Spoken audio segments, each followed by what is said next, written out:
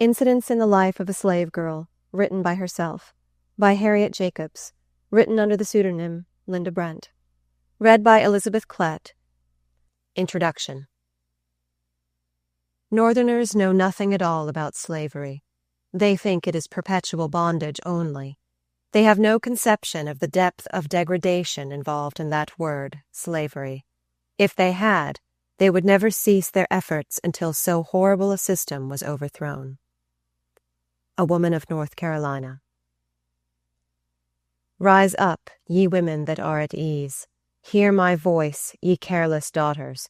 Give ear unto my speech. Isaiah, chapter 32, verse 9. Edited by L. Maria Child. Boston, published for the author, 1861. Preface by the author. Reader, be assured this narrative is no fiction. I am aware that some of my adventures may seem incredible, but they are nevertheless strictly true. I have not exaggerated the wrongs inflicted by slavery. On the contrary, my descriptions far fall short of the facts. I have concealed the names of places and given persons fictitious names. I had no motive for secrecy on my own account, but I deemed it kind and considerate towards others to pursue this course. I wish I were more competent to the task I have undertaken, but I trust my readers will excuse deficiencies in consideration of circumstances. I was born and reared in slavery, and I remained in a slave state 27 years. Since I have been at the North, it has been necessary for me to work diligently for my own support and the education of my children. This has not left me much leisure to make up for the loss of early opportunities to improve myself, and it has compelled me to write these pages at irregular intervals, whenever I could snatch an hour from household duties.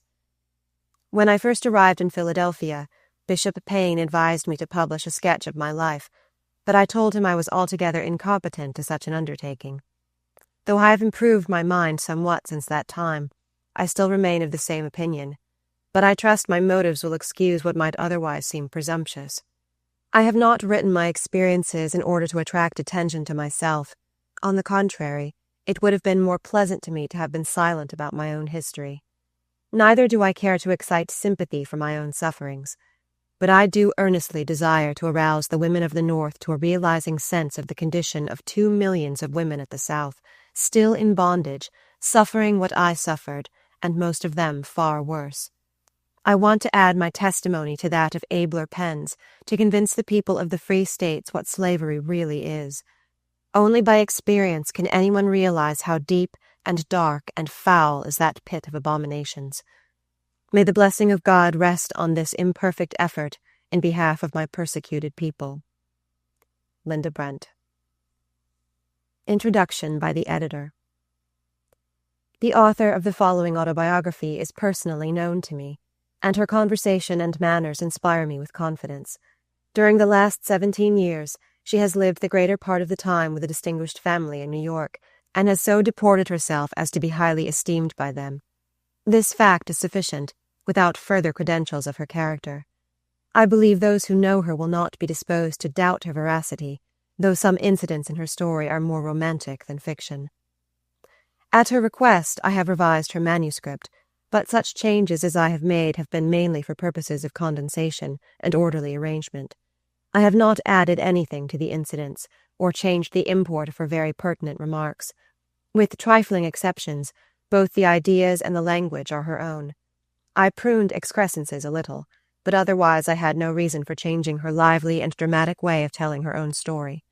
The names of both persons and places are known to me, but for good reasons I suppress them. It will naturally excite surprise that a woman reared in slavery should be able to write so well, but circumstances will explain this. In the first place, nature endowed her with quick perceptions. Secondly, the mistress with whom she lived till she was 12 years old was a kind, considerate friend who taught her to read and spell. Thirdly, she was placed in favorable circumstances after she came to the North, having frequent intercourse with intelligent persons who felt a friendly interest in her welfare and were disposed to give her opportunities for self-improvement. I am well aware that many will accuse me of indecorum for presenting these pages to the public, For the experiences of this intelligent and much injured woman belong to a class which some call delicate subjects, and others indelicate. This peculiar phase of slavery has generally been kept veiled, but the public ought to be made acquainted with its monstrous features, and I willingly take the responsibility of presenting them with the veil withdrawn. I do this for the sake of my sisters in bondage, who are suffering wrongs so foul that our ears are too delicate to listen to them.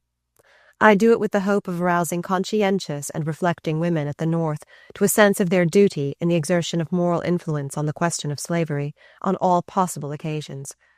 I do it with the hope that every man who reads this narrative will swear solemnly before God that, so far as he has power to prevent it, no fugitive from slavery shall ever be sent back to suffer in that loathsome den of corruption and cruelty. L. Maria Child. End of introduction.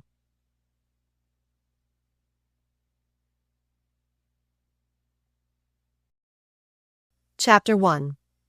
Childhood. I was born a slave, but I never knew it till 6 years of happy childhood had passed away.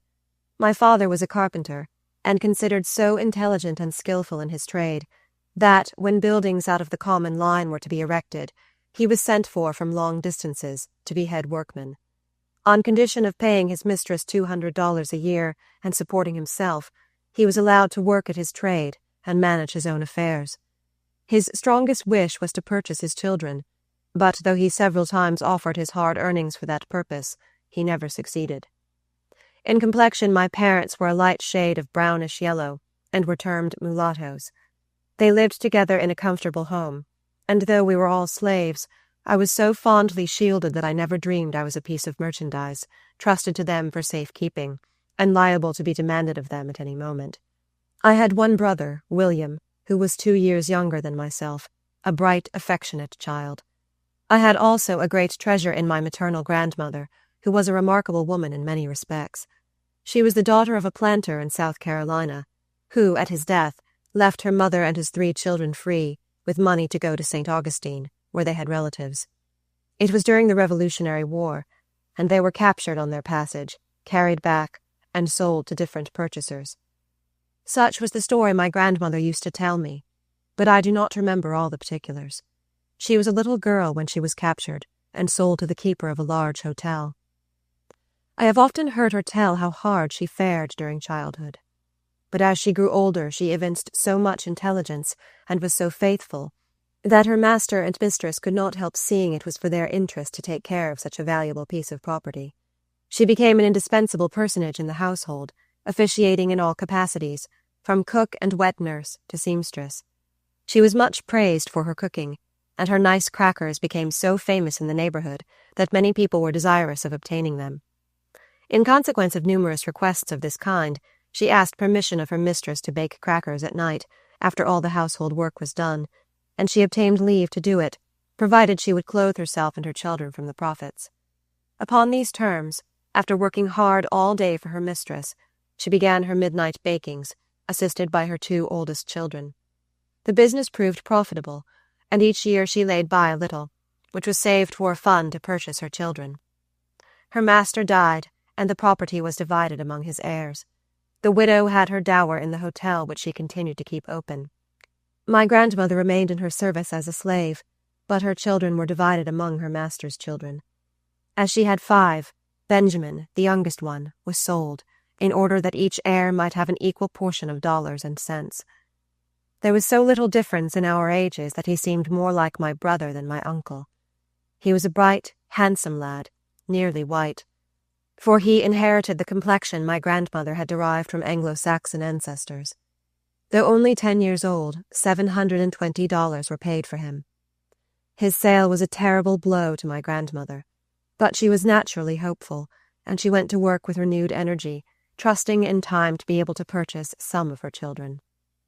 She had laid up $300, which her mistress one day begged as a loan, promising to pay her soon. The reader probably knows that no promise or writing given to a slave is legally binding, for according to Southern laws, a slave, being property, can hold no property. When my grandmother lent her hard earnings to her mistress, she trusted solely to her honor, the honor of a slaveholder to a slave. To this good grandmother I was indebted for many comforts.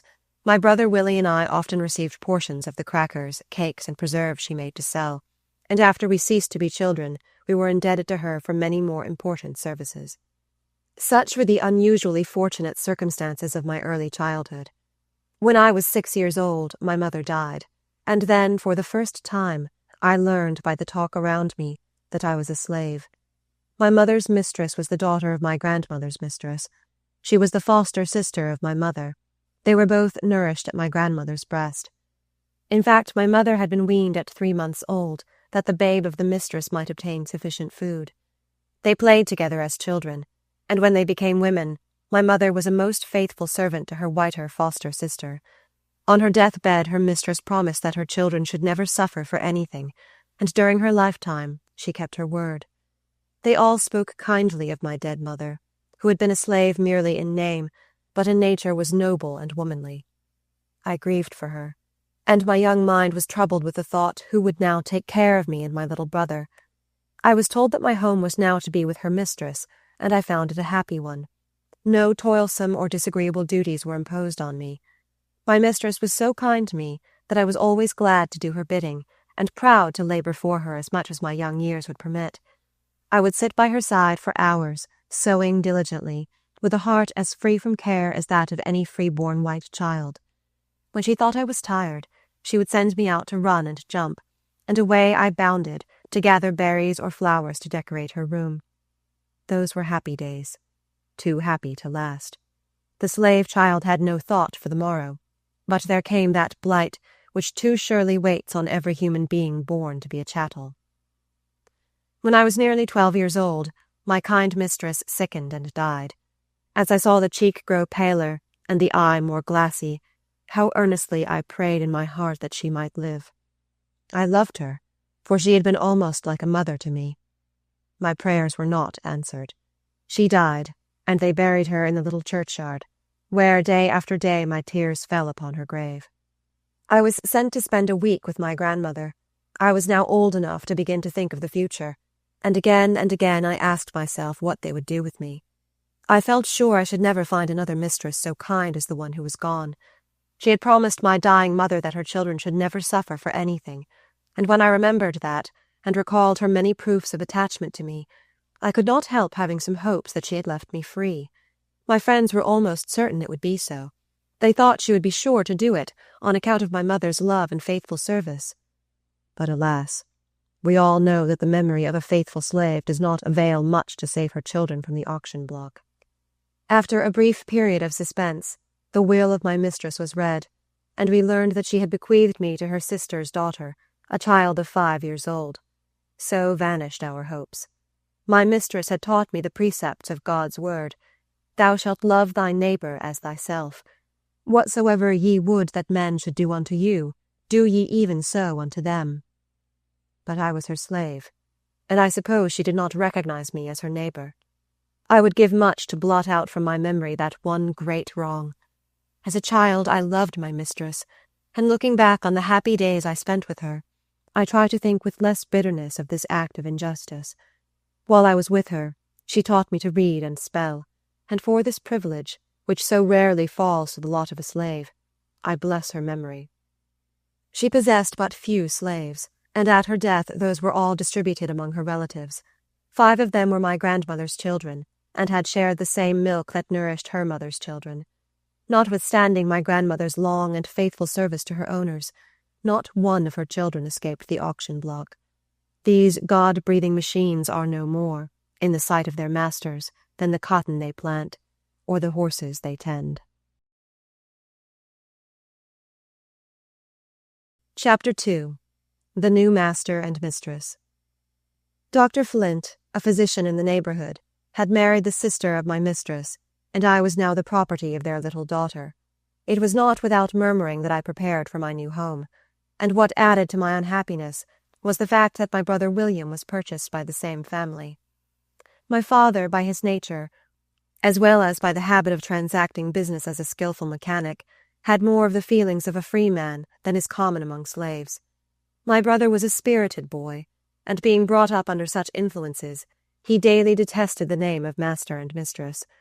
One day, when his father and his mistress both happened to call him at the same time, he hesitated between the two, being perplexed to know which had the strongest claim upon his obedience.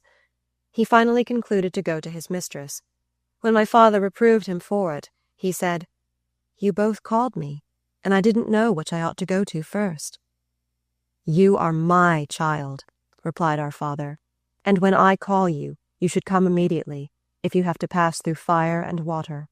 Poor Willie! He was now to learn his first lesson of obedience to a master. Grandmother tried to cheer us with hopeful words, and they found an echo in the credulous hearts of youth. When we entered our new home, we encountered cold looks, cold words, and cold treatment. We were glad when the night came. On my narrow bed I moaned and wept. I felt so desolate and alone. I had been there nearly a year, when a dear little friend of mine was buried. I heard her mother sob as the clods fell on the coffin of her only child, and I turned away from the grave, feeling thankful that I still had something left to love. I met my grandmother, who said, "Come with me, Linda," and from her tone I knew that something sad had happened. She led me apart from the people, and then said, "My child, your father is dead." Dead? How could I believe it? He had died so suddenly I had not even heard that he was sick. I went home with my grandmother. My heart rebelled against God, who had taken from me mother, father, mistress, and friend. The good grandmother tried to comfort me. "Who knows the ways of God?" said she. "Perhaps they have been kindly taken from the evil days to come." Years afterwards I often thought of this.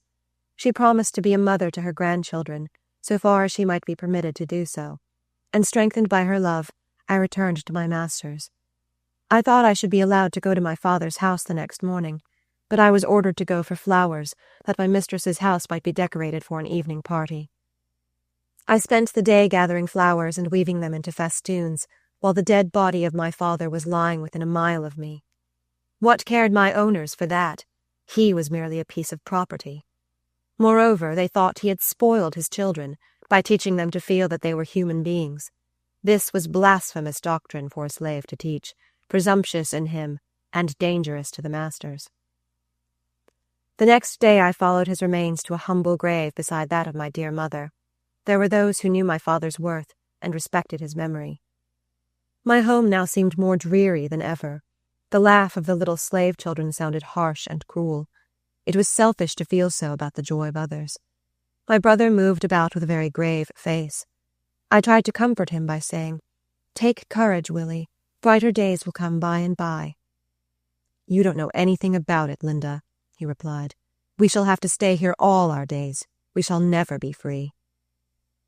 I argued that we were growing older and stronger, and that perhaps we might before long be allowed to hire our own time, and then we could earn money to buy our freedom.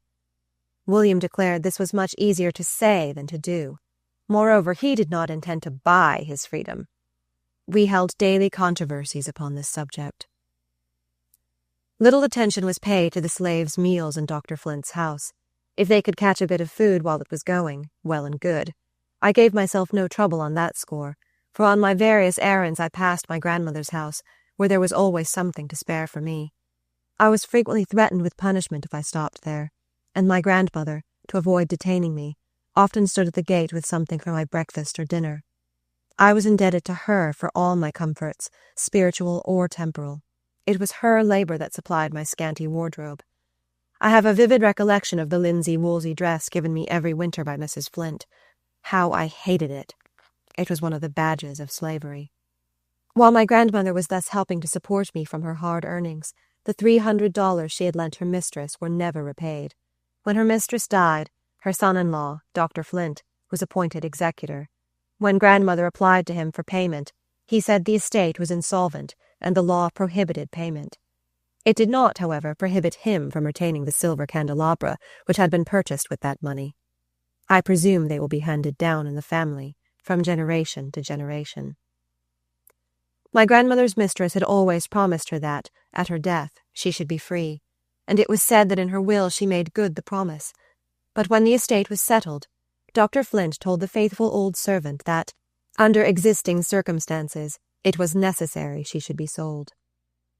On the appointed day, the customary advertisement was posted up, proclaiming that there would be a public sale of Negroes, horses, etc. Dr. Flint called to tell my grandmother that he was unwilling to wound her feelings by putting her up at auction, and that he would prefer to dispose of her at private sale. My grandmother saw through his hypocrisy.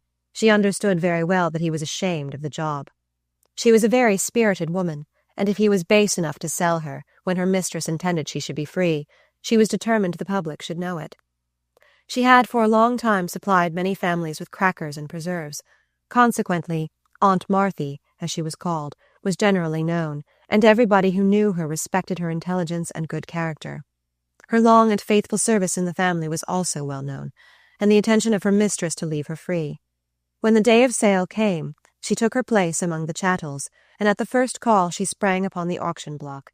Many voices called out, "Shame! Shame! Who is going to sell you, Aunt Marthy? Don't stand there. That is no place for you." Without saying a word, she quietly awaited her fate. No one bid for her. At last a feeble voice said, $50. It came from a maiden lady, 70 years old, the sister of my grandmother's deceased mistress. She had lived 40 years under the same roof with my grandmother. She knew how faithfully she had served her owners, and how cruelly she had been defrauded of her rights, and she resolved to protect her. The auctioneer waited for a higher bid, but her wishes were respected. No one bid above her. She could neither read nor write, and when the bill of sale was made out, she signed it with a cross. But what consequence was that, when she had a big heart overflowing with human kindness? She gave the old servant her freedom. At that time my grandmother was just 50 years old. Laborious years had passed since then, and now my brother and I were slaves to the man who had defrauded her of her money, and tried to defraud her of her freedom. One of my mother's sisters, called Aunt Nancy, was also a slave in his family. She was a kind, good aunt to me, and supplied the place of both housekeeper and waiting-maid to her mistress. She was, in fact, at the beginning and end of everything. Mrs. Flint, like many Southern women, was totally deficient in energy. She had not strength to superintend her household affairs, but her nerves were so strong that she could sit in her easy-chair and see a woman whipped till the blood trickled from every stroke of the lash. She was a member of the church, but partaking of the Lord's Supper did not seem to put her in a Christian frame of mind. If dinner was not served at the exact time on that particular Sunday, she would station herself in the kitchen and wait till it was dished, and then spit in all the kettles and pans that had been used for cooking. She did this to prevent the cook and her children from eking out their meagre fare with the remains of the gravy and other scrapings. The slaves could get nothing to eat, except what she chose to give them.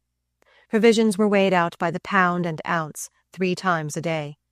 I can assure you she gave them no chance to eat wheat bread from her flour barrel. She knew how many biscuits a quart of flour would make, and exactly what size they ought to be. Dr. Flint was an epicure. The cook never sent a dinner to his table without fear and trembling, for if there happened to be a dish not to his liking, he would either order her to be whipped or compel her to eat every mouthful of it in his presence. The poor, hungry creature might not have objected to eating it, but she did object to having her master cram it down her throat till she choked. They had a pet dog that was a nuisance in the house. The cook was ordered to make some Indian mush for him. He refused to eat, and when his head was held over it, the froth flowed from his mouth into the basin. He died a few minutes after. When Dr. Flint came in, he said the mush had not been well cooked, and that was the reason the animal would not eat it. He sent for the cook and compelled her to eat it. He thought that the woman's stomach was stronger than the dog's, but her sufferings afterwards proved that he was mistaken. This poor woman endured many cruelties from her master and mistress. Sometimes she was locked up, away from her nursing baby, for a whole day and night. When I had been in the family a few weeks, one of the plantation slaves was brought to town by order of his master.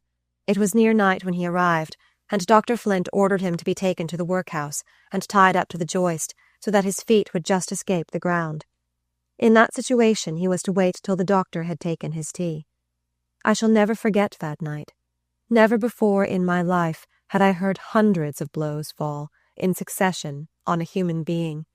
His piteous groans, and his "Oh, pray don't, massa," rang in my ear for months afterwards. There were many conjectures as to the cause of this terrible punishment. Some said master accused him of stealing corn. Others said the slave had quarreled with his wife in presence of the overseer and had accused his master of being the father of her child. They were both black, and the child was very fair. I went into the workhouse next morning and saw the cowhide still wet with blood and the boards all covered with gore. The poor man lived and continued to quarrel with his wife. A few months afterwards, Dr. Flint handed them both over to a slave trader. The guilty man put their value into his pocket and had the satisfaction of knowing that they were out of sight and hearing. When the mother was delivered into the trader's hands, she said, "You promised to treat me well." To which he replied, "You've let your tongue run too far, damn you." She had forgotten that it was a crime for a slave to tell who was the father of her child. From others than the master, persecution also comes in such cases. I once saw a young slave girl dying soon after the birth of a child nearly white. In her agony she cried out, "O Lord, come and take me." Her mistress stood by and mocked at her like an incarnate fiend. "You suffer, do you?" she exclaimed. "I am glad of it. You deserve it all, and more too." The girl's mother said, "The baby is dead, thank God, and I hope my poor child will soon be in heaven too." "Heaven?" retorted the mistress. "There is no such place for the like of her and her bastard." The poor mother turned away, sobbing. Her dying daughter called her, feebly, and as she bent over her, I heard her say, "Don't grieve so, mother. God knows all about it, and He will have mercy upon me." Her sufferings afterwards became so intense that her mistress felt unable to stay, but when she left the room, the scornful smile was still on her lips. 7 children called her mother. The poor black woman had but this one child, whose eyes she saw closing in death, while she thanked God for taking her away from the greater bitterness of life. Chapter 3. The Slave's New Year's Day. Dr. Flint owned a fine residence in town, several farms, and about 50 slaves, besides hiring a number by the year. Hiring day at the South takes place on the 1st of January. On the 2nd, the slaves are expected to go to their new masters. On a farm, they work until the corn and cotton are laid. They then have 2 holidays. Some masters give them a good dinner under the trees. This over, they work until Christmas Eve. If no heavy charges are meantime brought against them, they are given 4 or 5 holidays, whichever the master or overseer may think proper. Then comes New Year's Eve, and they gather together their little alls, or more properly speaking, their little nothings, and wait anxiously for the dawning of day. At the appointed hour the grounds are thronged with men, women, and children, waiting like criminals to hear their doom pronounced. The slave is sure to know who is the most humane or cruel master within 40 miles of him. It is easy to find out on that day who clothes and feeds his slaves well, for he is surrounded by a crowd begging, "Please, massa, hire me this year. I'll work very hard, massa." If a slave is unwilling to go with his new master, he is whipped or locked up in jail until he consents to go, and promises not to run away during the year. Should he chance to change his mind, thinking it justifiable to violate an extorted promise, woe unto him if he is caught. The whip is used till the blood flows at his feet, and his stiffened limbs are put in chains to be dragged in the field for days and days. If he lives until the next year, perhaps the same man will hire him again, without even giving him an opportunity of going to the hiring ground. After those for hire are disposed of, those for sale are called up. O you happy, free women! Contrast your New Year's Day with that of the poor bondwoman. With you it is a pleasant season, and the light of the day is blessed. Friendly wishes meet you everywhere, and gifts are showered upon you. Even hearts that have been estranged from you soften at this season, and lips that have been silent echo back, "I wish you a happy New Year." Children bring their little offerings, and raise their rosy lips for a caress. They are your own, and no hand but that of death can take them from you. But the slave mother, New Year's Day comes laden with peculiar sorrows. She sits on her cold cabin floor, watching the children who may all be torn from her the next morning, and often does she wish that she and they might die before the day dawns.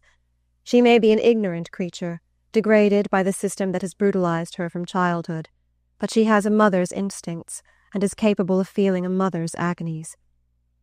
On one of those sale days, I saw a mother lead 7 children to the auction block. She knew that some of them would be taken from her, but they took all. The children were sold to a slave trader, and their mother was bought by a man in her own town. Before night her children were all far away. She begged the trader to tell her where he intended to take them. This he refused to do. How could he, when he knew he would sell them, one by one, wherever he could command the highest price? I met that mother in the street, and her wild, haggard face lives today in my mind. She wrung her hands in anguish and exclaimed, "Gone, all gone. Why don't God kill me?" I had no words wherewith to comfort her. Instances of this kind are of daily, yea, of hourly occurrence. Slaveholders have a method peculiar to their institution of getting rid of old slaves whose lives have been worn out in their service. I knew an old woman who for 70 years faithfully served her master. She had become almost helpless from hard labor and disease. Her owners moved to Alabama, and the old black woman is left to be sold to anybody who would give $20 for her. Chapter 4. The Slave Who Dared to Feel Like a Man. 2 years had passed since I entered Dr. Flint's family, and those years had brought much of the knowledge that comes from experience, though they had afforded little opportunity for any other kinds of knowledge. My grandmother had, as much as possible, been a mother to her orphan grandchildren. By perseverance and unwearied industry, she was now mistress of a snug little home, surrounded with the necessaries of life. She would have been happy could her children have shared them with her. There remained but 3 children and 2 grandchildren, all slaves. Most earnestly did she strive to make us feel that it was the will of God, that He had seen fit to place us under such circumstances, and though it seemed hard, we ought to pray for contentment. It was a beautiful faith, coming from a mother who could not call her children her own. But I and Benjamin, her youngest boy, condemned it. We reasoned that it was much more the will of God that we should be situated as she was. We longed for a home like hers. There we always found sweet balsam for our troubles. She was so loving, so sympathizing. She always met us with a smile and listened with patience to all our sorrows. She spoke so hopefully that unconsciously the clouds gave place to sunshine. There was a grand big oven there, too, that baked bread and nice things for the town, and we knew there was always a choice bit in store for us. But alas, even the charms of the old oven failed to reconcile us to our hard lot. Benjamin was now a tall, handsome lad, strongly and gracefully made, and with a spirit too bold and daring for a slave. My brother William, now 12 years old, had the same aversion to the word master that he had when he was an urchin of 7 years. I was his confidant. He came to me with all his troubles. I remember one instance in particular. It was on a lovely spring morning, and when I marked the sunlight dancing here and there, its beauty seemed to mock my sadness. For my master, whose restless, craving, vicious nature roved about day and night, seeking whom to devour, had just left me, with stinging, scorching words that scathed ear and brain like fire. Oh, how I despised him! I thought how glad I should be if some day when he walked the earth it would open and swallow him up, and disencumber the world of a plague. When he told me that I was made for his use, made to obey his command in everything, that I was nothing but a slave, whose will must and should surrender to his, never before had my puny arm felt half so strong. So deeply was I absorbed in painful reflections afterwards that I neither saw nor heard the entrance of anyone, till the voice of William sounded close beside me. "Linda," said he, "what makes you look so sad? I love you." "Oh, Linda, isn't this a bad world? Everybody seems so cross and unhappy. I wish I had died when poor father did." I told him that everybody was not cross or unhappy, that those who had pleasant homes and kind friends, and who were not afraid to love them, were happy. But we, who were slave children, without father or mother, could not expect to be happy. We must be good. Perhaps that would bring us contentment. "Yes," he said, "I try to be good, but what's the use?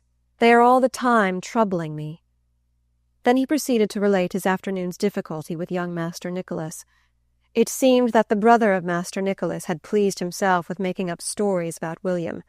Master Nicholas said he should be flogged, and he would do it, whereupon he went to work, but William fought bravely, and the young master, finding he was getting the better of him, undertook to tie his hands behind him. He failed in that likewise. By dint of kicking and fisting, William came out of the skirmish none the worse for a few scratches. He continued to discourse on his young master's meanness, how he whipped the little boys, but was a perfect coward when a tussle ensued between him and white boys of his own size. On such occasions he always took to his legs. William had other charges to make against him. One was his rubbing up pennies with quicksilver and passing them off for quarters of a dollar on an old man who kept a fruit stall. William was often sent to buy fruit, and he earnestly inquired of me what he ought to do under such circumstances. I told him it was certainly wrong to deceive the old man, and that it was his duty to tell him of the impositions practised by his young master. I assured him the old man would not be slow to comprehend the whole, and there the matter would end. William thought it might with the old man, but not with him. He said he did not mind the smart of the whip, but he did not like the idea of being whipped. While I advised him to be good and forgiving, I was not unconscious of the beam in my own eye. It was the very knowledge of my own shortcomings that urged me to retain, if possible, some sparks of my brother's God-given nature. I had not lived 14 years in slavery for nothing. I had felt, seen, and heard enough to read the characters and question the motives of those around me. The war of my life had begun, and though one of God's most powerless creatures, I resolved never to be conquered. Alas for me! If there was one pure sunny spot for me, I believed it to be in Benjamin's heart, and in another's, whom I loved with all the ardour of a girl's first love. My owner knew of it, and sought in every way to render me miserable. He did not resort to corporal punishment, but to all the petty, tyrannical ways that human ingenuity could devise. I remember the first time I was punished. It was in the month of February. My grandmother had taken my old shoes and replaced them with a new pair. I needed them, for several inches of snow had fallen, and it still continued to fall. When I walked through Mrs. Flint's room, their creaking grated harshly on her refined nerves. She called me to her, and asked what I had about me that made such a horrid noise. I told her it was my new shoes. "Take them off," said she, "and if you put them on again, I'll throw them into the fire." I took them off, and my stockings also. She then sent me a long distance on an errand. As I went through the snow, my bare feet tingled. That night I was very hoarse, and went to bed thinking the next day would find me sick, perhaps dead. What was my grief on waking to find myself quite well. I had imagined if I died or was laid up for some time, that my mistress would feel a twinge of remorse that she had so hated the little imp, as she styled me. It was my ignorance of that mistress that gave rise to such extravagant imaginings. Dr. Flint occasionally had high prices offered for me, but he always said, "She don't belong to me. She is my daughter's property, and I have no right to sell her." Good, honest man. My young mistress was still a child, and I could look for no protection from her. I loved her, and she returned my affection. I once heard her father allude to her attachment to me, and his wife promptly replied that it proceeded from fear. This put unpleasant doubts into my mind.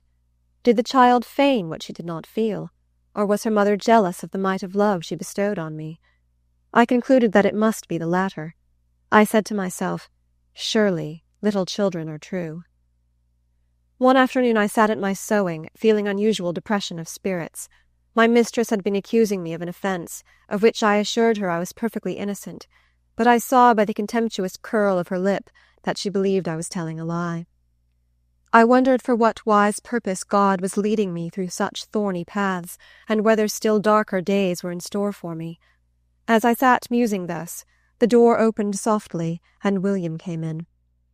"Well, brother," said I, "what is the matter this time?" "Oh, Linda, Ben and his master have had a dreadful time," said he. "My first thought was that Benjamin was killed." "Don't be frightened, Linda," said William. "I will tell you all about it." It appeared that Benjamin's master had sent for him, and he did not immediately obey the summons. When he did, his master was angry and began to whip him. He resisted.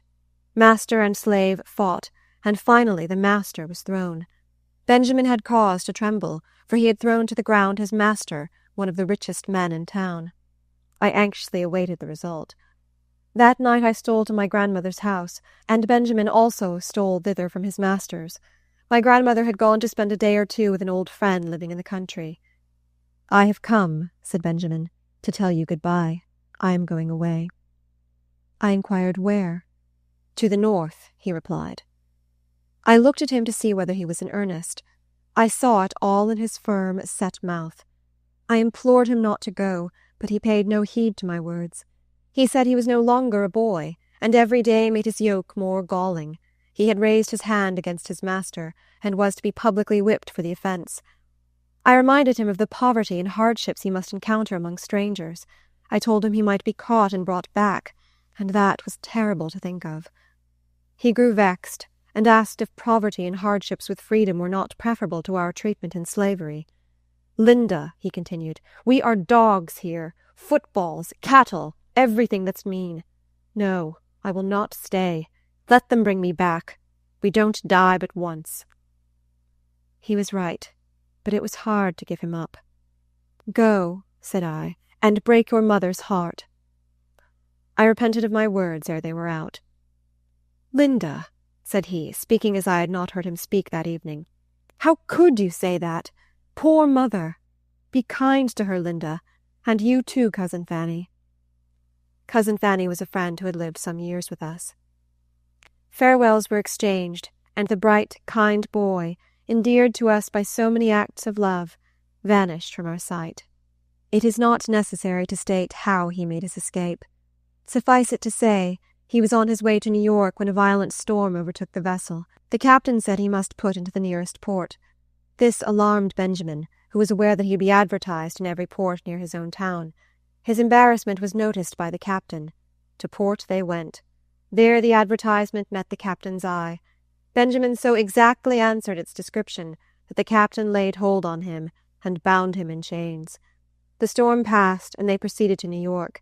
Before reaching that port, Benjamin managed to get off his chains and throw them overboard. He escaped from the vessel, but he was pursued, captured, and carried back to his master. When my grandmother returned home and found her youngest child had fled, great was her sorrow. But with characteristic piety she said, "God's will be done." Each morning she inquired if any news had been heard from her boy. Yes, news was heard. The master was rejoicing over a letter, announcing the capture of his human chattel.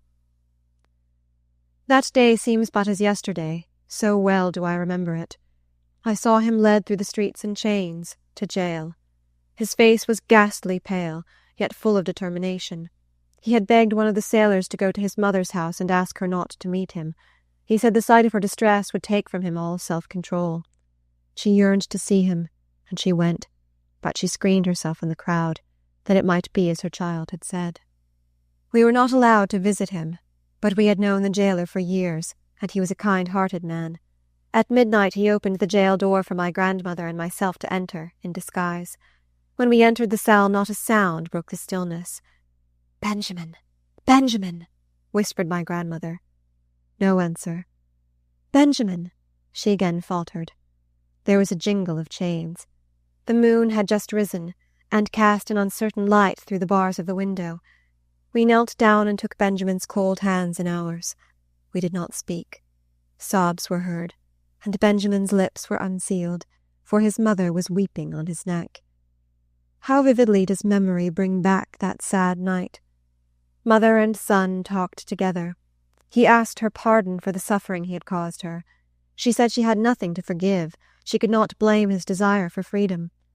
He told her that when he was captured, he broke away, and was about casting himself into the river, when thoughts of her came over him, and he desisted. She asked if he did not also think of God. I fancied I saw his face grow fierce in the moonlight.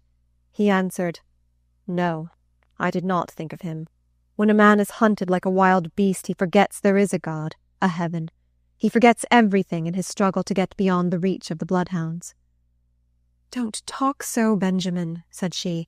"Put your trust in God. Be humble, my child, and your master will forgive you." "Forgive me for what, mother? For not letting him treat me like a dog? No, I will never humble myself to him. I have worked for him for nothing all my life, and I am repaid with stripes and imprisonment. Here I will stay till I die, or till he sells me." The poor mother shuddered at his words. I think he felt it, for when he next spoke his voice was calmer. "Don't fret about me, mother. I ain't worth it," said he. "I wish I had some of your goodness. You bear everything patiently, just as though you thought it was all right. I wish I could." She told him she had not always been so. Once she was like him, but when sore troubles came upon her, and she had no arm to lean upon, she learned to call on God, and he lightened her burdens. She besought him to do likewise. We overstayed our time and were obliged to hurry from the jail. Benjamin had been imprisoned 3 weeks, and my grandmother went to intercede for him with his master. He was immovable. He said Benjamin should serve as an example to the rest of his slaves. He should be kept in jail till he was subdued, or be sold if he got but $1 for him. However, he afterwards relented in some degree. The chains were taken off, and we were allowed to visit him. As his food was of the coarsest kind, we carried him as often as possible a warm supper, accompanied with some little luxury for the jailer. 3 months elapsed, and there was no prospect of release or of a purchaser. One day he was heard to sing and laugh. This piece of indecorum was told to his master, and the overseer was ordered to re-chain him. He was now confined in an apartment with other prisoners, who were covered with filthy rags. Benjamin was chained near them, and was soon covered with vermin. He worked at his chains till he succeeded in getting out of them. He passed them through the bars of the window, with a request that they should be taken to his master, and he should be informed that he was covered with vermin.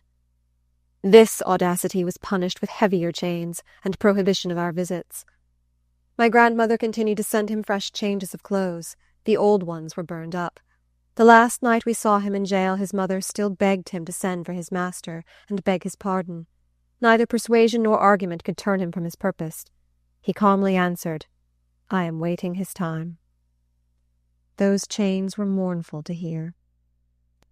Another 3 months passed, and Benjamin left his prison walls. We that loved him waited to bid him a long and last farewell. A slave trader had bought him. You remember I told you what price he brought when 10 years of age. Now he was more than 20 years old, and sold for $300. The master had been blind to his own interest. Long confinement had made his face too pale, his form too thin. Moreover, the trader had heard something of his character, and it did not strike him as suitable for a slave. He said he would give any price if the handsome lad was a girl. We thanked God that he was not. Could you have seen that mother clinging to her child when they fastened the irons upon his wrists? Could you have heard her heart-rending groans, and seen her bloodshot eyes wander wildly from face to face, vainly pleading for mercy? Could you have witnessed that scene as I saw it, you would exclaim, "Slavery is damnable." Benjamin, her youngest, her pet, was forever gone. She could not realize it. She had had an interview with the trader for the purpose of ascertaining if Benjamin could be purchased. She was told that it was impossible, as he had given bonds not to sell him till he was out of the state. He promised that he would not sell him till he reached New Orleans. With a strong arm and unvaried trust, my grandmother began her work of love. Benjamin must be free. If she succeeded, she knew they would still be separated, but the sacrifice was not too great. Day and night she labored. The trader's price would treble that he gave, but she was not discouraged. She employed a lawyer to write to a gentleman whom she knew in New Orleans. She begged him to interest himself for Benjamin, and he willingly favored her request. When he saw Benjamin and stated his business, he thanked him, but said he preferred to wait a while before making the trader an offer. He knew he had tried to obtain a high price for him, and had invariably failed. This encouraged him to make another effort for freedom. So one morning, long before day, Benjamin was missing. He was riding over the blue billows, bound for Baltimore. For once his white face did him a kindly service. They had no suspicion that it belonged to a slave, otherwise the law would have been followed out to the letter, and the thing rendered back to slavery. The brightest skies are often overshadowed by the darkest clouds.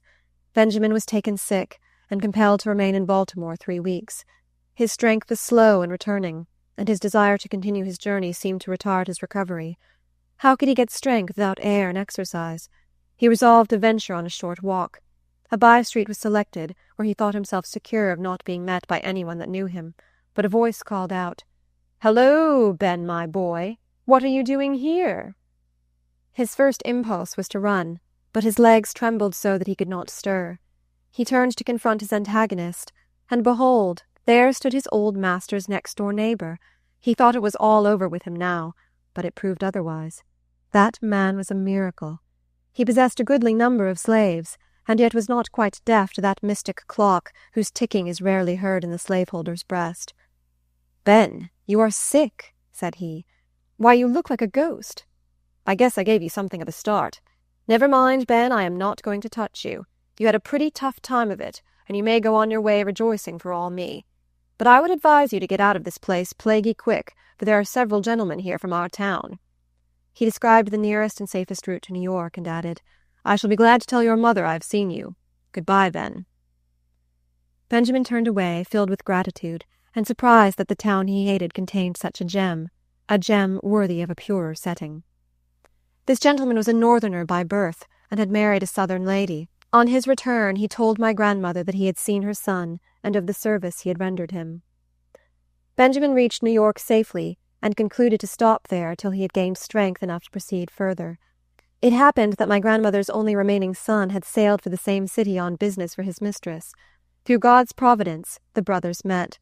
You may be sure it was a happy meeting. "Oh, Phil," exclaimed Benjamin, "I am here at last."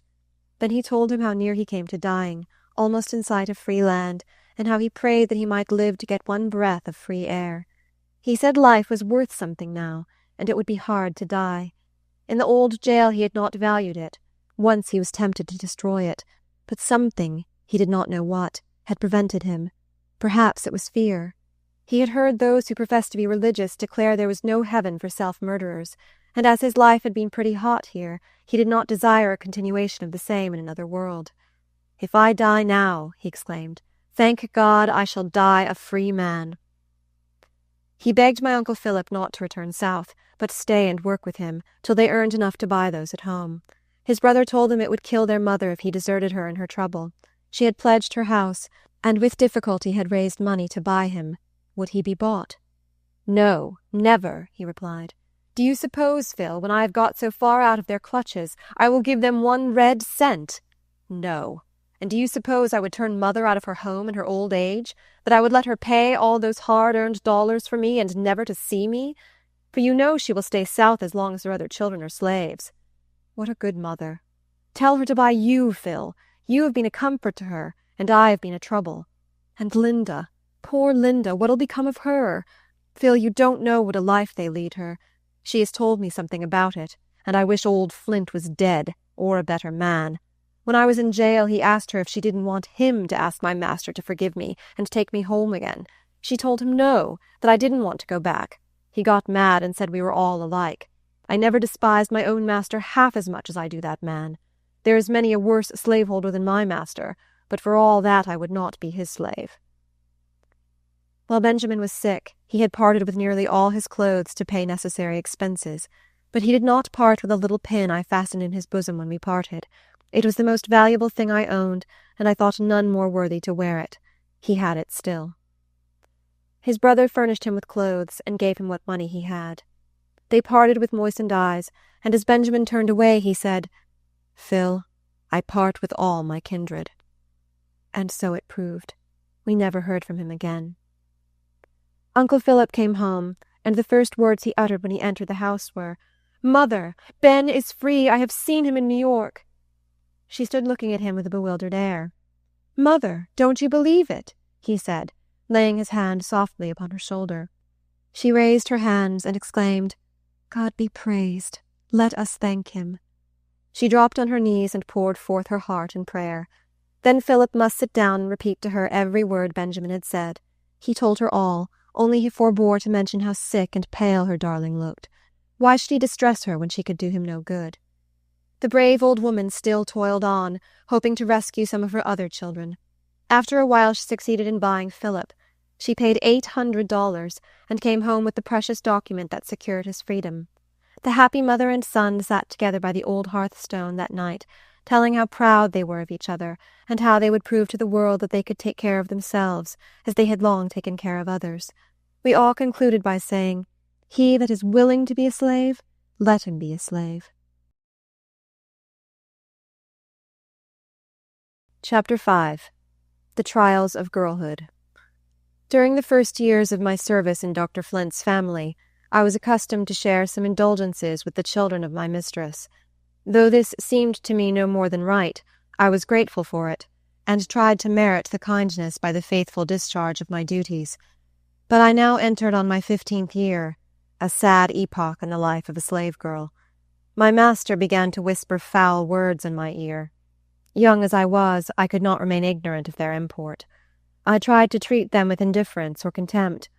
My master's age, my extreme youth, and the fear that his conduct would be reported to my grandmother made him bear this treatment for many months. He was a crafty man, and resorted to many means to accomplish his purposes. Sometimes he had stormy, terrific ways that made his victims tremble. Sometimes he assumed a gentleness that he thought must surely subdue. Of the two, I preferred his stormy moods, although they left me trembling.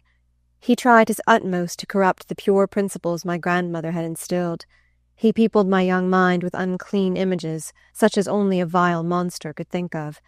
I turned from him with disgust and hatred. But he was my master. I was compelled to live under the same roof with him, where I saw a man 40 years my senior daily violating the most sacred commandments of nature. He told me I was his property, that I must be subject to his will in all things. My soul revolted against the mean tyranny. But where could I turn for protection?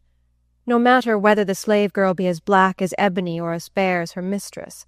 In either case there is no shadow of law to protect her from insult, from violence, or even from death. All these are inflicted by fiends who bear the shape of men. The mistress, who ought to protect the helpless victim, has no other feelings towards her but those of jealousy and rage. The degradation, the wrongs, the vices that grow out of slavery are more than I can describe. They are greater than you would willingly believe. Surely, if you credited one half the truths that are told you concerning the helpless millions suffering in this cruel bondage, you at the North would not help to tighten the yoke. You surely would refuse to do for the master, on your own soil, the mean and cruel work which trained bloodhounds and the lowest class of whites do for him at the South. Everywhere the years bring to all enough of sin and sorrow. But in slavery, the very dawn of life is darkened by these shadows. Even the little child, who is accustomed to wait on her mistress and on her children, will learn, before she is 12 years old, why it is that her mistress hates such and such a one among the slaves. Perhaps the child's own mother is among those hated ones. She listens to violent outbreaks of jealous passion, and cannot help understanding what is the cause. She will become prematurely knowing in evil things. Soon she will learn to tremble when she hears her master's footfall.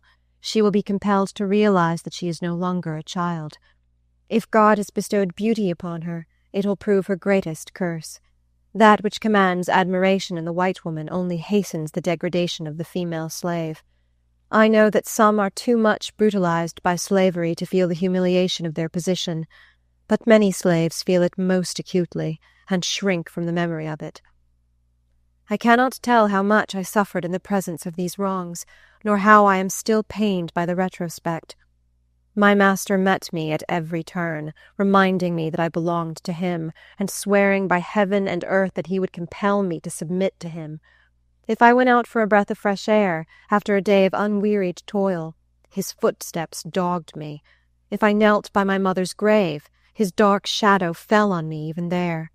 The light heart which nature had given me became heavy with sad forebodings.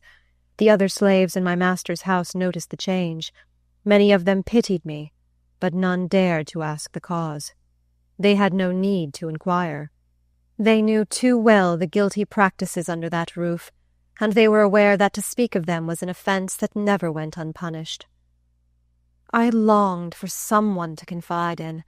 I would have given the world to have laid my head on my grandmother's faithful bosom and told her all my troubles. But Dr. Flint swore he would kill me if I was not as silent as the grave.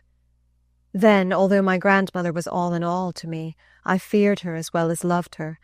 I had been accustomed to look up to her with a respect bordering upon awe. I was very young, and felt shamefaced about telling her such impure things, and especially as I knew her to be very strict on such subjects. Moreover, she was a woman of high spirit. She was usually very quiet in her demeanour, but if her indignation was once roused, it was not very easily quelled. I had been told that she once chased a white gentleman with a loaded pistol because he insulted one of her daughters. I dreaded the consequences of a violent outbreak, and both pride and fear kept me silent. But though I did not confide in my grandmother, and even evaded her vigilant watchfulness and inquiry, her presence in the neighbourhood was some protection to me.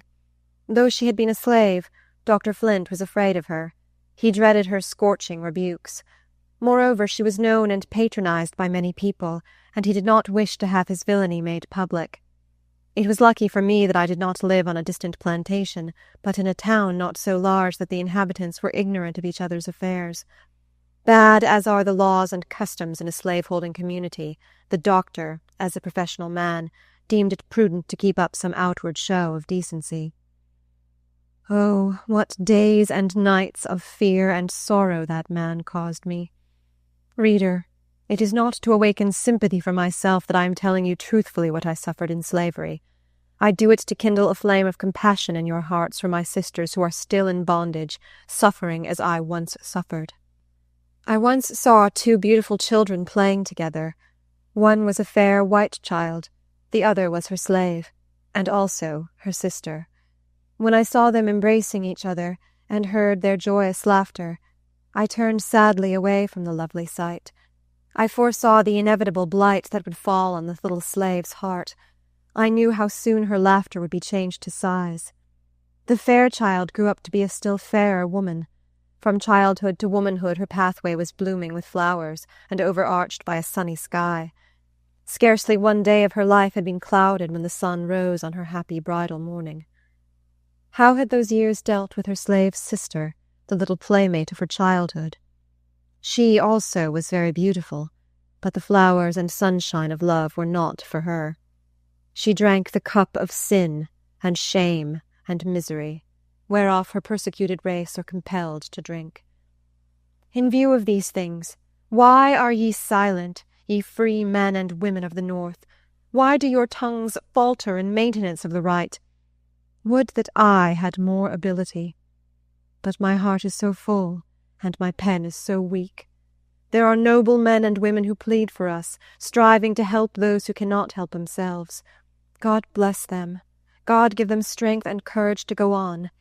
God bless those everywhere who are laboring to advance the cause of humanity. Chapter 6. The Jealous Mistress. I would 10,000 times rather that my children should be the half-starved paupers of Ireland than to be the most pampered among the slaves of America. I would rather drudge out my life on a cotton plantation till the grave opened to give me rest than to live with an unprincipled master and a jealous mistress. The felon's home in a penitentiary is preferable. He may repent and turn from the error of his ways and so find peace. But it is not so with a favourite slave. She is not allowed to have any pride of character. It is deemed a crime in her to wish to be virtuous. Mrs. Flint possessed the key to her husband's character before I was born. She might have used this knowledge to counsel and screen the young and the innocent among her slaves, but for them she had no sympathy. They were the objects of her constant suspicion and malevolence. She watched her husband with unceasing vigilance, but he was well practised in means to evade it. What he could not find opportunity to say in words, he manifested in signs. He invented more than were ever thought of in a deaf and dumb asylum. I let them pass, as if I did not understand what he meant, and many were the curses and threats bestowed on me for my stupidity. One day he caught me teaching myself to write. He frowned, as if he was not well pleased, but I suppose he came to the conclusion that such an accomplishment might help to advance his favourite scheme. Before long, notes were often slipped into my hand. I would return them, saying, "I can't read them, sir." "Can't you?" he replied. "Then I must read them to you." He always finished the reading by asking, "Do you understand?" Sometimes he would complain of the heat of the tea-room and order his supper to be placed on a small table in the piazza. He would seat himself there with a well-satisfied smile and tell me to stand by and brush away the flies. He would eat very slowly, pausing between the mouthfuls. These intervals were employed in describing the happiness that I was so foolishly throwing away, and in threatening me with the penalty that finally awaited my stubborn disobedience. He boasted much of the forbearance he had exercised towards me, and reminded me that there was a limit to his patience. When I succeeded in avoiding opportunities for him to talk to me at home, I was ordered to come to his office to do some errand. When there, I was obliged to stand and listen to such language as he saw fit to address to me. Sometimes I so openly expressed my contempt for him that he would become violently enraged, and I wondered why he did not strike me. Circumstanced as he was, he probably thought it was better policy to be forbearing. But the state of things grew worse and worse daily. In desperation I told him that I must and would apply to my grandmother for protection. He threatened me with death, and worse than death, if I made any complaint to her. Strange to say, I did not despair. I was naturally of a buoyant disposition, and always I had a hope of somehow getting out of his clutches. Like many a poor, simple slave before me, I trusted that some threads of joy would yet be woven into my dark destiny. I had entered my 16th year, and every day it became more apparent that my presence was intolerable to Mrs. Flint. Angry words frequently passed between her and her husband. He had never punished me himself, and he would not allow anybody else to punish me. In that respect she was never satisfied, but in her angry moods no terms were too vile for her to bestow upon me. Yet I, whom she detested so bitterly, had far more pity for her than he had, whose duty it was to make her life happy. I never wronged her, or wished to wrong her, and one word of kindness from her would have brought me to her feet. After repeated quarrels between the doctor and his wife, he announced his intention to take his youngest daughter, then 4 years old, to sleep in his apartment. It was necessary that a servant should sleep in the same room, to be on hand if the child stirred. I was selected for that office, and informed for what purpose that arrangement had been made. By managing to keep within sight of people, as much as possible, during the daytime, I had hitherto succeeded in eluding my master, though a razor was often held to my throat to force me to change this line of policy. At night I slept by the side of my great-aunt, where I felt safe. He was too prudent to come into her room. She was an old woman, and had been in the family many years. Moreover, as a married man and a professional man, he deemed it necessary to save appearances in some degree. But he resolved to remove the obstacle in the way of his scheme, and he thought he had planned it so that he should evade suspicion. He was well aware how much I prized my refuge by the side of my old aunt, and he determined to dispossess me of it. The first night the doctor had the little child in his room alone. The next morning I was ordered to take my station as nurse the following night. A kind providence interposed in my favour. During the day Mrs. Flint heard of this new arrangement, and a storm followed. I rejoiced to hear it rage. After a while my mistress sent for me to come to her room. Her first question was, "Did you know you were to sleep in the doctor's room?" "Yes, ma'am." "Who told you?" "My master." "Will you answer truly all the questions I ask?" "Yes, ma'am." "Tell me, then, as you hope to be forgiven, are you innocent of what I have accused you?" "I am." She handed me a Bible and said, "Lay your hand on your heart, kiss this holy book, and swear before God that you tell me the truth." I took the oath she required, and I did it with a clear conscience. "You have taken God's holy word to testify your innocence," said she. "If you have deceived me, beware. Now take this stool, sit down, look me directly in the face, and tell me all that has passed between your master and you." I did as she ordered. As I went on with my account, her colour changed frequently. She wept and sometimes groaned. She spoke in tones so sad that I was touched by her grief. The tears came to my eyes, but I was soon convinced that her emotions arose from anger and wounded pride. She felt that her marriage vows were desecrated, her dignity insulted, but she had no compassion for the poor victim of her husband's perfidy. She pitied herself as a martyr, but she was incapable of feeling for the condition of shame and misery in which her unfortunate, helpless slave was placed. Yet perhaps she had some touch of feeling for me, for when the conference was ended, she spoke kindly and promised to protect me. I should have been much comforted by this assurance if I could have had confidence in it, but my experiences in slavery had filled me with distrust. She was not a very refined woman, and had not much control over her passions.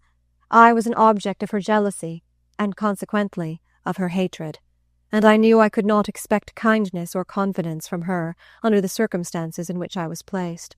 I could not blame her.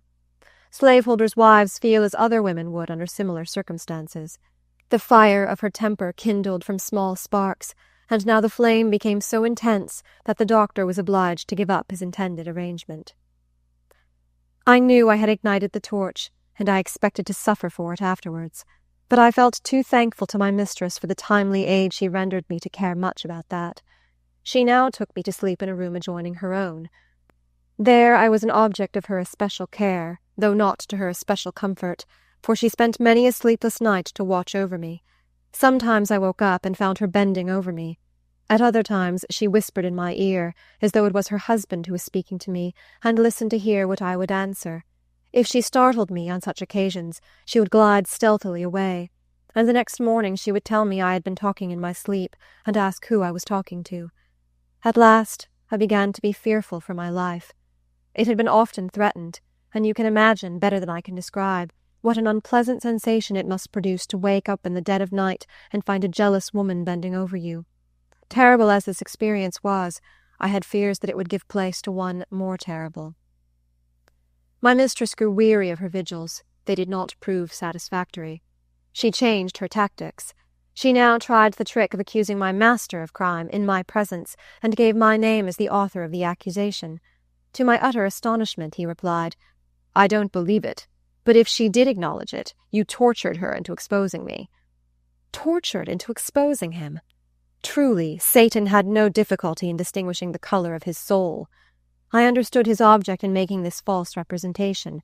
It was to show me that I gained nothing by seeking the protection of my mistress, that the power was still all in his own hands. I pitied Mrs. Flint. She was a second wife, many years the junior of her husband, and the hoary-headed miscreant was enough to try the patience of a wiser and better woman. She was completely foiled, and knew not how to proceed. She would gladly have had me flogged for my supposed false oath, but, as I have already stated, the doctor never allowed anyone to whip me. The old sinner was politic. The application of the lash might have led to remarks that would have exposed him in the eyes of his children and grandchildren. How often did I rejoice that I lived in a town where all the inhabitants knew each other. If I had been on a remote plantation, or lost among the multitude of a crowded city, I should not be a living woman at this day. The secrets of slavery are concealed like those of the Inquisition. My master was, to my knowledge, the father of 11 slaves. But did the mothers dare to tell who was the father of their children? Did the other slaves dare to allude to it, except in whispers among themselves? No, indeed. They knew too well the terrible consequences. My grandmother could not avoid seeing things which excited her suspicions. She was uneasy about me, and tried various ways to buy me, but the never-changing answer was always repeated. Linda does not belong to me. She is my daughter's property, and I have no legal right to sell her. The conscientious man. He was too scrupulous to sell me, but he had no scruples whatever about committing a much greater wrong against the helpless young girl placed under his guardianship as his daughter's property. Sometimes my persecutor would ask me whether I would like to be sold. I told him I would rather be sold to anybody than to lead such a life as I did. On such occasions he would assume the air of a very injured individual and reproach me for my ingratitude. "Did I not take you into the house and make you the companion of my own children?" he would say. "Have I ever treated you like a Negro? I have never allowed you to be punished, not even to please your mistress. And this is the recompense I get, you ungrateful girl." I answered that he had reasons of his own for screening me from punishment, and that the course he pursued made my mistress hate me and persecute me. If I wept, he would say, "Poor child, don't cry, don't cry. I will make peace for you with your mistress. Only let me arrange matters in my own way. Poor foolish girl, you don't know what is for your own good. I would cherish you. I would make a lady of you. Now go and think of all I have promised you." I did think of it. Reader, I draw no imaginary pictures of Southern homes. I am telling you the plain truth. Yet when victims make their escape from the wild beast of slavery, Northerners consent to act the part of bloodhounds and hunt the poor fugitive back into his den, full of dead men's bones and all uncleanness. Nay, More, they are not only willing but proud to give their daughters in marriage to slaveholders. The poor girls have romantic notions of a sunny clime, and of the flowering vines that all the year round shade a happy home. To what disappointments are they destined? The young wife soon learns that the husband in whose hands she has placed her happiness pays no regard to his marriage vows. Children of every shade of complexion play with her own fair babies, and too well she knows that they are born unto him of his own household. Jealousy and hatred enter the flowery home, and it is ravaged of its loveliness. Southern women often marry a man knowing that he is the father of many little slaves. They do not trouble themselves about it. They regard such children as property, as marketable as the pigs on the plantation, and it is seldom that they do not make them aware of this by passing them into the slave traders' hands as soon as possible, and thus getting them out of their sight. I am glad to say that there are some honorable exceptions. I have myself known 2 Southern wives who exhorted their husbands to free those slaves towards whom they stood in a parental relation, and their request was granted. These husbands blushed before the superior nobleness of their wives' natures. Though they had only counselled them to do that which was their duty to do, it commanded their respect, and rendered their conduct more exemplary.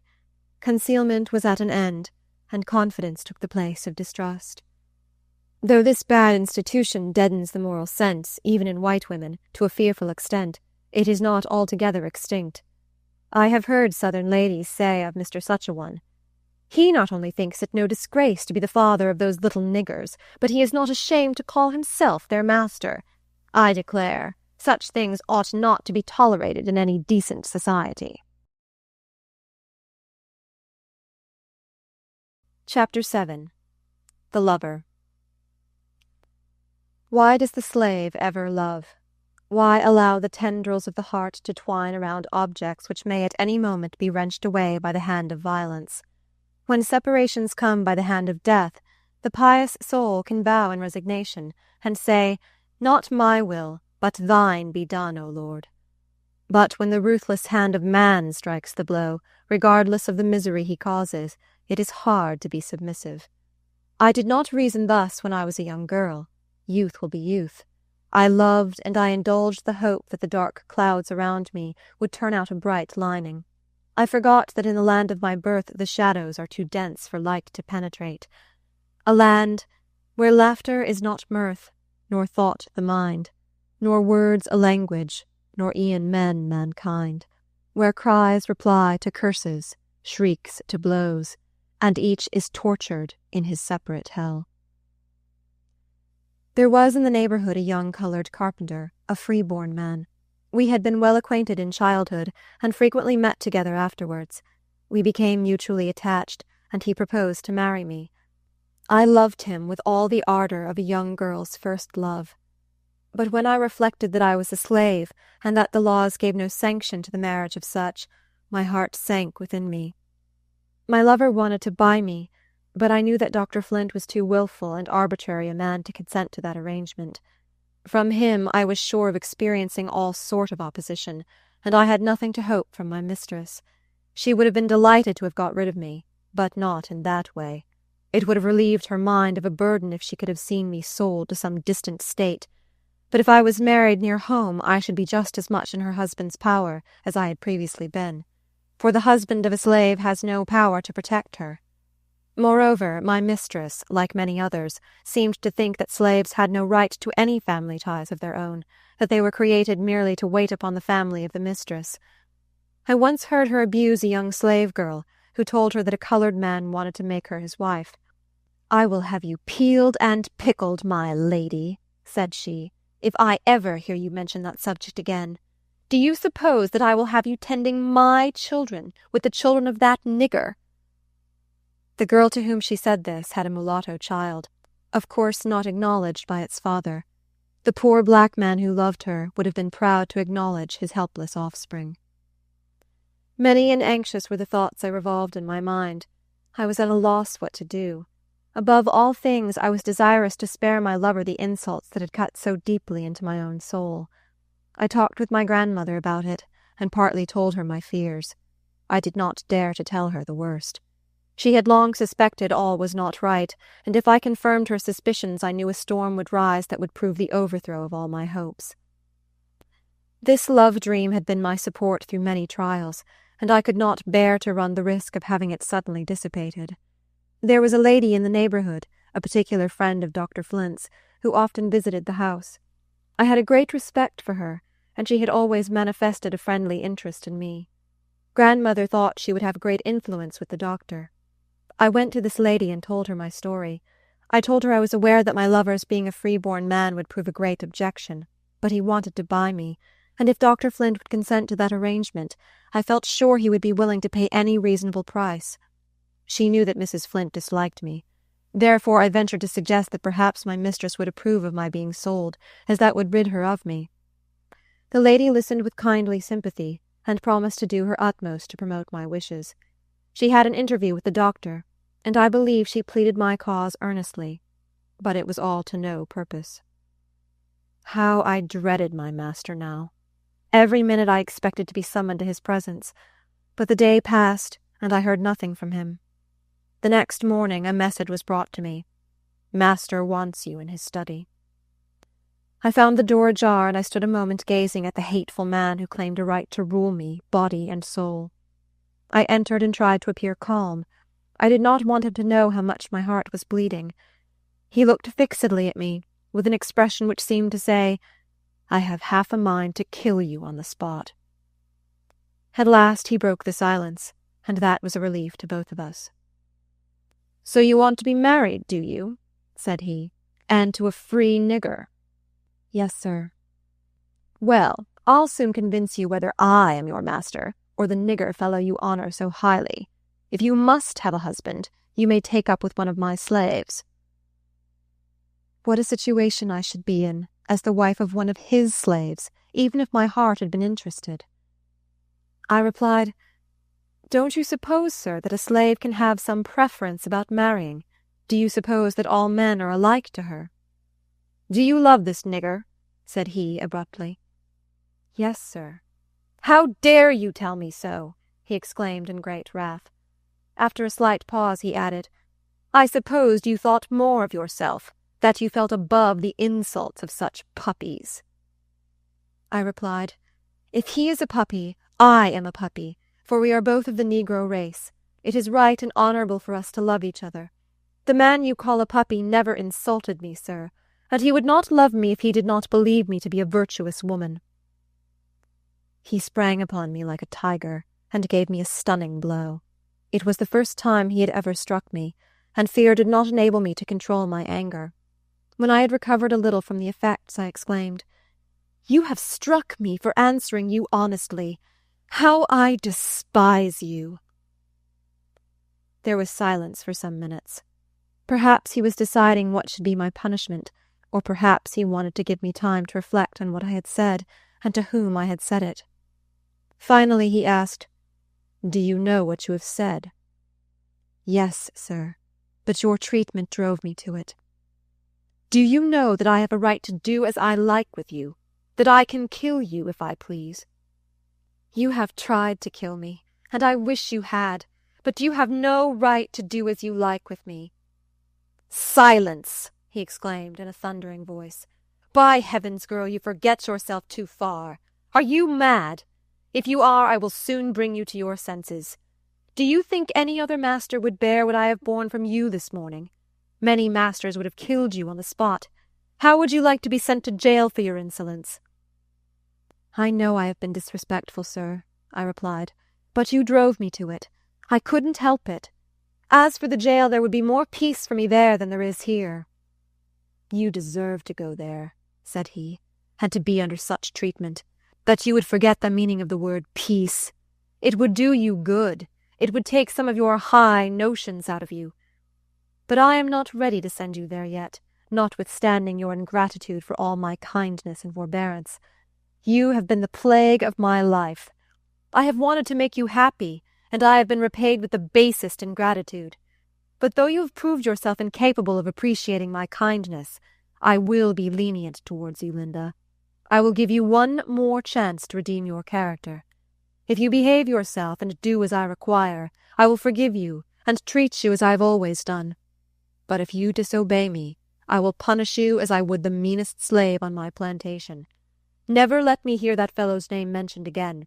If I ever know of your speaking to him, I will cowhide you both, and if I catch him lurking about my premises, I will shoot him as soon as I would a dog. Do you hear what I say? I'll teach you a lesson about marriage and free niggers. Now go, and let this be the last time I have occasion to speak to you on this subject. Reader, did you ever hate? I hope not. I never did but once, and I trust I never shall again. Somebody has called it the atmosphere of hell, and I believe it is so. For a fortnight the doctor did not speak to me. He thought to mortify me, to make me feel that I had disgraced myself by receiving the honourable addresses of a respectable coloured man in preference to the base proposals of a white man. But though his lips disdained to address me, his eyes were very loquacious. No animal ever watched its prey more narrowly than he watched me. He knew that I could write, though he had failed to make me read his letters, and he was now troubled lest I should exchange letters with another man. After a while he became weary of silence, and I was sorry for it. One morning as he passed through the hall to leave the house, he contrived to thrust a note into my hand. I thought I had better read it, and spare myself the vexation of having him read it to me. It expressed regret for the blow he had given me, and reminded me that I myself was wholly to blame for it. He hoped I had become convinced of the injury I was doing myself by incurring his displeasure. He wrote that he had made up his mind to go to Louisiana, that he should take several slaves with him, and intended I should be one of the number. My mistress would remain where she was, therefore I should have nothing to fear from that quarter. If I merited kindness from him, he assured me that it would be lavishly bestowed. He begged me to think over the matter, and answer the following day. The next morning I was called to carry a pair of scissors to his room. I laid them on the table, with the letter beside them. He thought that it was my answer, and did not call me back. I went as usual to attend my young mistress to and from school. He met me in the street, and ordered me to stop at his office on my way back. When I entered, he showed me his letter, and asked me why I had not answered it. I replied, "I am your daughter's property, and it is in your power to send me, or take me, wherever you please." He said he was very glad to find me so willing to go, and that we should start early in the autumn. He had a large practice in the town, and I rather thought he had made up the story merely to frighten me. However that might be, I was determined that I would never go to Louisiana with him. Summer passed away, and early in the autumn Dr. Flint's eldest son was sent to Louisiana to examine the country, with a view to emigrating. That news did not disturb me. I knew very well that I should not be sent with him. That I had not been taken to the plantation before this time was owing to the fact that his son was there. He was jealous of his son, and jealousy of the overseer had kept him from punishing me by sending me into the fields to work. Is it strange that I was not proud of these protectors? As for the overseer, he was a man for whom I had less respect than I had for a bloodhound. Young Mr. Flint did not bring back a favourable report of Louisiana, and I heard no more of that scheme. Soon after this, my lover met me at the corner of the street, and I stopped to speak to him. Looking up, I saw my master watching us from his window. I hurried home, trembling with fear. I was sent for immediately to go to his room. He met me with a blow. "When is Mistress to be married?" said he in a sneering tone. A shower of oaths and imprecations followed. How thankful I was that my lover was a free man, that my tyrant had no power to flog him for speaking to me in the street. Again and again I revolved in my mind how all this would end. There was no hope that the doctor would consent to sell me on any terms. He had an iron will, and was determined to keep me and to conquer me. My lover was an intelligent and religious man. Even if he could have obtained permission to marry me while I was a slave, the marriage would give him no power to protect me from my master. It would have made him miserable to witness the insults I should have been subjected to. And then, if we had children, I knew they must follow the condition of the mother. What a terrible blight that would be on the heart of a free, intelligent father. For his sake, I felt that I ought not to link his fate with my own unhappy destiny. He was going to Savannah to see about a little property left him by an uncle, and hard as it was to bring my feelings to it, I earnestly entreated him not to come back. I advised him to go to the Free States, where his tongue would not be tied, and where his intelligence would be of more avail to him. He left me, still hoping the day would come when I could be bought. With me the lamp of hope had gone out. The dream of my girlhood was over. I felt lonely and desolate. Still, I was not stripped of all. I still had my good grandmother and my affectionate brother. When he put his arms round my neck and looked into my eyes as if to read there the troubles I dared not tell, I felt that I still had something to love. But even that pleasant emotion was chilled by the reflection that he might be torn from me at any moment by some sudden freak of my master. If he had known how we loved each other, I think he would have exulted in separating us. We often planned together how we could get to the north. But, as William remarked, such things are easier said than done. My movements were very closely watched, and we had no means of getting any money to defray our expenses. As for grandmother, she was strongly opposed to her children's undertaking any such project. She had not forgotten poor Benjamin's sufferings, and she was afraid that if another child tried to escape, he would have a similar or a worse fate. To me, nothing seemed more dreadful than my present life. I said to myself, William must be free. He shall go to the north, and I will follow him. Many a slave sister has formed the same plans. Chapter 8. What Slaves Are Taught to Think of the North. Slaveholders pride themselves upon being honorable men, but if you were to hear the enormous lies they tell their slaves, you would have small respect for their veracity. I have spoken plain English. Pardon me, I cannot use a milder term. When they visit the North and return home, they tell their slaves of the runaways they have seen, and describe them to be in the most deplorable condition. A slaveholder once told me that he had seen a runaway friend of mine in New York, and that she besought him to take her back to her master, for she was literally dying of starvation. That many days she had only one cold potato to eat, and at other times could get nothing at all. He said he refused to take her, because he knew her master would not thank him for bringing such a miserable wretch to his house. He ended by saying to me, "This is the punishment she brought on herself for running away from a kind master." This whole story was false. I afterwards stayed with that friend in New York, and found her in comfortable circumstances. She had never thought of such a thing as wishing to go back to slavery. Many of the slaves believe such stories, and think it is not worth while to exchange slavery for such a hard kind of freedom. It is difficult to persuade such that freedom could make them useful men, and enable them to protect their wives and children. If those heathen in our Christian land had as much teaching as some Hindus, they would think otherwise. They would know that liberty is more valuable than life. They would begin to understand their own capabilities, and exert themselves to become men and women. But while the free states sustain a law which hurls fugitives back into slavery, how can the slaves resolve to become men? There are some who strive to protect wives and daughters from the insults of their masters, but those who have such sentiments have had advantages above the general mass of slaves. They have been partially civilized and Christianized by favorable circumstances. Some are bold enough to utter such sentiments to their masters. Oh, that there were more of them!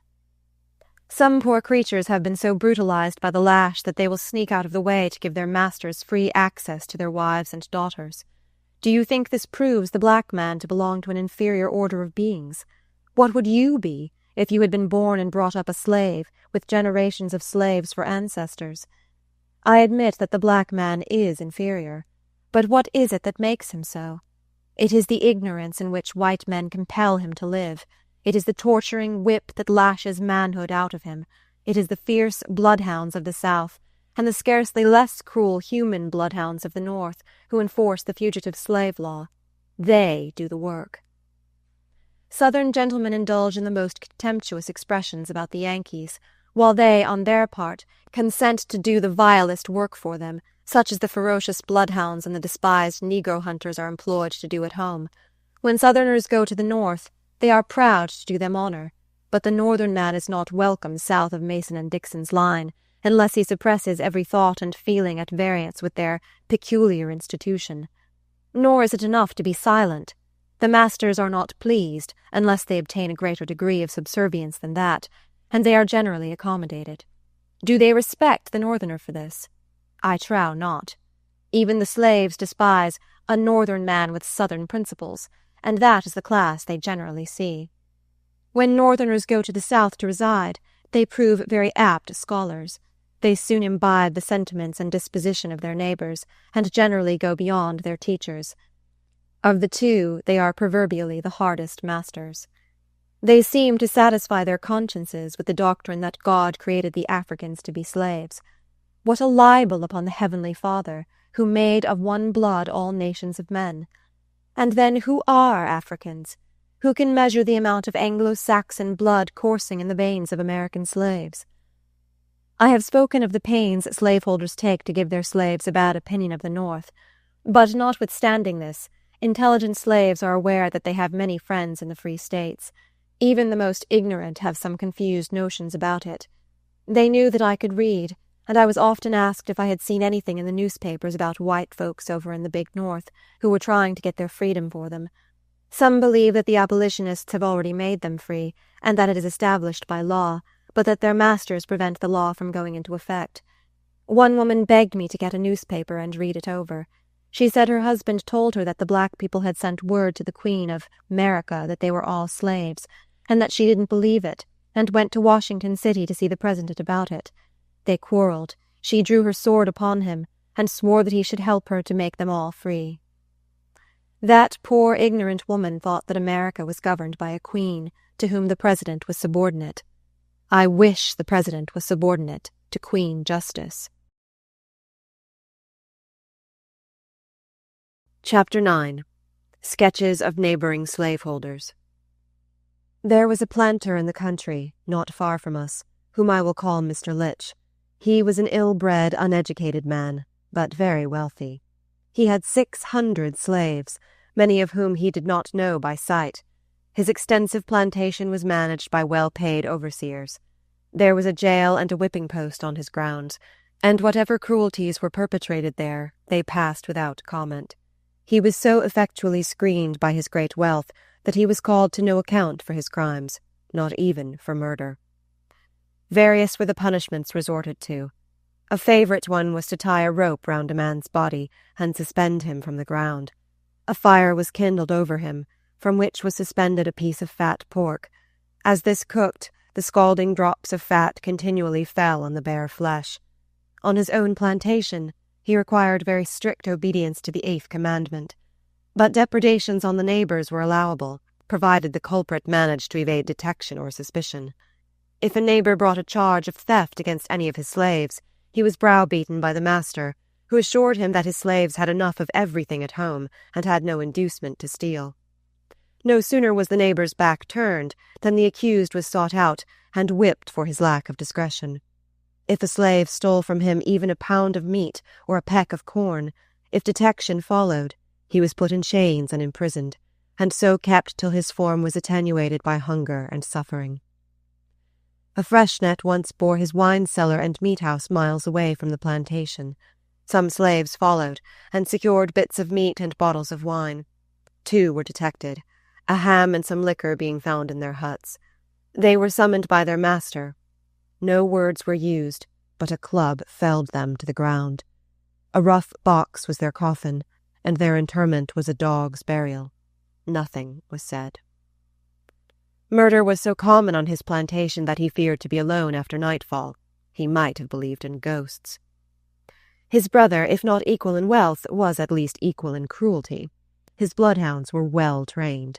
Their pen was spacious and a terror to the slaves. They were let loose on a runaway, and if they attacked him, they literally tore the flesh from his bones. When this slaveholder died, his shrieks and groans were so frightful that they appalled even his own friends. His last words were, "I am going to hell. Bury my money with me." After his death, his eyes remained open. To press the lids down, silver dollars were laid on them. These were buried with him. From this circumstance, a rumor went abroad that his coffin was filled with money. 3 times his grave was opened, and his coffin taken out. The last time his body was found on the ground, and a flock of buzzards were pecking at it. He was again interred, and a sentinel set over his grave. The perpetrators were never discovered. Cruelty is contagious in uncivilized communities. Mr. Conant, a neighbor of Mr. Litch, returned from town one evening in a partial state of intoxication. His body servant gave him some offence. He was divested of his clothes, except his shirt, whipped and tied to a large tree in front of the house. It was a stormy night in winter. The wind blew bitterly cold, and the boughs of the old tree crackled under falling sleet. A member of the family, fearing he would freeze to death, begged that he might be taken down, but the master would not relent. He remained there 3 hours, and when he was cut down, he was more dead than alive. Another slave, who stole a pig from this master to appease his hunger, was terribly flogged. In desperation he tried to run away, but at the end of 2 miles he was so faint with loss of blood he thought he was dying. He had a wife, and he longed to see her once more. Too sick to walk, he crept back that long distance on his hands and knees. When he reached his master's, it was night. He had not strength to rise and open the gate. He moaned and tried to call for help. I had a friend living in the same family. At last his cry reached her. She went out and found the prostrate man at the gate. She ran back to the house for assistance, and 2 men returned with her. They carried him in and laid him on the floor. The back of his shirt was one clot of blood. By means of lard, my friend loosened it from the raw flesh. She bandaged him, gave him cool drink, and left him to rest. The master said he deserved 100 more lashes. When his own labor was stolen from him, he had stolen food to appease his hunger. This was his crime. Another neighbor was a Mrs. Wade. At no hour of the day was there cessation of the lash on her premises. Her labors began with the dawn, and did not cease till long after nightfall. The barn was her particular place of torture. There she lashed the slaves with the might of a man. An old slave of hers once said to me, "It is hell in Missis's house. 'Pears I can never get out. Day and night I prays to die." The mistress died before the old woman, and, when dying, entreated her husband not to permit any one of her slaves to look on her after death. A slave who had nursed her children, and had still a child in her care, watched her chance, and stole with it in her arms to the room where lay her dead mistress. She gazed a while on her, then raised her hand and dealt 2 blows on her face, saying as she did so, "The devil has got you now." She forgot that the child was looking on. She had just begun to talk, and she said to her father, "I did see Ma, and Mammy did strike Ma so," striking her own little face with her hand. The master was startled. He could not imagine how the nurse could obtain access to the room where the corpse lay, for he kept the door locked. He questioned her. She confessed that what the child had said was true, and told how she had procured the key. She was sold to Georgia. In my childhood I knew a valuable slave named Charity, and loved her, as all children did. Her young mistress married and took her to Louisiana. Her little boy, James, was sold to a good sort of master. He became involved in debt, and James was sold again to a wealthy slaveholder, noted for his cruelty. With this man he grew up to manhood, receiving the treatment of a dog. After a severe whipping, to save himself from further infliction of the lash with which he was threatened, he took to the woods. He was in a most miserable condition, cut by the cowskin, half naked, half starved, and without the means of procuring a crust of bread. Some weeks after his escape, he was captured, tied, and carried back to his master's plantation. This man considered punishment in his jail on bread and water, after receiving hundreds of lashes, too mild for the poor slave's offence. Therefore he decided, after the overseer should have whipped him to his satisfaction, to have him placed between the screws of the cotton gin, to stay as long as he had been in the woods. This wretched creature was cut with the whip from his head to his feet, then washed with a strong brine, to prevent the flesh from mortifying and make it heal sooner than it otherwise would. He was then put into the cotton gin, which was screwed down, only allowing him room to turn on his side when he could not lie on his back. Every morning a slave was sent with a piece of bread and bowl of water, which was placed within reach of the poor fellow. The slave was charged under penalty of severe punishment not to speak to him. 4 days passed, and the slave continued to carry the bread and water. On the 2nd morning he found the bread gone, but the water untouched. When he had been in the press 4 days and 5 nights, the slave informed his master that the water had not been used for 4 mornings, and that horrible stench came from the gin-house. The overseer was sent to examine into it. When the press was unscrewed, the dead body was found partly eaten by rats and vermin. Perhaps the rats that devoured his bread had gnawed him before life was extinct. Poor Charity. Grandmother and I often asked each other how her affectionate heart would bear the news if she should ever hear of the murder of her son. We had known her husband, and knew that James was like him in manliness and intelligence. These were the qualities that made it so hard for him to be a plantation slave. They put him into a rough box and buried him with less feeling than would have been manifested for an old house dog. Nobody asked any questions.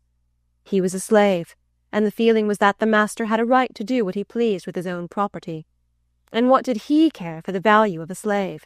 He had hundreds of them. When they had finished their daily toil, they must hurry to eat their little morsels, and be ready to extinguish their pine knots before 9 o'clock, when the overseer went his patrol rounds. He entered every cabin to see that men and their wives had gone to bed together, lest the men from over-fatigue should fall asleep in the chimney-corner, and remain there till the morning horn called them to their daily task. Women are considered of no value unless they continually increase their owner's stock. They are put on a par with animals. This same master shot a woman through the head who had run away and been brought back to him. No one called him to account for it. If a slave resisted being whipped, the bloodhounds were unpacked and set upon him to tear his flesh from his bones. The master who did these things was highly educated and styled a perfect gentleman. He also boasted the name and standing of a Christian, though Satan never had a truer follower. I could tell of more slaveholders as cruel as those I have described. They are not exceptions to the general rule. I do not say there are no humane slaveholders. Such characters do exist, notwithstanding the hardening influences around them. But they are, like angels' visits, few and far between. I knew a young lady who was one of these rare specimens. She was an orphan, and inherited as slaves a woman and her 6 children. Their father was a free man. They had a comfortable home of their own, parents and children living together. The mother and eldest daughter served their mistress during the day, and at night returned to their dwelling, which was on the premises. The young lady was very pious, and there was some reality in her religion. She taught her slaves to lead pure lives, and wished them to enjoy the fruit of their industry. Her religion was not a garb put on for Sunday, and laid aside till Sunday returned again. The eldest daughter of the slave mother was promised in marriage to a free man, and the day before the wedding this good mistress emancipated her, in order that her marriage might have the sanction of law. Report said that this young lady cherished an unrequited affection for a man who had resolved to marry for wealth. In the course of time a rich uncle of hers died. He left $6,000 to his 2 sons by a colored woman, and the remainder of his property to this orphan niece. The metal soon attracted the magnet. The lady and her weighty purse became his. She offered to manumit her slaves, telling them that her marriage might make unexpected changes in their destiny, and she wished to ensure their happiness. They refused to take their freedom, saying that she had always been their best friend, and they could not be so happy anywhere as with her. I was not surprised. I had often seen them in their comfortable home, and thought that the whole town did not contain a happier family. They had never felt slavery, and when it was too late, they were convinced of its reality. When the new master claimed this family as his property, the father became furious, and went to his mistress for protection. "I can do nothing for you now, Harry," said she. "I no longer have the power I had a week ago. I have succeeded in obtaining the freedom of your wife, but I cannot obtain it for your children." The unhappy father swore that nobody should take his children from him. He concealed them in the woods for some days, but they were discovered and taken. The father was put in jail, and the 2 oldest boys sold to Georgia. One little girl, too young to be of service to her master, was left with the wretched mother. The other 3 were carried to their master's plantation. The eldest soon became a mother, and when the slaveholder's wife looked at the babe, she wept bitterly. She knew that her own husband had violated the purity she had so carefully inculcated. She had a 2nd child by her master, and then he sold her and his offspring to his brother. She bore 2 children to the brother, and was sold again. The next sister went crazy. The life she was compelled to lead drove her mad. The 3rd one became the mother of 5 daughters. Before the birth of the 4th, the pious mistress died. To the last she rendered every kindness to the slaves that her unfortunate circumstances permitted. She passed away peacefully, glad to close her eyes on a life which had been made so wretched by the man she loved. This man squandered the fortune he had received, and sought to retrieve his affairs by a 2nd marriage. But having retired after a night of drunken debauch, he was found dead in the morning. He was called a good master, for he fed and clothed his slaves better than most masters, and the lash was not heard on his plantation so frequently as on others. Had it not been for slavery, he would have been a better man, and his wife a happier woman. No pen can give an adequate description of the all-pervading corruption produced by slavery. The slave girl is reared in an atmosphere of licentiousness and fear. The lash and the foul talk of her master and his sons are her teachers. When she is 14 or 15, her owner, or his sons, or the overseer, or perhaps all of them, begin to bribe her with presents. If these fail to accomplish their purpose, she is whipped or starved into submission to their will. She may have had religious principles inculcated by some pious mother or grandmother, or some good mistress. She may have a lover, whose good opinion and peace of mind are dear to her heart, or the profligate men who have power over her may be exceedingly odious to her. But resistance is hopeless. The poor worm shall prove her contest vain. Life's little day shall pass, and she is gone. The slaveholders' sons are of course vitiated, even while boys, by the unclean influences everywhere around them.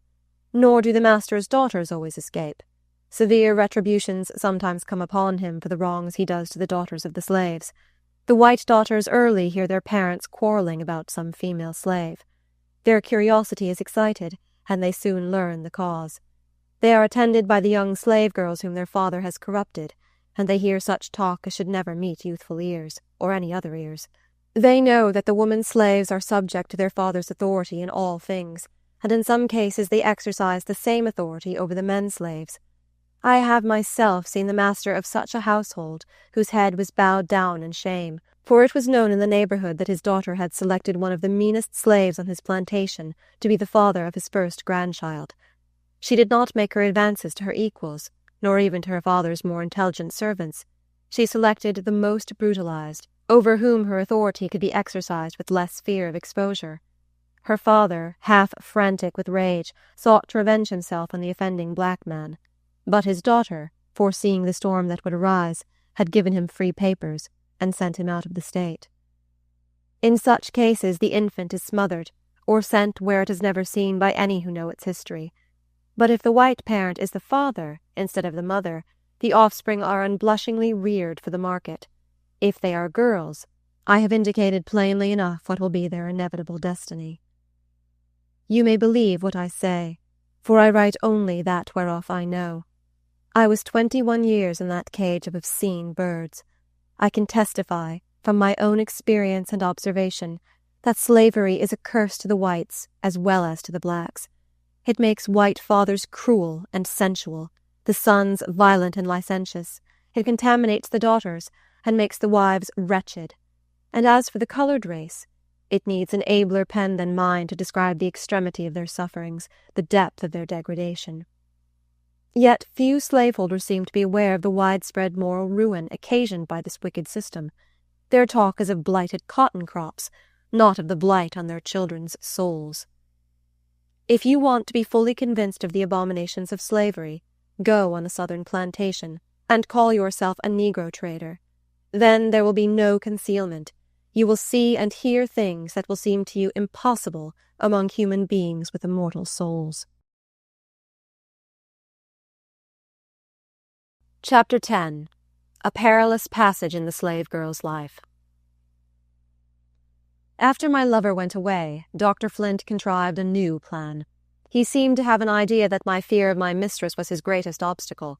In the blandest tones, he told me that he was going to build a small house for me in a secluded place, 4 miles away from the town. I shuddered, but I was constrained to listen, while he talked of his intention to give me a home of my own and to make a lady of me. Hitherto I had escaped my dreaded fate by being in the midst of people. My grandmother had already had high words with my master about me. She had told him pretty plainly what she thought of his character, and there was considerable gossip in the neighborhood about our affairs, to which the open-mouthed jealousy of Mrs. Flint contributed not a little. When my master said he was going to build a house for me, and that he could do it with little trouble and expense, I was in hopes something would happen to frustrate his scheme, but I soon heard that the house was actually begun. I vowed before my Maker that I would never enter it. I had rather toil on the plantation from dawn till dusk. I had rather live and die in jail than drag on from day to day through such a living death. I was determined that the master, whom I so hated and loathed, who had blighted the prospects of my youth and made my life a desert, should not, after my long struggle with him, succeed at last in trampling his victim under his feet. I would do anything, everything, for the sake of defeating him. What could I do? I thought and thought, till I became desperate and made a plunge into the abyss. And now, reader, I come to a period in my unhappy life which I would gladly forget if I could. The remembrance fills me with sorrow and shame. It pains me to tell you of it, but I have promised to tell you the truth, and I will do it honestly, let it cost me what it may. I will not try to screen myself behind the plea of compulsion from a master, for it was not so. Neither can I plead ignorance or thoughtlessness. For years my master had done his utmost to pollute my mind with foul images, and to destroy the pure principles inculcated by my grandmother and the good mistress of my childhood. The influences of slavery had had the same effect on me that they had had on other young girls. They had made me prematurely knowing concerning the evil ways of the world. I knew what I did, and I did it with deliberate calculation. But oh, ye happy women, whose purity has been sheltered from childhood, who have been free to choose the objects of your affection, whose homes are protected by law, do not judge the poor, desolate slave girl too severely. If slavery had been abolished, I also could have married the man of my choice. I could have had a home shielded by the laws, and I should have been spared the painful task of confessing what I am now about to relate. But all my prospects had been blighted by slavery. I wanted to keep myself pure, and under the most adverse circumstances I tried hard to preserve my self-respect, but I was struggling alone in the powerful grasp of the demon slavery, and the monster proved too strong for me. I felt as if I was forsaken by God and man, as if all my efforts must be frustrated, and I became reckless in my despair. I have told you that Dr. Flint's persecutions and his wife's jealousy had given rise to some gossip in the neighborhood. Among others, it chanced that a white, unmarried gentleman had obtained some knowledge of the circumstances in which I was placed. He knew my grandmother, and often spoke to me in the street. He became interested for me, and asked questions about my master, which I answered in part. He expressed a great deal of sympathy and a wish to aid me. He constantly sought opportunities to see me, and wrote to me frequently. I was a poor slave girl, only 15 years old. So much attention from a superior person was, of course, flattering, for human nature is the same in all. I also felt grateful for his sympathy and encouraged by his kind words. It seemed to me a great thing to have such a friend. By degrees, a more tender feeling crept into my heart. He was an educated and eloquent gentleman, too eloquent, alas, for the poor slave girl who trusted in him. Of course, I saw whither all this was tending. I knew the impassable gulf between us, but to be an object of interest to a man who is not married, and who is not her master, is agreeable to the pride and feelings of a slave, if her miserable situation has left her any pride or sentiment. It seems less degrading to give oneself than to submit to compulsion. There is something akin to freedom in having a lover who has no control over you, except that which he gains by kindness and attachment. A master may treat you as rudely as he pleases, and you dare not speak. Moreover, the wrong does not seem so great with an unmarried man as with one who has a wife to be made unhappy. There may be sophistry in all this, but the condition of a slave confuses all principles of morality, and in fact renders the practice of them impossible. When I found that my master had actually begun to build the lonely cottage, other feelings mixed with those I have described. Revenge and calculations of interest were added to flattered vanity and sincere gratitude for kindness. I knew nothing would enrage Dr. Flint so much as to know that I favored another, and it was something to triumph over my tyrant even in that small way. I thought he would revenge himself by selling me, and I was sure my friend, Mr. Sands, would buy me. He was a man of more generosity and feeling than my master, and I thought my freedom could be easily obtained from him. The crisis of my fate now came so near that I was desperate. I shuddered to think of being the mother of children that should be owned by my old tyrant. I knew that as soon as a new fancy took him, his victims were sold far off to get rid of them, especially if they had children. I had seen several women sold with babies at the breast. He never allowed his offspring by slaves to remain long in sight of himself and his wife. Of a man who was not my master I could ask to have my children well supported, and in this case I felt confident I should obtain the boon. I also felt quite sure that they would be made free. With all these thoughts revolving in my mind, and seeing no other way of escaping the doom I so much dreaded, I made a headlong plunge. Pity me, and pardon me, O virtuous reader. You never knew what it is to be a slave, to be entirely unprotected by law or custom, to have the laws reduce you to the condition of a chattel, entirely subject to the will of another. You never exhausted your ingenuity in avoiding the snares and eluding the power of a hated tyrant. You never shuddered at the sound of his footsteps and trembled within hearing of his voice. I know I did wrong. No one can feel it more sensibly than I do. The painful and humiliating memory will haunt me to my dying day. Still, in looking back calmly on the events of my life, I feel that the slave woman ought not to be judged by the same standard as others. The months passed on. I had many unhappy hours. I secretly mourned over the sorrow I was bringing on my grandmother, who had so tried to shield me from harm. I knew that I was the greatest comfort of her old age, and that it was a source of pride to her that I had not degraded myself, like most of the slaves. I wanted to confess to her that I was no longer worthy of her love, but I could not utter the dreaded words. As for Dr. Flint, I had a feeling of satisfaction and triumph in the thought of telling him. From time to time he told me of his intended arrangements, and I was silent. At last he came and told me the cottage was completed, and ordered me to go to it. I told him I would never enter it. He said, "I have heard enough of such talk as that. You shall go if you are carried by force, and you shall remain there." I replied, "I will never go there. In a few months I shall be a mother." He stood and looked at me in dumb amazement, and left the house without a word. I thought I should be happy in my triumph over him. But now that the truth was out, and my relatives would hear of it, I felt wretched. Humble as were their circumstances, they had pride in my good character. Now how could I look at them in the face? My self-respect was gone. I had resolved that I would be virtuous, though I was a slave. I had said, "Let the storm beat, I will brave it till I die." And now, how humiliated I felt. I went to my grandmother. My lips moved to make confession, but the words stuck in my throat. I sat down in the shade of a tree at her door and began to sew. I think she saw something unusual was the matter with me. The mother of slaves is very watchful. She knows there is no security for her children. After they have entered their teens, she lives in daily expectation of trouble. This leads to many questions.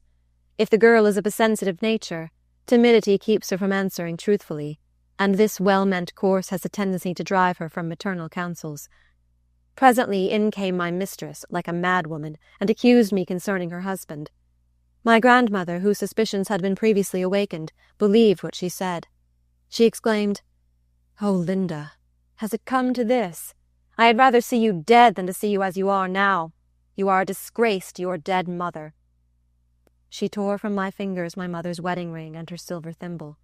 "Go away," she exclaimed, "and never come to my house again." Her reproaches fell so hot and heavy that they left me no chance to answer. Bitter tears, such as the eyes never shed but once, were my only answer. I rose from my seat, but fell back again, sobbing. She did not speak to me, but the tears were running down her furrowed cheeks, and they scorched me like fire. She had always been so kind to me, so kind. How I longed to throw myself at her feet and tell her all the truth. But she had ordered me to go, and never to come there again. After a few minutes I mustered strength and started to obey her. With what feelings did I now close that little gate, which I used to open with such an eager hand in my childhood?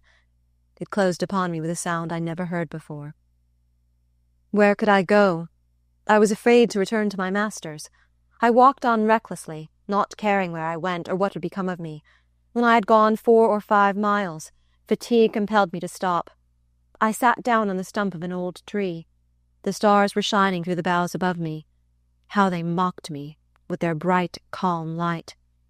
The hours passed by, and as I sat there alone, a chilliness and deadly sickness came over me. I sank on the ground. My mind was full of horrid thoughts. I prayed to die, but the prayer was not answered. At last, with great effort, I roused myself and walked some distance further, to the house of a woman who had been a friend of my mother. When I told her why I was there, she spoke soothingly to me, but I could not be comforted.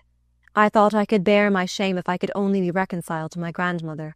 I longed to open my heart to her. I thought if she could know the real state of the case, and all I had been bearing for years, she would perhaps judge me less harshly. My friend advised me to send for her. I did so, but days of agonizing suspense passed before she came. Had she utterly forsaken me? No. She came at last. I knelt before her and told her the things that had poisoned my life, how long I had been persecuted, that I saw no way of escape, and in an hour of extremity I had become desperate. She listened in silence. I told her I would bear anything and do anything, if in time I had hopes of obtaining her forgiveness. I begged of her to pity me, for my dead mother's sake. And she did pity me. She did not say, "I forgive you," but she looked at me lovingly, with her eyes full of tears. She laid her old hand gently on my head and murmured, "Poor child, poor child." Chapter 11. The New Tie to Life. I returned to my good grandmother's house. She had an interview with Mr. Sands. When she asked him why he could not have left her one ewe lamb, whether there was not plenty of slaves who did not care about character, he made no answer, but he spoke kind and encouraging words. He promised to care for my child, and to buy me, be the conditions what they might. I had not seen Dr. Flint for 5 days. I had never seen him since I made the avowal to him. He talked of the disgrace I had brought on myself, how I had sinned against my master and mortified my old grandmother. He intimated that if I had accepted his proposals, he, as a physician, could have saved me from exposure. He even condescended to pity me. Could he have offered wormwood more bitter? He whose persecutions had been the cause of my sin. "Linda," said he, "though you have been criminal towards me, I feel for you, and I can pardon you if you obey my wishes. Tell me whether the fellow you wanted to marry is the father of your child. If you deceive me, you shall feel the fires of hell." I did not feel as proud as I had done. My strongest weapon with him was gone. I was lowered in my own estimation, and had resolved to bear his abuse in silence. But when he spoke contemptuously of the lover who had always treated me honorably, when I remembered that but for him I might have been a virtuous, free, and happy wife, I lost my patience. "I have sinned against God and myself," I replied, "but not against you." He clenched his teeth and muttered, "Curse you." He came towards me with ill-suppressed rage and exclaimed, "You obstinate girl, I could grind your bones to powder. You have thrown yourself away on some worthless rascal. You are weak-minded, and have been easily persuaded by those who don't care a straw for you. The future will settle accounts between us. You are blinded now, but hereafter you will be convinced that your master was your best friend. My lenity towards you is proof of it. I might have punished you in many ways. I might have whipped till you fell dead under the lash. But I wanted you to live. I would have bettered your condition. Others cannot do it. You are my slave. Your mistress, disgusted by your conduct, forbids you to return to the house. Therefore I leave you here for the present. But I shall see you often. I will call tomorrow." He came with frowning brows that showed a dissatisfied state of mind.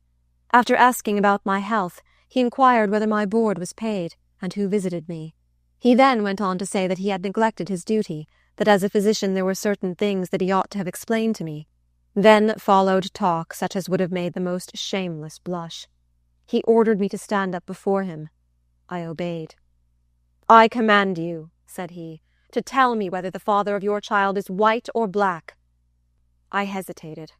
"Answer me this instant," he exclaimed. I did answer.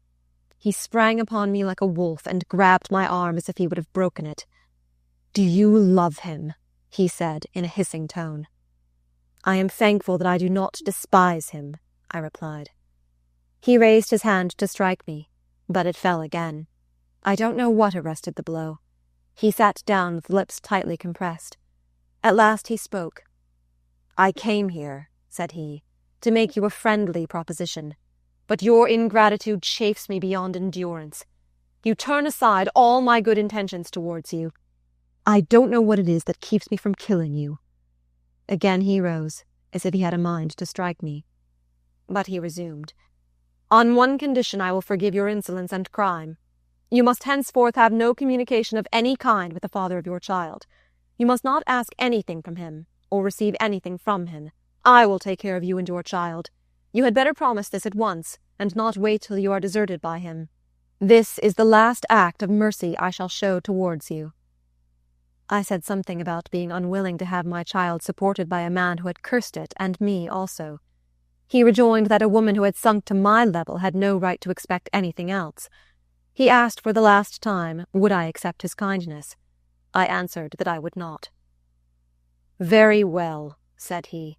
"Then take the consequences of your wayward course. Never look to me for help. You are my slave and shall always be my slave. I will never sell you. That you may depend upon." Hope died away in my heart as he closed the door after him. I had calculated that in his rage he would sell me to a slave trader, and I knew the father of my child was on the watch to buy me. About this time my Uncle Philip was expected to return from a voyage. The day before his departure I had officiated as bridesmaid to a young friend. My heart was then ill at ease, but my smiling countenance did not betray it. Only a year had passed, but what fearful changes it had wrought. My heart had grown grey in misery. Lives that flash in sunshine, and lives that are born in tears, receive their hue from circumstances. None of us know what a year may bring forth. I felt no joy when they told me my uncle had come. He wanted to see me, though he knew what had happened. I shrank from him at first, but at last consented that he should come to my room. He received me as he had always done. Oh, how my heart smote me when I felt his tears on my burning cheeks. The words of my grandmother came to my mind. "Perhaps your mother and father are taken from the evil days to come." My disappointed heart could now praise God that it was so. But why, thought I, did my relatives ever cherish hopes for me? What was there to save me from the usual fate of slave girls? Many more beautiful and more intelligent than I had experienced a similar fate, or a far worse one. How could they hope that I should escape? My uncle's stay was short, and I was not sorry for it. I was too ill in mind and body to enjoy my friends as I had done. For some weeks I was unable to leave my bed. I could not have any doctor but my master, and I would not have him sent for. At last, alarmed by my increasing illness, they sent for him. I was very weak and nervous, and as soon as he entered the room, I began to scream. They told him my state was very critical. He had no wish to hasten me out of the world, and he withdrew. When my babe was born, they said it was premature. It weighed only 4 pounds, but God let it live. I heard the doctor say I could not survive till morning. I had often prayed for death, but now I did not want to die, unless my child could die too. Many weeks passed before I was able to leave my bed. I was a mere wreck of my former self. For a year there was scarcely a day when I was free from chills and fever. My babe was also sickly. His little limbs were often racked with pain. Dr. Flint continued his visits to look after my health, and he did not fail to remind me that my child was an addition to his stock of slaves. I felt too feeble to dispute with him, and listened to his remarks in silence. His visits were less frequent, but his busy spirit could not remain quiet. He employed my brother in his office, and he was made the medium of frequent notes and messages to me.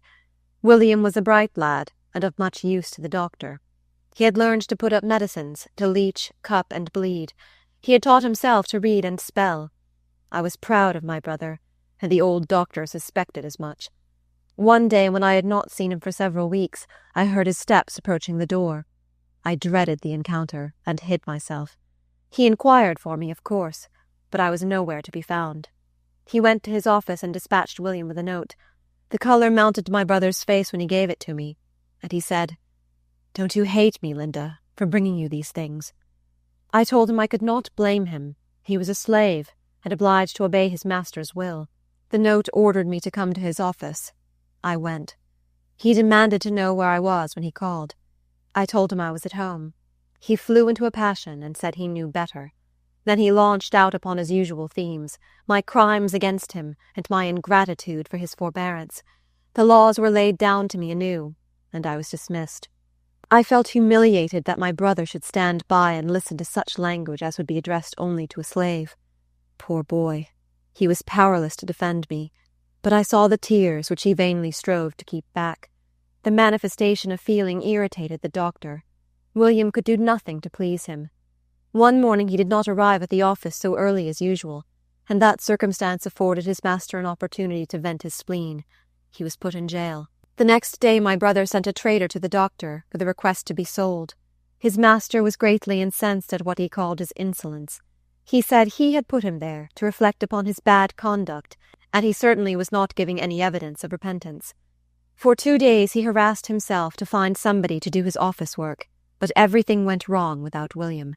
He was released and ordered to take his old stand with many threats if he was not careful about his future behavior.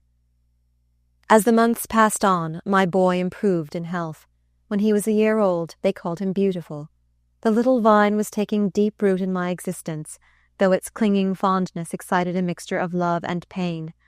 When I was most sorely oppressed, I found a solace in his smiles. I loved to watch his infant slumbers, but always there was a dark cloud over my enjoyment. I could never forget that he was a slave. Sometimes I wished that he might die in infancy. God tried me. My darling became very ill. The bright eyes grew dull, and the little feet and hands were so icy cold that I thought death had already touched them. I had prayed for his death, but never so earnestly as I now prayed for his life, and my prayer was heard. Alas, what mockery it is for a slave mother to try to pray back her dying child to life. Death is better than slavery. It was a sad thought that I had no name to give my child. His father caressed him and treated him kindly whenever he had a chance to see him. He was not unwilling that he should bear his name, but he had no legal claim to it, and if I had bestowed it upon him, my master would have regarded it as a new crime, a new piece of insolence, and would perhaps revenge it on the boy. Though the serpent of slavery has many and poisonous fangs. Chapter 12. Fear of Insurrection. Not far from this time Nat Turner's insurrection broke out, and the news threw our town into great commotion. Strange that they should be alarmed when their slaves were so contented and happy. But so it was. It was always the custom to have a muster every year. On that occasion every white man shouldered his musket. The citizens and the so-called country gentlemen wore military uniforms. The poor whites took their places in the ranks in everyday dress, some without shoes, some without hats. This grand occasion had already passed, and when the slaves were told there was to be another muster, they were surprised and rejoiced. Poor creatures. They thought it was going to be a holiday. I was informed of the true state of affairs, and imparted it to the few I could trust. Most gladly would I have proclaimed it to every slave, but I dared not. All could not be relied on. Mighty is the power of the torturing lash. By sunrise people were pouring in from every quarter within 20 miles of the town. I knew the houses were to be searched, and I expected it would be done by country bullies and the poor whites. I knew nothing annoyed them so much as to see colored people living in comfort and respectability, so I made arrangements for them with special care. I arranged everything in my grandmother's house as neatly as possible. I put white quilts on the beds, and decorated some of the rooms with flowers. When all was arranged, I sat down at the window to watch. Far as my eye could reach, it rested on a motley crowd of soldiers. Drums and fifes were discoursing martial music. The men were divided into companies of 16, each headed by a captain. Orders were given, and the wild scouts rushed in every direction, wherever a colored face to be found. It was a grand opportunity for the low whites, who had no Negroes of their own to scourge. They exulted in such a chance to exercise a little brief authority and show their subserviency to the slaveholders, not reflecting that the power which trampled on the colored people also kept themselves in poverty, ignorance, and moral degradation. Those who never witnessed such scenes can hardly believe what I know was inflicted at this time on innocent men, women, and children, against whom there was not the slightest ground for suspicion. Colored people and slaves who lived in remote parts of the town suffered in an especial manner. In some cases the searchers scattered powder and shot among their clothes, and then sent other parties to find them, and bring them forward as proof that they were plotting insurrection. Everywhere, men, women, and children were whipped till the blood stood in puddles at their feet. Some received 500 lashes. Others were tied hands and feet and tortured with a bucking paddle, which blisters the skin terribly. The dwellings of the colored people, unless they happened to be protected by some influential white person who was nigh at hand, were robbed of clothing and everything else the marauders thought worth carrying away. All day long these unfeeling wretches went round like a troop of demons, terrifying and tormenting the helpless. At night they formed themselves into patrol bands and went wherever they chose among the colored people, acting out their brutal will. Many women hid themselves in woods and swamps to keep out of their way. If any of the husbands or fathers told of these outrages, they were tied up to the public whipping post and cruelly scourged for telling lies about white men. The consternation was universal. No two people that had the slightest tinge of color in their faces dared to be seen talking together. I entertained no positive fears about our household, because we were in the midst of white families who would protect us. We were ready to receive the soldiers whenever they came. It was not long before we heard the tramp of feet and the sound of voices. The door was rudely pushed open, and in they tumbled, like a pack of hungry wolves. They snatched at everything within their reach. Every box, trunk, closet, and corner underwent a thorough examination. A box in one of the drawers containing some silver change was eagerly pounced upon. When I stepped forward to take it from them, one of the soldiers turned and said angrily, "What do you foller us for? Do you suppose white folks has come to steal?" I replied, "You have come to search, but you have searched that box, and I will take it, if you please." At that moment I saw a white gentleman who was friendly to us, and I called to him and asked him to have the goodness to come in and stay till the search was over. He readily complied. His entrance into the house brought in the captain of the company, whose business it was to guard the outside of the house and see that none of the inmates left it. This officer was Mr. Litch, the wealthy slaveholder whom I mentioned, in the account of neighboring planters, as being notorious for his cruelty. He felt above soiling his hands with the search. He merely gave orders, and if a bit of writing was discovered, it was carried to him by his ignorant followers, who were unable to read. My grandmother had a large trunk of bedding and tablecloth. When that was opened, there was a great shout of surprise, and one exclaimed, "Where'd the damn niggers get all this sheet and tablecloth?" My grandmother, emboldened by the presence of our white protector, said, "You may be sure we didn't pilfer 'em from your houses." "Look here, mammy," said a grim-looking fellow without any coat. "You seem to feel mighty grand 'cause you got all them here fixin's. White folks oughter have 'em all." His remarks were interrupted by a chorus of voices shouting, "We's got 'em! We's got 'em! Dis here yaller gal's got letters!" There was a general rush for the supposed letter, which upon examination proved to be some verses written to me by a friend. In packing away my things, I had overlooked them. When their captain informed them of their contents, they seemed much disappointed. He inquired of me who wrote them. I told him it was one of my friends. "Can you read them?" he asked. When I told him I could, he swore and raved and tore the paper into bits. "Bring me all your letters," said he in commanding tone. I told him I had none. "Don't be afraid," he continued in an insinuating way. "Bring them all to me. Nobody shall do you any harm." Seeing I did not move to obey him, his pleasant tone changed to oaths and threats. "Who writes to you? Half-free niggers?" inquired he. I replied, "Oh, no. Most of my letters are from white people. Some request me to burn them after they are read, and some I destroy without reading." An exclamation of surprise from some of the company put a stop to our conversation. Some silver spoons which ornamented an old-fashioned buffet had just been discovered. My grandmother was in the habit of preserving fruit for many ladies in the town, and of preparing suppers for parties. Consequently, she had many jars of preserves. The closet that contained these was next invaded, and the contents tasted. One of them, who was helping himself freely, tapped his neighbor on the shoulder and said, "Well done. Don't wonder the niggers want to kill all the white folks when they live on sarves," meaning preserves. I stretched out my hand to take the jar, saying, "You were not sent here to search for sweetmeats." "And what were we sent for?" said the captain, bristling up to me. I evaded the question. The search of the house was completed, and nothing found to condemn us. They next proceeded to the garden, and knocked about every bush and vine with no better success. The captain called his men together, and after a short consultation, the order to march was given. As they passed out of the gate, the captain turned back, and pronounced a malediction on the house. He said it ought to be burned to the ground, and each of its inmates receive 39 lashes. We came out of this affair very fortunately, not losing anything except some wearing apparel. Towards evening the turbulence increased. The soldiers, stimulated by drink, committed still greater cruelties. Shrieks and shouts continually rent the air. Not daring to go to the door, I peeped under the window curtain.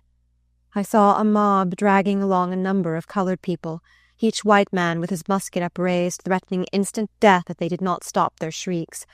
Among the prisoners was a respectable old colored minister. They had found a few parcels of shot in his house, which his wife had for years used to balance her scales. For this they were going to shoot him on Courthouse Green. What a spectacle was that for a civilized country! A rabble, staggering under intoxication, assuming to be the administrators of justice. The better class of the community exerted their influence to save the innocent, persecuted people, and in several instances they succeeded by keeping them shut up in jail till the excitement abated. At last the white citizens found that their own property was not safe from the lawless rabble they had summoned to protect them. They rallied the drunken swarm, drove them back into the country, and set a guard over the town. The next day the town patrols were commissioned to search colored people that lived out of the city, and the most shocking outrages were committed with perfect impunity. Every day for a fortnight, if I looked out, I saw horsemen with some poor panting Negro tied to their saddles and compelled by the lash to keep up with their speed till they arrived at the jail yard. Those who had been whipped too unmercifully to walk were washed with brine, tossed into a cart, and carried to jail.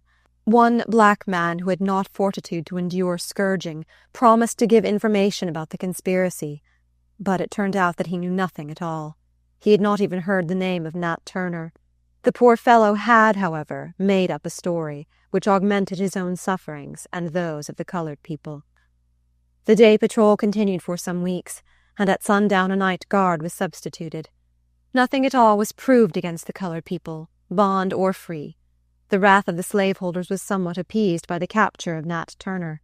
The imprisoned were released, the slaves were sent to their masters, and the free were permitted to return to their ravaged homes. Visiting was strictly forbidden on the plantations. The slaves begged the privilege of again meeting at their little church in the woods, with their burying ground around it. It was built by the colored people, and they had no higher happiness than to meet there and sing hymns together, and pour out their hearts in spontaneous prayer. Their request was denied, and the church was demolished. They were permitted to attend the white churches, a certain portion of the galleries being appropriated to their use. There, when everybody else had partaken of the communion, and the benediction had been pronounced, the minister said, "Come down now, my colored friends." They obeyed the summons, and partook of the bread and wine in commemoration of the meek and lowly Jesus, who said, "God is your Father, and all ye are brethren." Chapter 13. The Church and Slavery. After the alarm caused by Nat Turner's insurrection had subsided, the slaveholders came to the conclusion that it would be well to give the slaves enough of religious instruction to keep them from murdering their masters. The Episcopal clergyman offered to hold a separate service on Sundays for their benefit. His colored members were very few, and also very respectable, a fact which I presume had some weight with him. The difficulty was to decide on a suitable place for them to worship. The Methodist and Baptist churches admitted them in the afternoon, but their carpets and cushions were not so costly as those at the Episcopal church. It was at last decided that they should meet at the house of a free colored man who was a member. I was invited to attend because I could read. Sunday evening came, and, trusting to the cover of night, I ventured out. I rarely ventured out by daylight, for I always went with fear, expecting at every turn to encounter Dr. Flint, who was sure to turn me back, or order me to his office to inquire where I got my bonnet or some other article of dress. When the Reverend Mr. Pike came, there were some 20 persons present.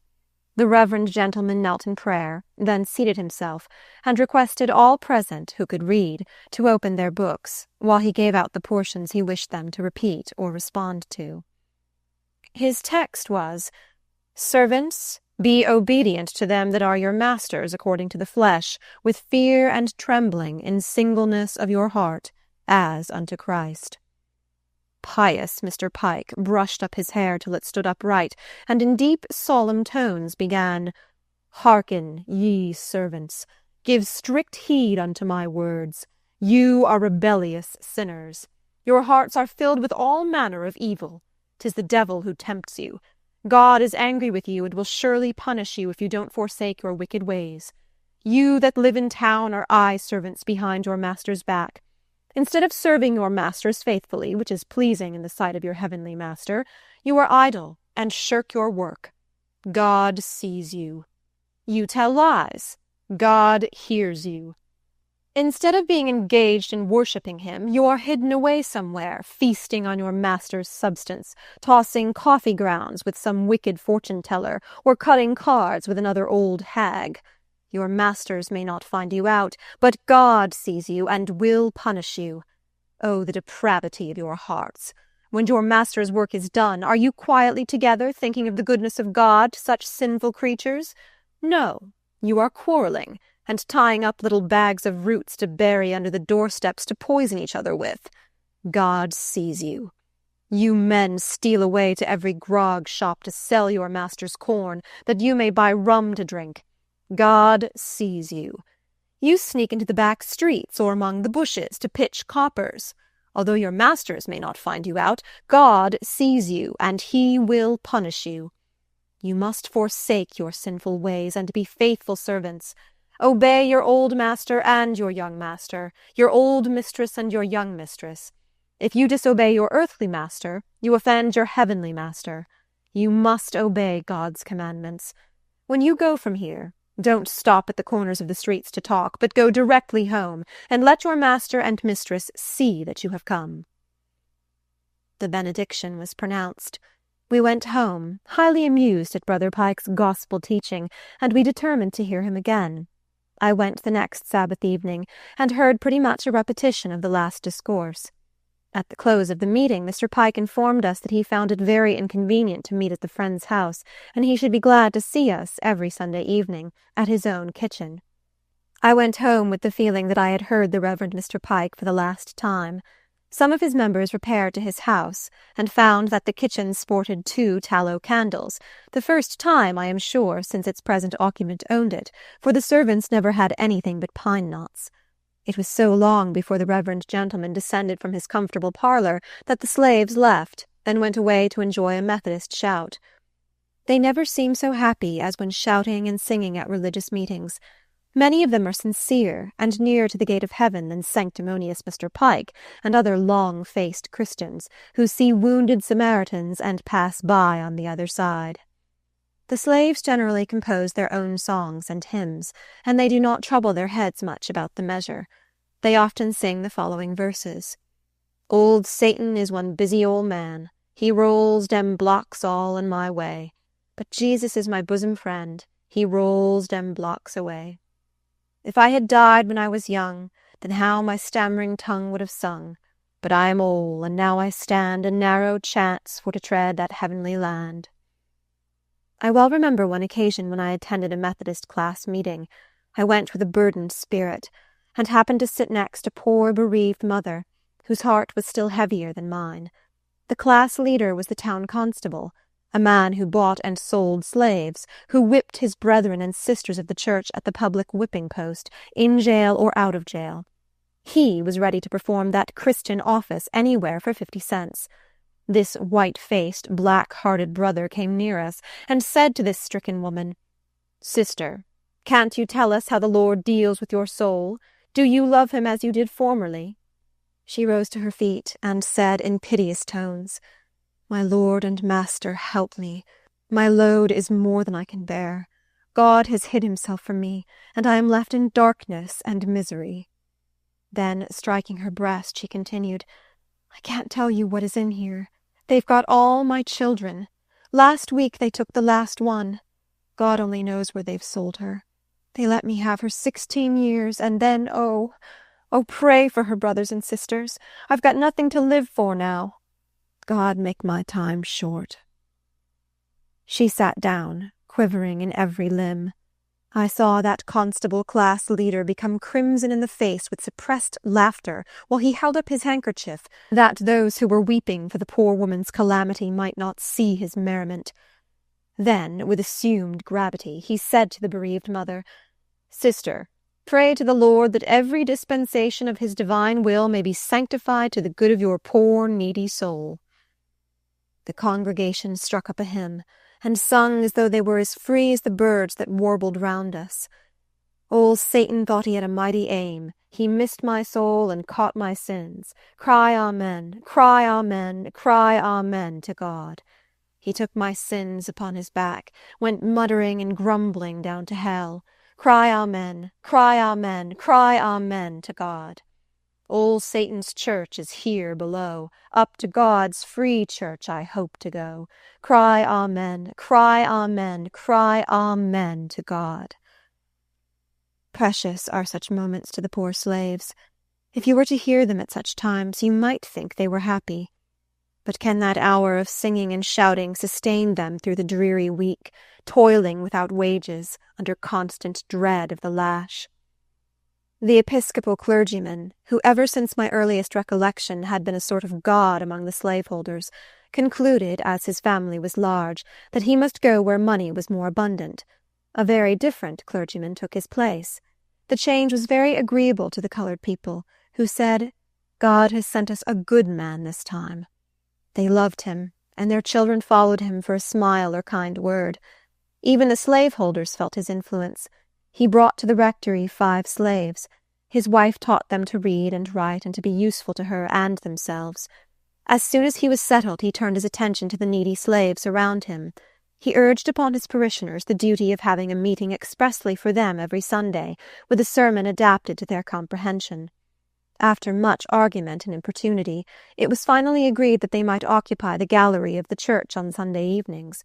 Many colored people, hitherto unaccustomed to attend church, now gladly went to hear the gospel preached.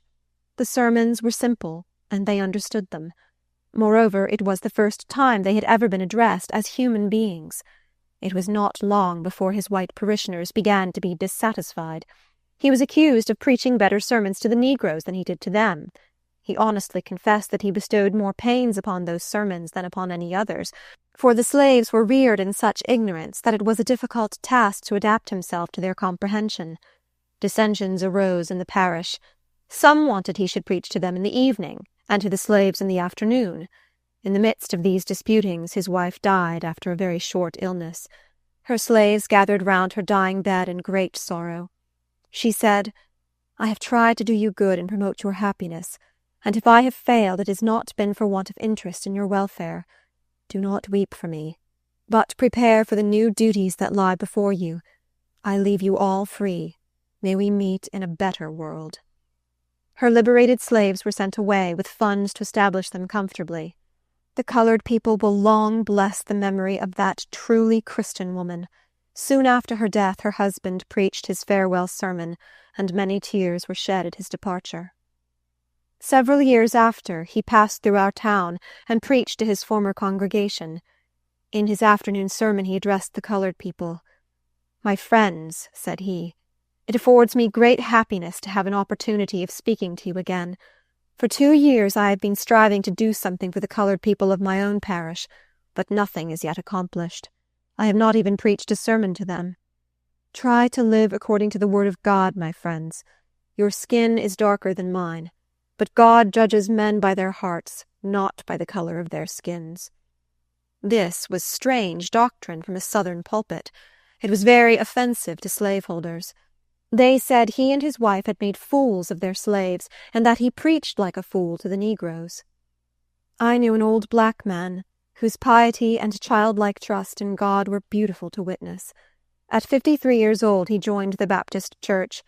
He had a most earnest desire to learn to read. He thought he should know how to serve God better if he could only read the Bible. He came to me and begged me to teach him. He said he could not pay me, for he had no money, but he would bring me nice fruit when the season for it came. I asked him if he didn't know it was contrary to law, and that slaves were whipped and imprisoned for teaching each other to read. This brought the tears into his eyes. "Don't be troubled, Uncle Fred," said I. "I have no thoughts of refusing to teach you. I only told you of the law that you might know the danger and be on your guard." He thought he could plan to come 3 times a week without its being suspected. I selected a quiet nook where no intruder was likely to penetrate, and there I taught him his ABC. Considering his age, his progress was astonishing. As soon as he could spell in 2 syllables, he wanted to spell out words in the Bible. The happy smile that illuminated his face put joy into my heart. After spelling out a few words, he paused and said, "Honey, it 'pears when I can read this good book I shall be nearer to God. White man has got all the sense. He can learn easy. It ain't easy for old black man like me. I only wants to read this book, and I may know how to live. Then I have no fear about dying." I tried to encourage him by speaking of the rapid progress he had made. "Have patience, child," he replied. "I learned slow." I had no need of patience. His gratitude and the happiness imparted were more than a recompense for all my trouble. At the end of 6 months he had read through the New Testament and could find any text in it. One day when he had recited unusually well, I said, "Uncle Fred, how do you manage to get your lessons so well?" "Lord bless you, child," he replied. "You never gives me a lesson that I don't pray to God to help me to understand what I spells and what I reads, and he does help me, child. Bless his holy name." There are thousands who, like good Uncle Fred, are thirsting for the water of life, but the law forbids it, and the churches withhold it. They send the Bible to heathen abroad, and neglect the heathen at home. I am glad that missionaries go out to the dark corners of the earth, but I ask them not to overlook the dark corners at home. Talk to American slaveholders as you talk to savages in Africa. Tell them it was wrong to traffic in men. Tell them it is sinful to sell their own children and atrocious to violate their own daughters. Tell them that all men are brethren and that man has no right to shut out the light of knowledge from his brother. Tell them they are answerable to God for sealing up the fountain of life from souls that are thirsting for it. There are men who would gladly undertake such missionary work as this, but alas, their number is small. They are hated by the South, and would be driven from its soil, or dragged to prison to die, as others have been before them. The field is ripe for the harvest, and awaits the reapers. Perhaps the great-grandchildren of Uncle Fred may have freely imparted to them the divine treasures which he sought by stealth, at the risk of the prison and the scourge. Are doctors of divinity blind, or are they hypocrites? I suppose some are the one and some the other, but I think if they felt the interest in the poor and lowly that they ought to feel, they would not be so easily blinded. A clergyman who goes to the South for the first time has usually some feeling, however vague, that slavery is wrong. The slaveholder suspects this and plays his game accordingly. He makes himself as agreeable as possible, talks on theology and other kindred topics. The reverend gentleman is asked to invoke a blessing on a table loaded with luxuries. After dinner he walks round the premises and sees the beautiful groves and flowering vines, and the comfortable huts of favoured household slaves. The Southerner invites him to talk with those slaves. He asks them if they want to be free, and they say, "Oh, no, massa." This is sufficient to satisfy him. He comes home to publish a South Side view of slavery, and to complain of the exaggerations of the abolitionists. He assures people that he has been to the South and seen slavery for himself, that it is a beautiful, patriarchal institution, that the slaves don't want their freedom, that they have hallelujah meetings and other religious privileges.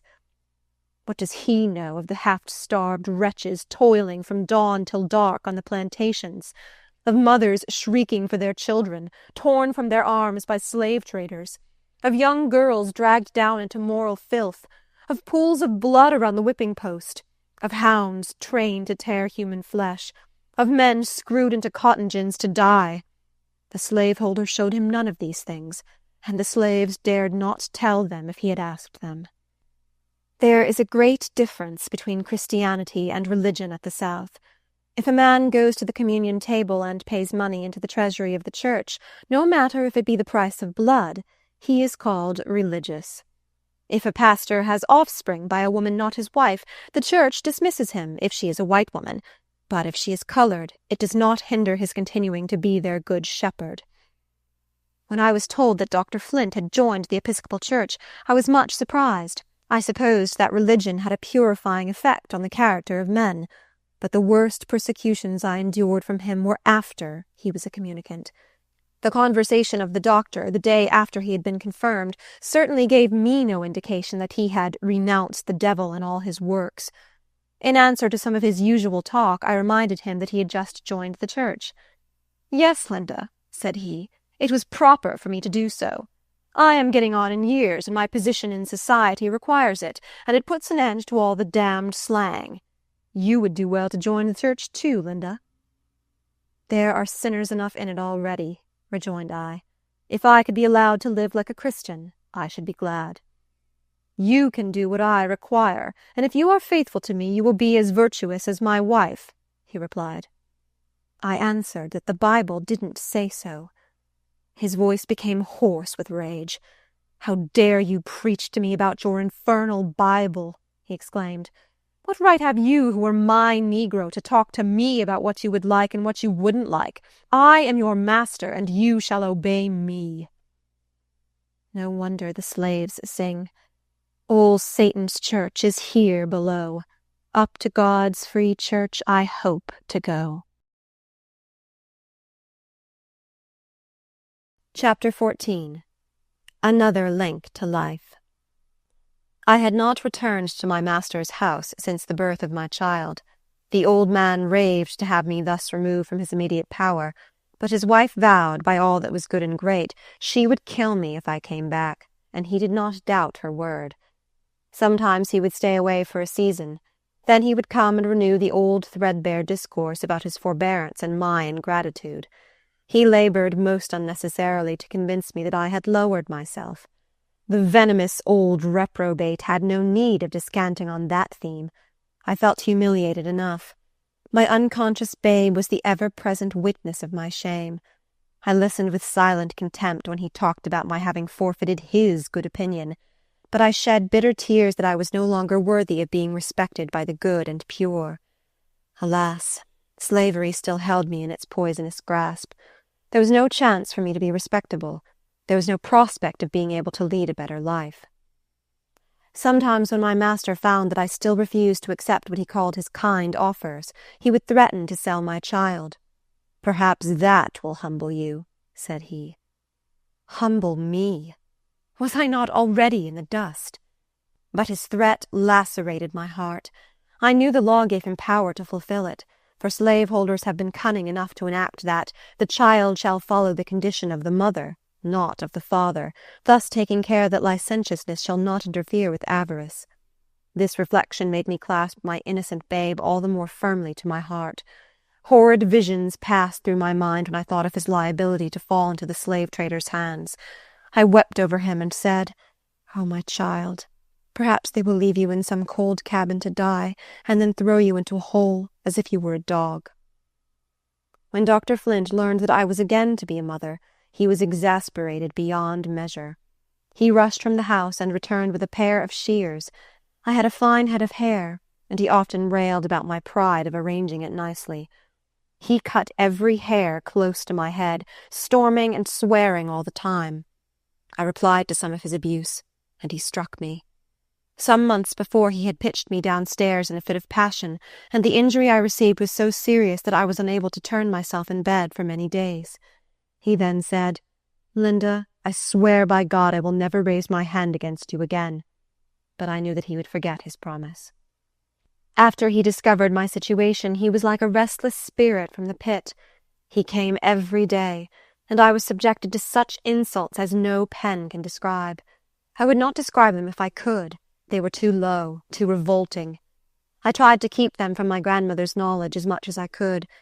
I knew she had enough to sadden her life without having my troubles to bear. When she saw the doctor treat me with violence and heard him utter oaths terrible enough to palsy a man's tongue, she could not always hold her peace.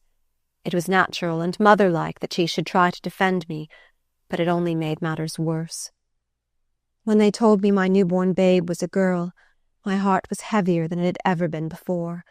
Slavery is terrible for men, but it is far more terrible for women. Superadded to the burden common to all, they have wrongs and sufferings and mortifications peculiarly their own.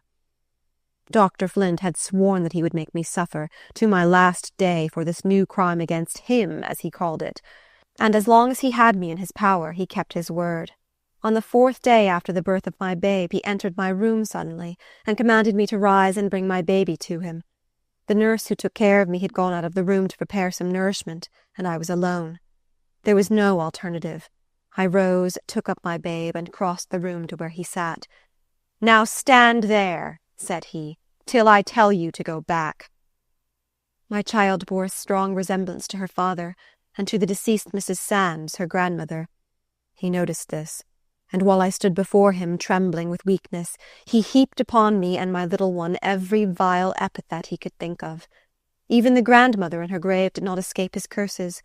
In the midst of his vituperations, I fainted at his feet. This recalled him to his senses. He took the baby from my arms, laid it on the bed, dashed cold water in my face, took me up, and shook me violently to restore my consciousness before anyone entered the room. Just then my grandmother came in, and he hurried out of the house. I suffered in consequence of this treatment, but I begged my friends to let me die rather than send for the doctor.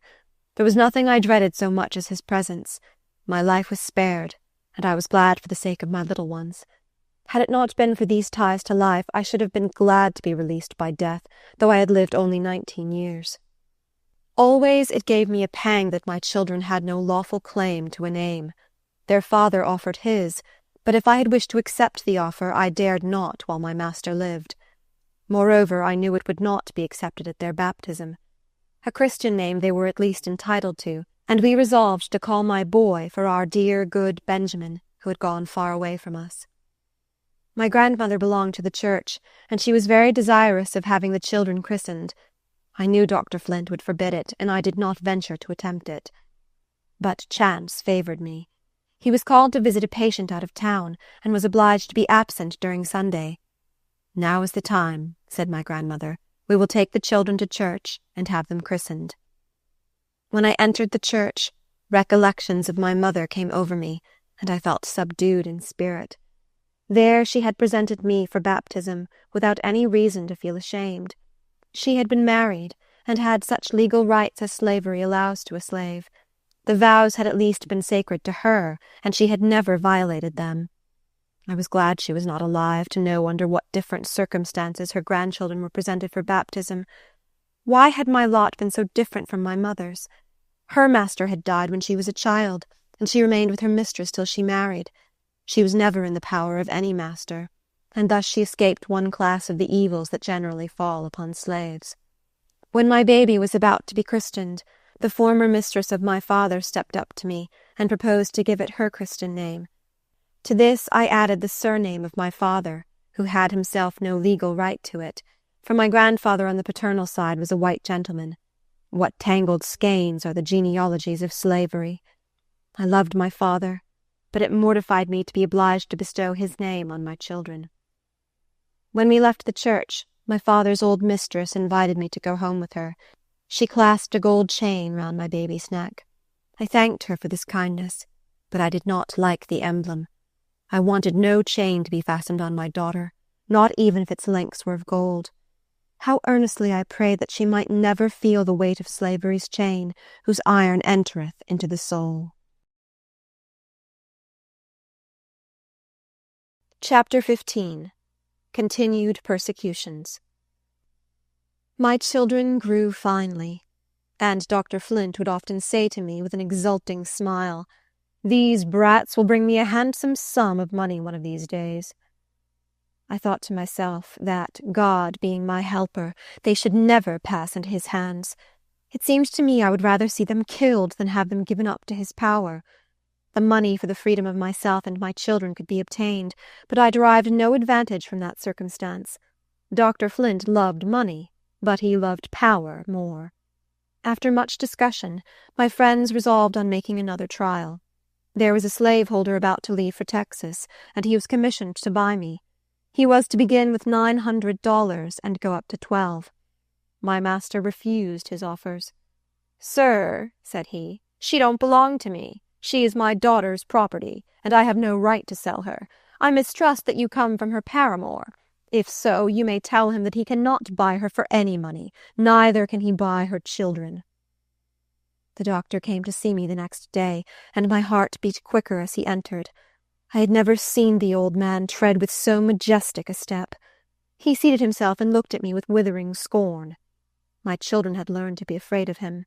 The little one would shut her eyes and hide her face on my shoulder whenever she saw him, and Benny, who was now nearly 5 years old, often inquired, "What makes that bad man come here so many times? Does he want to hurt us?" I would clasp the dear boy in my arms, trusting that he would be free before he was old enough to solve the problem. And now, as the doctor sat there so grim and silent, the child left his play and came and nestled up by me. At last my tormentor spoke. "So, you are left in disgust, are you?" said he. "It is no more than I expected. You remember I told you years ago that you would be treated so. So he is tired of you. Ha ha! The virtuous madam don't like to hear about it, does she? Ha ha ha!" There was a sting in his calling me virtuous madam. I no longer had the power of answering him as I had formerly done. He continued. "So it seems you are trying to get up another intrigue. Your new paramour came to me and offered to buy you, but you may be assured you will not succeed. You are mine, and you shall be mine for life. There lives no human being that can take you out of slavery. I would have done it, but you rejected my kind offer." I told him I did not wish to get up any intrigue, that I had never seen the man who offered to buy me. "Do you tell me I lie?" exclaimed he, dragging me from my chair. "Will you say again that you never saw that man?" I answered, "I do say so." He clenched my arm with a volley of oaths, then began to scream, and I told him to go to his grandmother. "Don't you stir a step, you little wretch," said he. The child drew nearer to me and put his arms round me as if he wanted to protect me. This was too much for my enraged master. He caught him up and hurled him across the room. I thought he was dead, and rushed towards him to take him up. "Not yet," exclaimed the doctor. "Let him lie there till he comes to." "Let me go! Let me go!" I screamed, "or I will raise the whole house." I struggled and got away, but he clenched me again. Somebody opened the door, and he released me. I picked up my insensible child, and when I turned, my tormentor was gone. Anxiously I bent over the little form, so pale and still, and when the brown eyes at last opened, I don't know whether I was very happy. All the doctor's former persecutions were renewed. He came morning, noon, and night. No jealous lover ever watched a rival more closely than he watched me and the unknown slaveholder, with whom he accused me of wishing to get up an intrigue. When my grandmother was out of the way, he searched every room to find him. In one of his visits, he happened to find a young girl, whom he had sold to a trader a few days previous. His statement was that he sold her because she had been too familiar with the overseer. She had had a bitter life with him, and was glad to be sold. She had no mother and no near ties. She had been torn from all her family years before. A few friends had entered into bonds for her safety, if the trader would allow her to spend with them the time that intervened between her sale and the gathering up of his human stock. Such a favour was rarely granted. It saved the trader the expense of board and jail fees, and though the amount was small, it was a weighty consideration in a slave trader's mind. Dr. Flint always had an aversion to meeting slaves after he had sold them. He ordered Rose out of the house, but he was no longer her master, and she took no notice of him. For once the crushed Rose was the conqueror. His grey eyes flashed angrily upon her, but that was the extent of his power. "How came this girl here?" he exclaimed. "What right had you to allow it when you knew I had sold her?" I answered, "This is my grandmother's house, and Rose came to see her. I have no right to turn anybody out of doors that comes here for honest purposes." He gave me the blow that would have fallen upon Rose if she had been still his slave. My grandmother's attention had been attracted by loud voices, and she entered in time to see a second blow dealt. She was not a woman to let such an outrage in her own house go unrebuked. The doctor undertook to explain that I had been insolent. Her indignant feelings rose higher and finally boiled over in words. "Get out of my house," she exclaimed. "Go home and take care of your wife and children, and you will have enough to do without watching my family." He threw the birth of my children in her face, and accused her of sanctioning the life I was leading. She told him I was living with her by compulsion of his wife, that he needn't accuse her, for he was the one to blame. He was the one who had caused all the trouble. She grew more and more excited as she went on. "I tell you what, Dr. Flint," said she, "you ain't got many more years to live, and you'd better be saying your prayers. It will take 'em all, and more too, to wash the dirt off your soul." "Do you know whom you are talking to?" he exclaimed. She replied, "Yes, I know very well who I am talking to." He left the house in a great rage. I looked at my grandmother. Our eyes met. Their angry expression had passed away, but she looked sorrowful and weary of incessant strife. I wondered that it did not lessen her love for me, but if it did, she never showed it. She was always kind, always ready to sympathize with my troubles. There might have been peace and contentment in that humble home, if it had not been for the demon slavery. The winter passed undisturbed by the doctor. The beautiful spring came, and when nature resumes her loveliness, the human soul is apt to revive also. My drooping hopes came to life again with the flowers. I was dreaming of freedom again, more for my children's sake than my own. I planned and I planned. Obstacles hit against plans. There seemed no way of overcoming them, and yet I hoped. Back came the wily doctor. I was not at home when he called. A friend had invited me to a small party, and to gratify her I went. To my great consternation, a messenger came in haste to say that Dr. Flint was at my grandmother's and insisted on seeing me. They did not tell him where I was, or he would have come and raised a disturbance in my friend's house. They sent me a dark wrapper. I threw it on and hurried home. My speed did not save me. The doctor had gone away in anger. I dreaded the morning, but I could not delay it. It came warm and bright. At an early hour the doctor came and asked me where I had been last night. I told him. He did not believe me and sent to my friend's house to ascertain the facts. He came in the afternoon to assure me he was satisfied that I had spoken the truth. He seemed to be in a facetious mood, and I expected some jeers were coming. "I suppose you needed some recreation," said he, "but I am surprised at your being there among those Negroes. It is not the place for you. Are you allowed to visit such people?" I understood this covert fling at the white gentleman who was my friend, but I merely replied, "I went to visit my friends, and any company they keep is good enough for me." He went on to say, "I have seen very little of you of late, but my interest in you is unchanged. When I said I would have no more mercy on you, I was rash. I recall my words. Linda, you desire freedom for yourself and your children, and you can obtain it only through me. If you agree to what I am about to propose, you and they shall be free. There must be no communication of any kind between you and their father. I will procure a cottage where you and the children can live together. Your labor shall be light, such as sewing for my family. Think what is offered you, Linda, a home and freedom. Let the past be forgotten. If I have been harsh with you at times, your willfulness drove me to it. You know I exact obedience from my own children, and I consider you as yet a child." He paused for an answer, but I remained silent. "Why don't you speak?" said he. "What more do you wait for?" "Nothing, sir." "Then you accept my offer?" "No, sir." His anger was ready to break loose, but he succeeded in curbing it and replied, "You have answered without thought, but I must let you know there are two sides to my proposition. If you reject the bright side, you will be obliged to take the dark one. You must either accept my offer, or you and your children shall be sent to your young master's plantation, there to remain till your young mistress is married, and your children shall fare like the rest of the Negro children. I give you a week to consider it."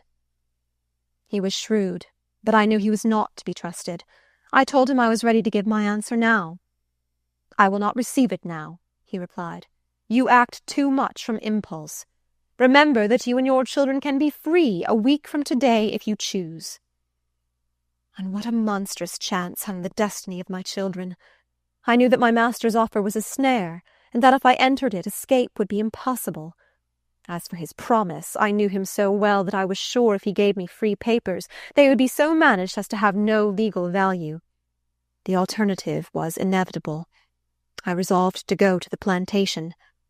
But then I thought how completely I should be in his power, and the prospect was appalling. Even if I should kneel before him and implore him to spare me for the sake of my children, I knew he would spurn me with his foot, and my weakness would be his triumph. Before the week expired, I heard that young Mr. Flint was about to be married to a lady of his own stamp. I foresaw the position I should occupy in his establishment.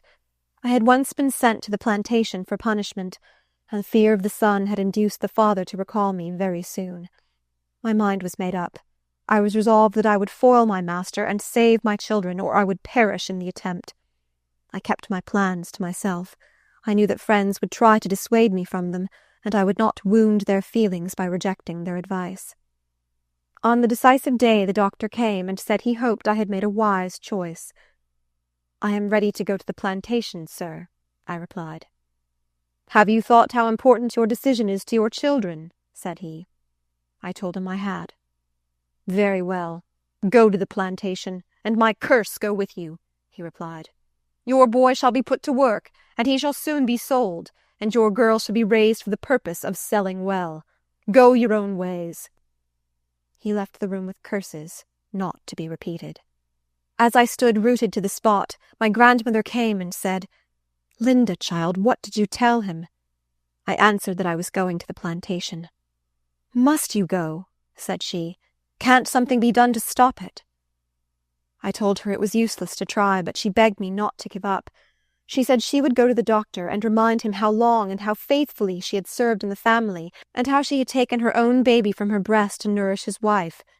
She would tell him I had been out of the family so long they would not miss me, that she would pay them for my time, and the money would procure a woman who had more strength for the situation than I had. I begged her not to go, but she persisted in saying, "He will listen to me, Linda." She went, and was treated as I expected. He coolly listened to what she said, but denied her request. He told her that what he did was for my good, that my feelings were entirely above my situation, and that on the plantation I would receive treatment that was suitable to my behavior. My grandmother was much cast down. I had my secret hopes, but I must fight my battle alone. I had a woman's pride and a mother's love for my children, and I resolved that out of the darkness of this hour a brighter dawn should rise for them. My master had power and law on his side. I had a determined will. There is might in each. Chapter 16. Scenes at the Plantation. Early the next morning I left my grandmother's with my youngest child. My boy was ill, and I left him behind. I had many sad thoughts as the old wagon jolted on. Hitherto I had suffered alone. Now my little one was to be treated as a slave. As we drew near the great house, I thought of the time when I was formerly sent there out of revenge. I wondered for what purpose I was now sent. I could not tell. I resolved to obey orders so far as duty required, but within myself I determined to make my stay as short as possible. Mr. Flint was waiting to receive us, and told me to follow him upstairs to receive orders for the day. My little Ellen was left below in the kitchen. It was a change for her, who had been always so carefully tended. My young master said she might amuse herself in the yard. This was kind of him, since the child was hateful to his sight. My task was to fit up the house for the reception of the bride. In the midst of sheets, tablecloths, towels, drapery, and carpeting, my head was as busy planning as were my fingers with the needle. At noon I was allowed to go to Ellen. She had sobbed herself to sleep. I heard Mr. Flint say to a neighbor, "I've got her down here, and I'll soon take the town notions out of her head. My father is partly to blame for her nonsense. He ought to have broke her in long ago." The remark was made within my hearing, and it would have been quite as manly to have made it to my face. He had said things to my face which might or might not have surprised his neighbor if he had known of them. He was a chip off the old block. I resolved to give him no cause to accuse me of being too much of a lady so far as work was concerned. I worked day and night, with wretchedness before me. When I lay down beside my child, I felt how much easier it would be to see her die than to see her master beat her about, as I daily saw him beat other little ones. The spirit of the mothers was so crushed by the lash that they stood by without courage to remonstrate. How much more must I suffer before I should be broke in to that degree? I wished to appear as contented as possible. Sometimes I had an opportunity to send a few lines home, and this brought up recollections that made it difficult, for a time, to seem calm and indifferent to my lot. Notwithstanding my efforts, I saw that Mr. Flint regarded me with a suspicious eye. Ellen broke down under the trials of her new life. Separated from me, with no one to look after her, she wandered about, and in a few days cried herself sick. One day she sat under the window where I was at work, crying that weary cry which makes a mother's heart bleed. I was obliged to steel myself to bear it. After a while it ceased. I looked out, and she was gone. As it was near noon, I ventured to go down in search of her. The great house was raised 2 feet above the ground. I looked under it, and saw her about midway, fast asleep. I crept under and drew her out. As I held her in my arms, I thought how well it would be for her if she never waked up, and I uttered my thought aloud. I was startled to hear someone say, "Did you speak to me?" I looked up and saw Mr. Flint standing beside me. He said nothing further, but turned, frowning, away. That night he sent Ellen a biscuit and a cup of sweetened milk. This generosity surprised me. I learned afterwards that in the afternoon he had killed a large snake which crept from under the house, and I supposed that incident had prompted his unusual kindness. The next morning the old cart was loaded with shingles for town. I put Ellen into it and sent her to her grandmother. Mr. Flint said I ought to have asked his permission. I told him the child was sick and required attention which I had no time to give. He let it pass, for he was aware that I had accomplished much work in a little time. I had been 3 weeks on the plantation when I planned a visit home. It must be at night after everybody was in bed. I was 6 miles from town, and the road was very dreary. I was to go with a young man, who I knew often stole to town to see his mother. One night, when all was quiet, we started. Fear gave speed to our steps, and we were not long in performing the journey. I arrived at my grandmother's. Her bedroom was on the 1st floor, and the window was open, the weather being warm. I spoke to her, and she awoke. She let me in and closed the window, lest some late passer-by should see me. A light was brought, and the whole household gathered round me, some smiling and some crying. I went to look at my children, and thanked God for their happy sleep. The tears fell as I leaned over them. As I moved to leave, Benny stirred. I turned back and whispered, "Mother is here." After digging at his eyes with his little fist, they opened, and he sat up in bed, looking at me curiously. Having satisfied himself that it was I, he exclaimed, "Oh, Mother, you ain't dead, are you? They didn't cut off your head at the plantation, did they?" My time was up too soon, and my guide was waiting for me. I laid Benny back in his bed and dried his tears by a promise to come again soon. Rapidly we retraced our steps back to the plantation. About halfway we were met by a company of 4 patrols.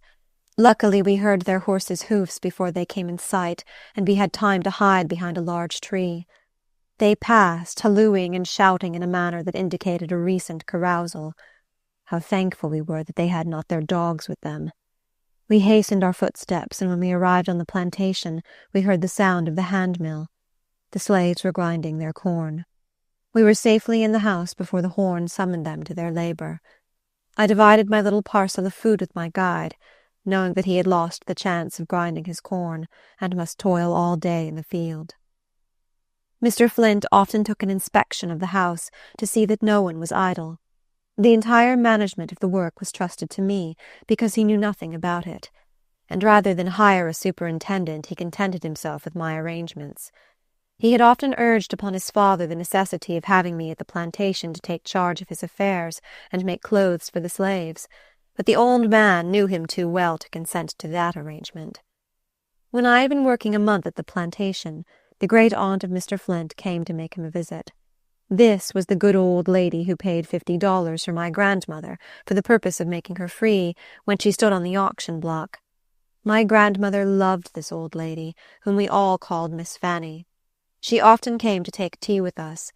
On such occasions the table was spread with a snow-white cloth, and the china cups and silver spoons were taken from the old-fashioned buffet. There were hot muffins, tea rusks, and delicious sweetmeats.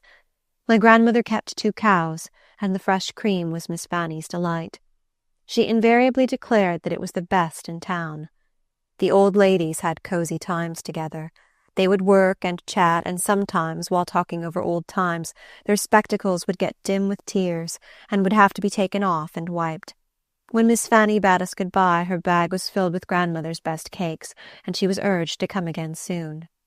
There had been a time when Dr. Flint's wife came to take tea with us, and when her children were also sent to have a feast of Aunt Marthy's nice cooking. But after I became an object of her jealousy and spite, she was angry with grandmother for giving a shelter to me and my children. She would not even speak to her in the street. This wounded my grandmother's feelings, for she could not retain ill will against the woman whom she had nourished with her milk when a babe. The doctor's wife would gladly have prevented our intercourse with Miss Fanny if she could have done it, but fortunately she was not dependent on the bounty of the Flints. She had enough to be independent, and that is more than can ever be gained from charity, however lavish it may be. Miss Fanny was endeared to me by many recollections, and I was rejoiced to see her at the plantation. The warmth of her large, loyal heart made the house seem pleasanter while she was in it. She stayed a week, and I had many talks with her. She said her principal object in coming was to see how I was treated, and whether anything could be done for me. She inquired whether she could help me in any way. I told her I believed not. She condoled with me in her own peculiar way, saying she wished that I and all my grandmother's family were at rest in our graves, for not until then should she feel any peace about us.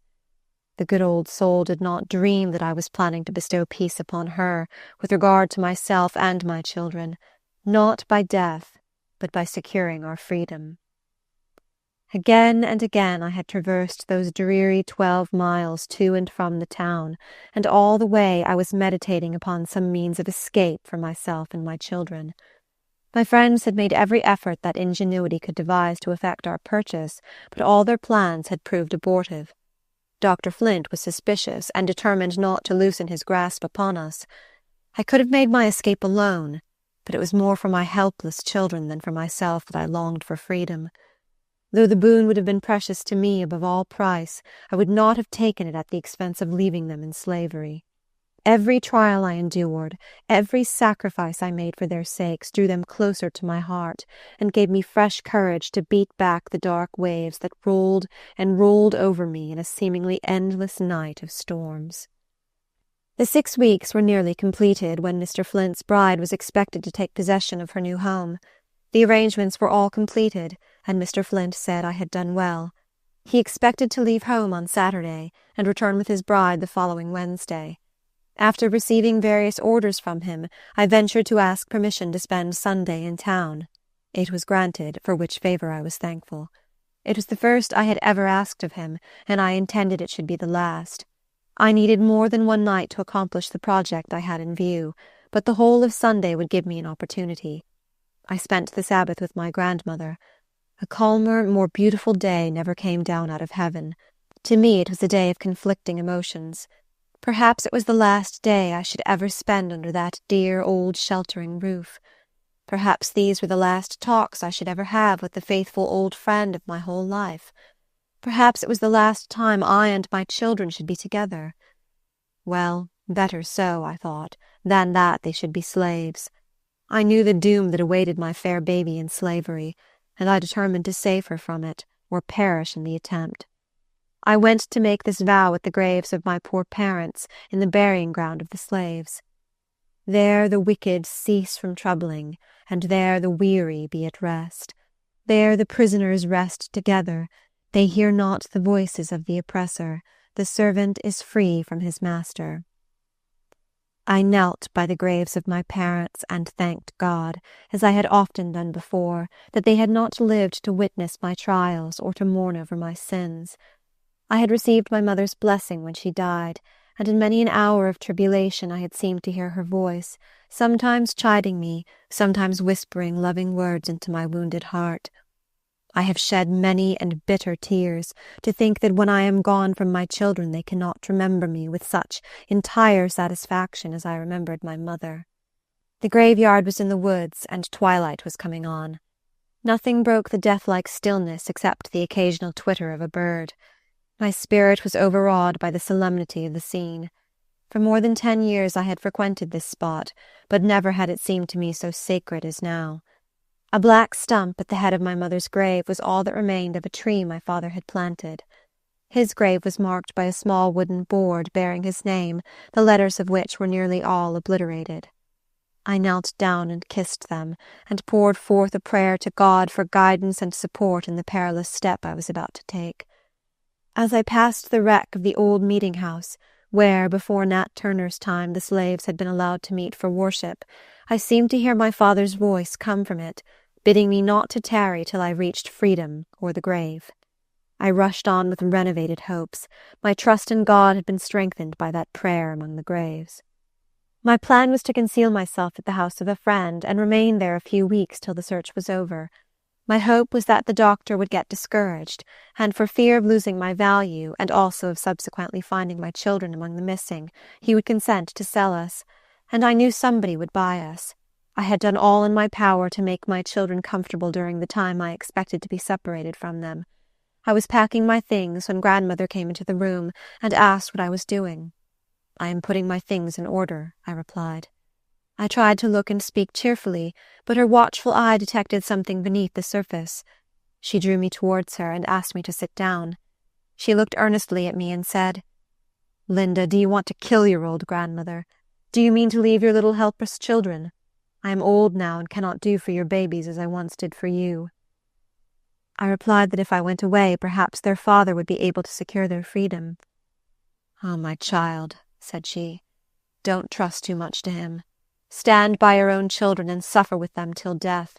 Nobody respects a mother who forsakes her children, and if you leave them, you will never have a happy moment. If you go, you will make me miserable the short time I have to live. You would be taken and brought back, and your sufferings would be dreadful. Remember poor Benjamin. Do give it up, Linda. Try to bear a little longer. Things may turn out better than we expect." My courage failed me. In view of the sorrow I should bring on that faithful, loving old heart, I promised I would try longer, and that I would take nothing out of her house without her knowledge. Whenever the children climbed on my knee or laid their heads on my lap, she would say, "Poor little souls, what would you do without a mother? She doesn't love you as I do." And she would hug them to her own bosom as if to reproach me for my want of affection, but she knew all the while that I loved them better than my life. I slept with her that night, and it was the last time. The memory of it haunted me for many a year. On Monday I returned to the plantation and busied myself with preparations for the important day. Wednesday came. It was a beautiful day, and the faces of the slaves were as bright as the sunshine. The poor creatures were merry. They were expecting little presents from the bride and hoping for better times under her administration. I had no such hopes for them.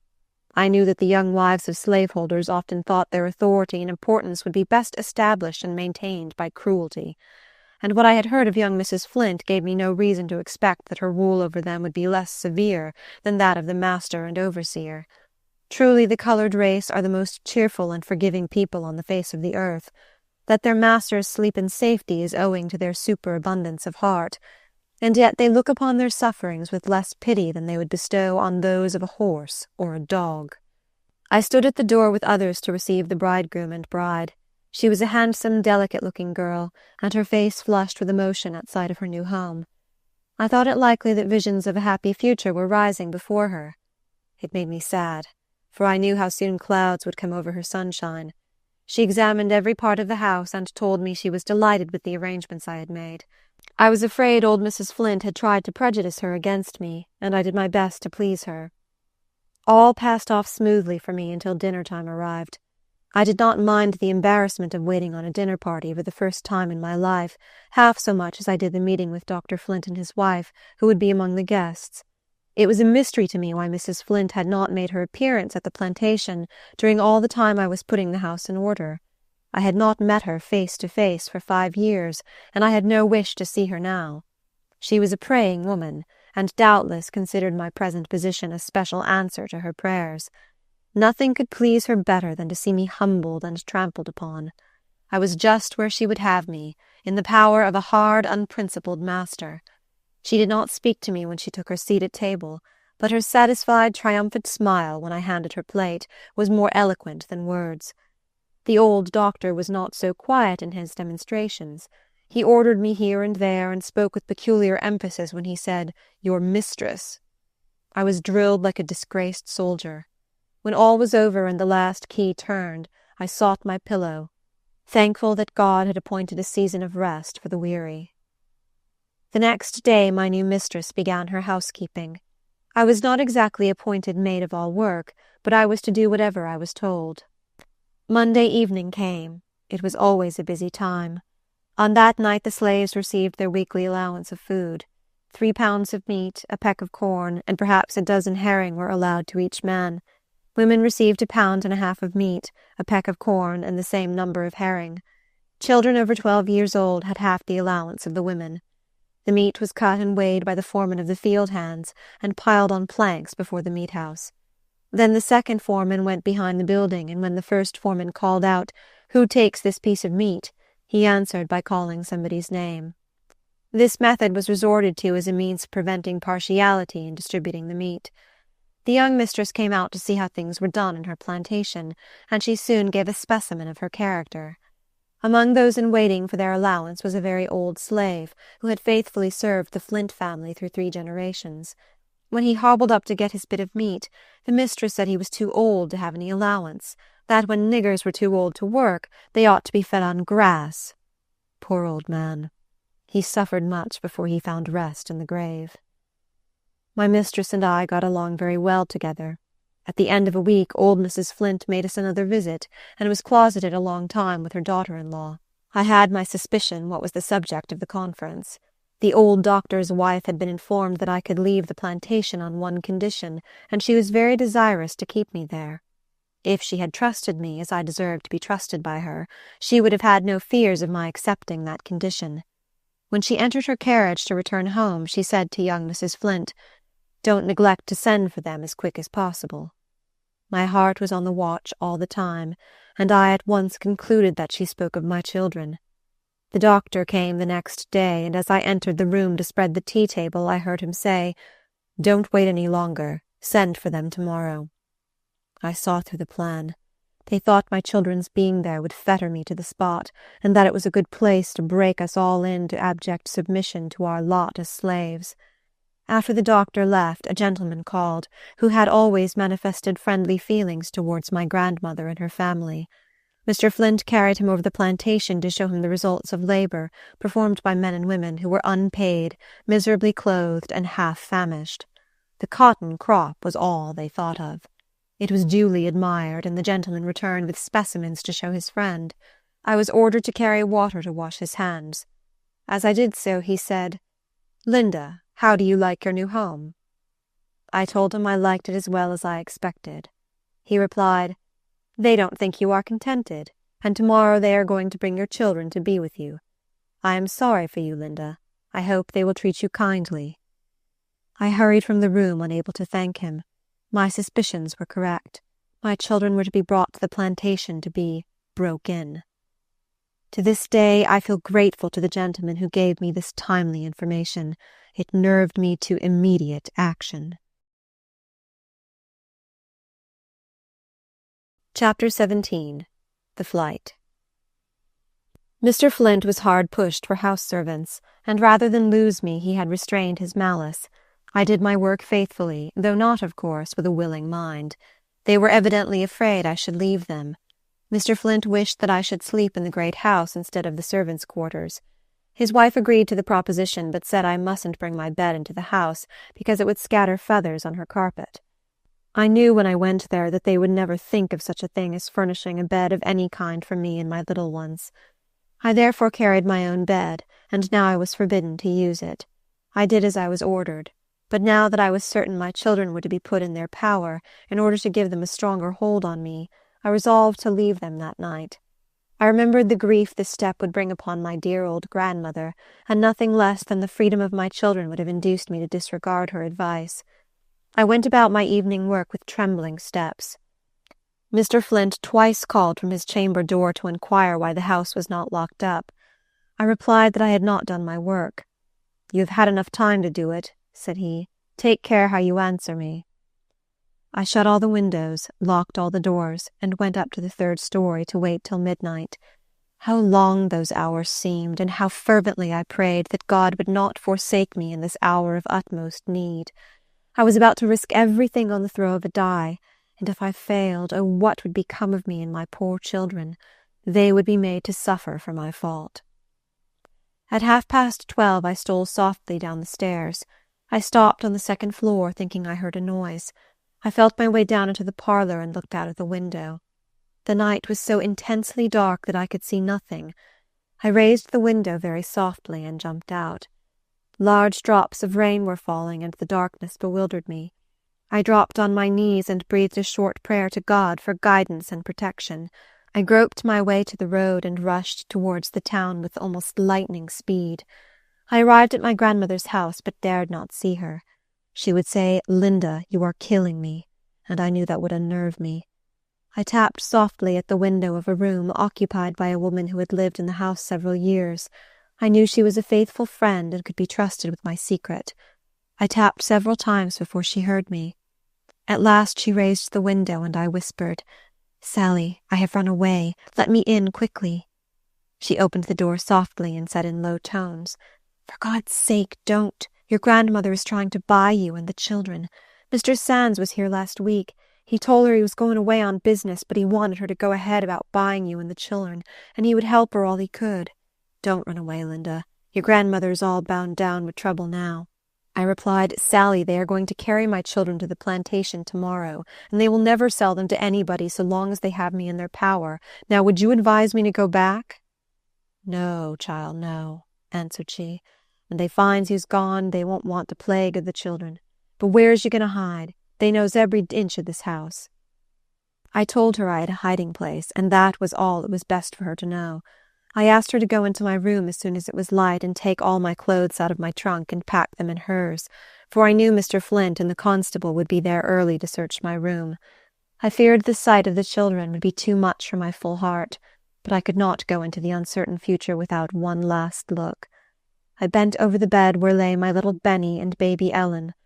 Poor little ones, fatherless and motherless. Memories of their father came over me. He wanted to be kind to them, but they were not all to him as they were to my womanly heart. I knelt and prayed for the innocent little sleepers. I kissed them lightly and turned away. As I was about to open the street door, Sally laid her hand on my shoulder and said, "Linda, is you gwine all alone? Let me call your uncle." "No, Sally," I replied. "I want no one to be brought into trouble on my account." I went forth into the darkness and rain. I ran on till I came to the house of the friend who was to conceal me. Early the next morning Mr. Flint was at my grandmother's inquiring for me. She told him she had not seen me, and supposed I was at the plantation. He watched her face narrowly and said, "Don't you know anything about her running off?" She assured him that she did not. He went on to say, "Last night she ran off without the least provocation. We had treated her very kindly. My wife liked her. She will soon be found and brought back. Are her children with you?" When told that they were, he said, "I'm very glad to hear that. If they are here, she cannot be far off. If I find out that any of my niggers have had anything to do with this damned business, I'll give 'em 500 lashes."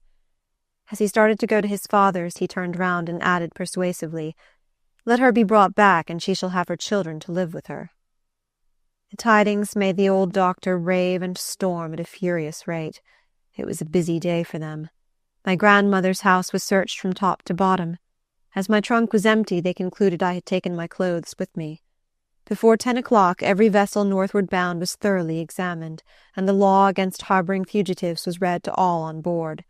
At night a watch was set over the town. Knowing how distressed my grandmother would be, I wanted to send her a message, but it could not be done. Every one who went in and out of her house was closely watched. The doctor said he would take my children unless she became responsible for them, which of course she willingly did. The next day was spent in searching. Before night, the following advertisement was posted at every corner and in every public place for miles around. $300 reward. Ran away from the subscriber, an intelligent, bright, mulatto girl named Linda, 21 years of age, 5 feet 4 inches high, dark eyes and black hair inclined to curl, but it can be made straight. Has a decayed spot on a front tooth. She can read and write and in all probability will try to get to the Free States. All persons are forbidden under penalty of law to harbor or employ said slave.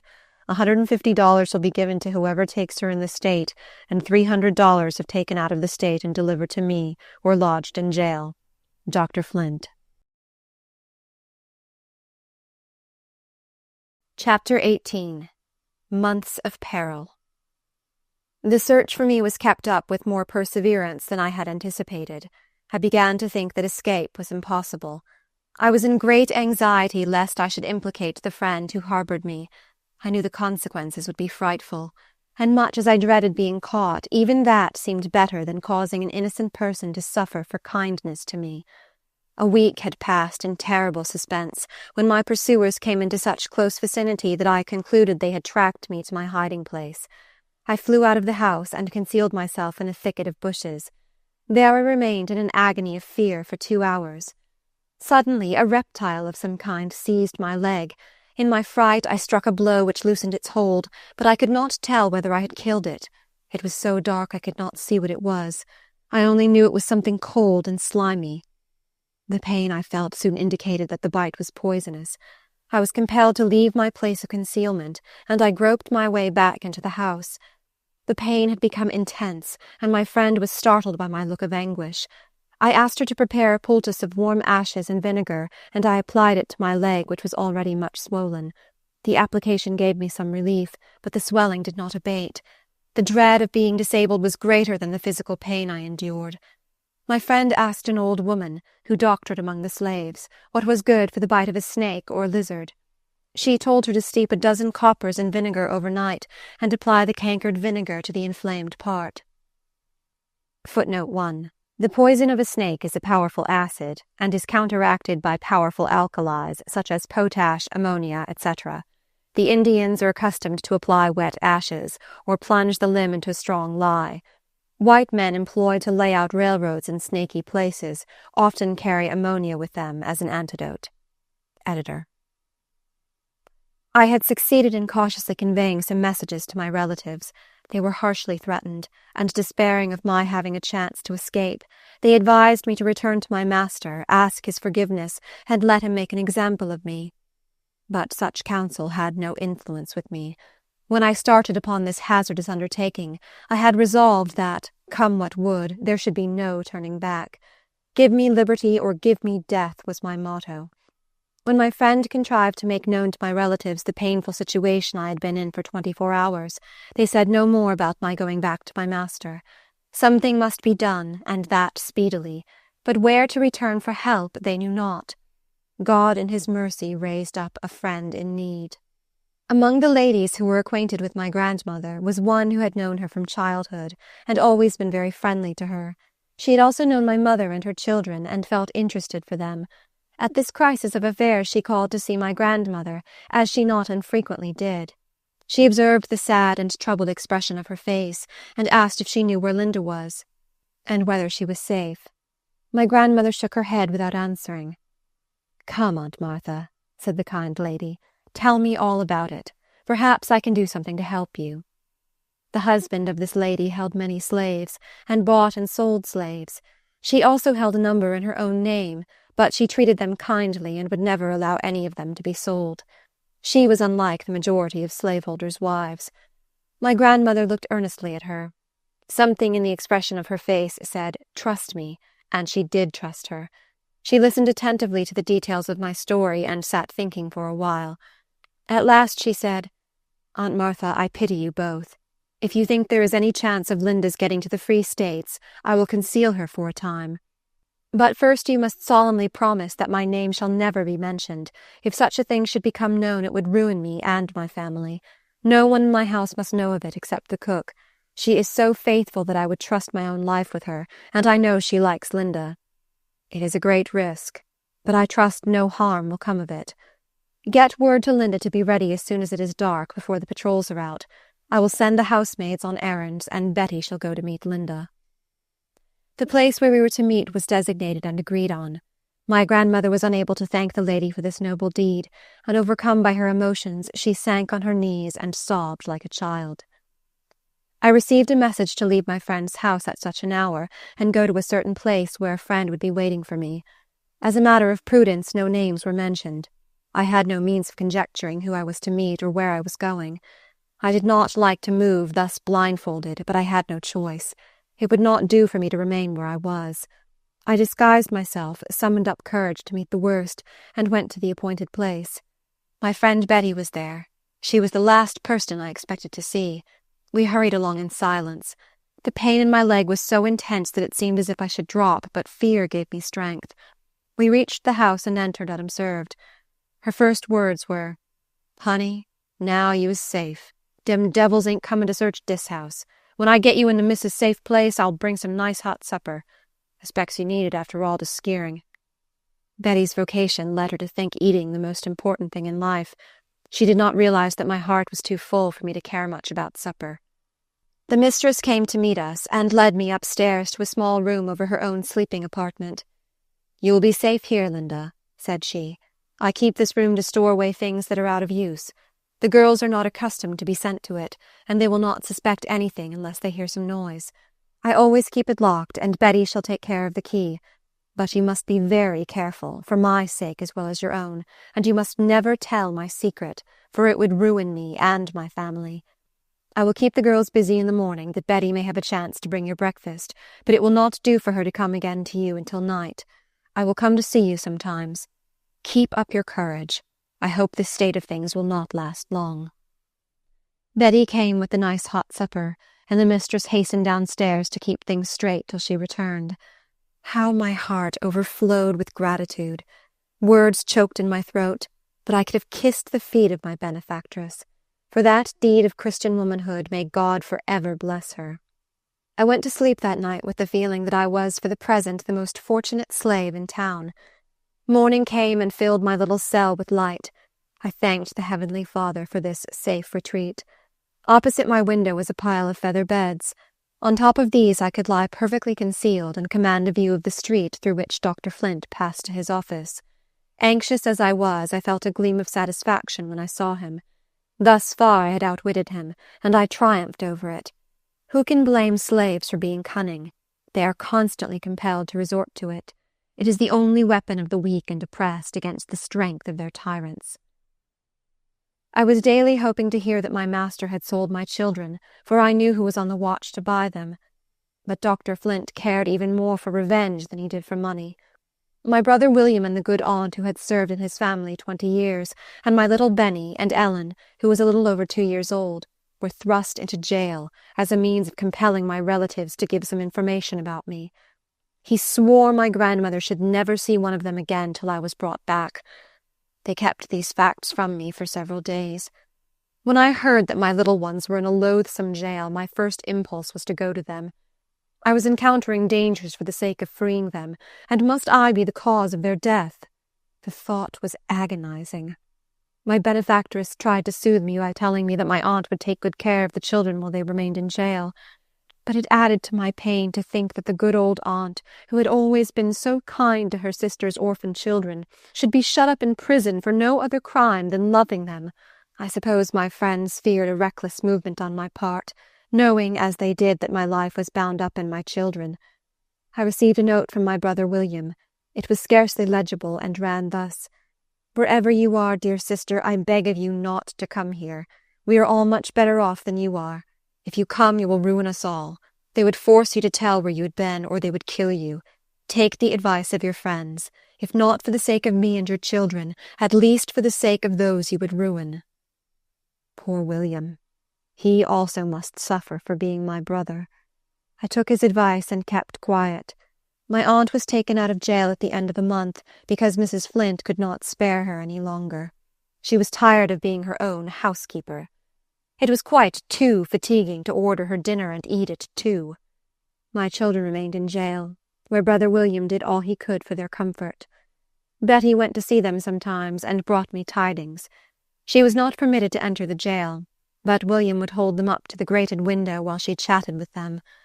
When she repeated their prattle and told me how they wanted to see their ma, my tears would flow. Old Betty would exclaim, "Lors, child, what's you crying 'bout? Them young'uns will kill you dead. Don't be so chicken-hearted. If you does, you will never get through this world."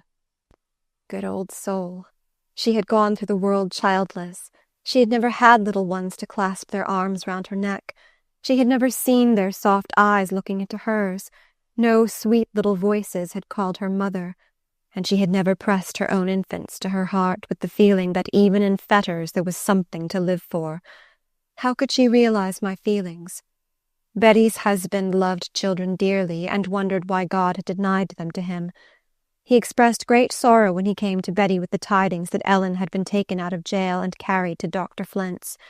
She had the measles a short time before they carried her to jail, and the disease had left her eyes affected.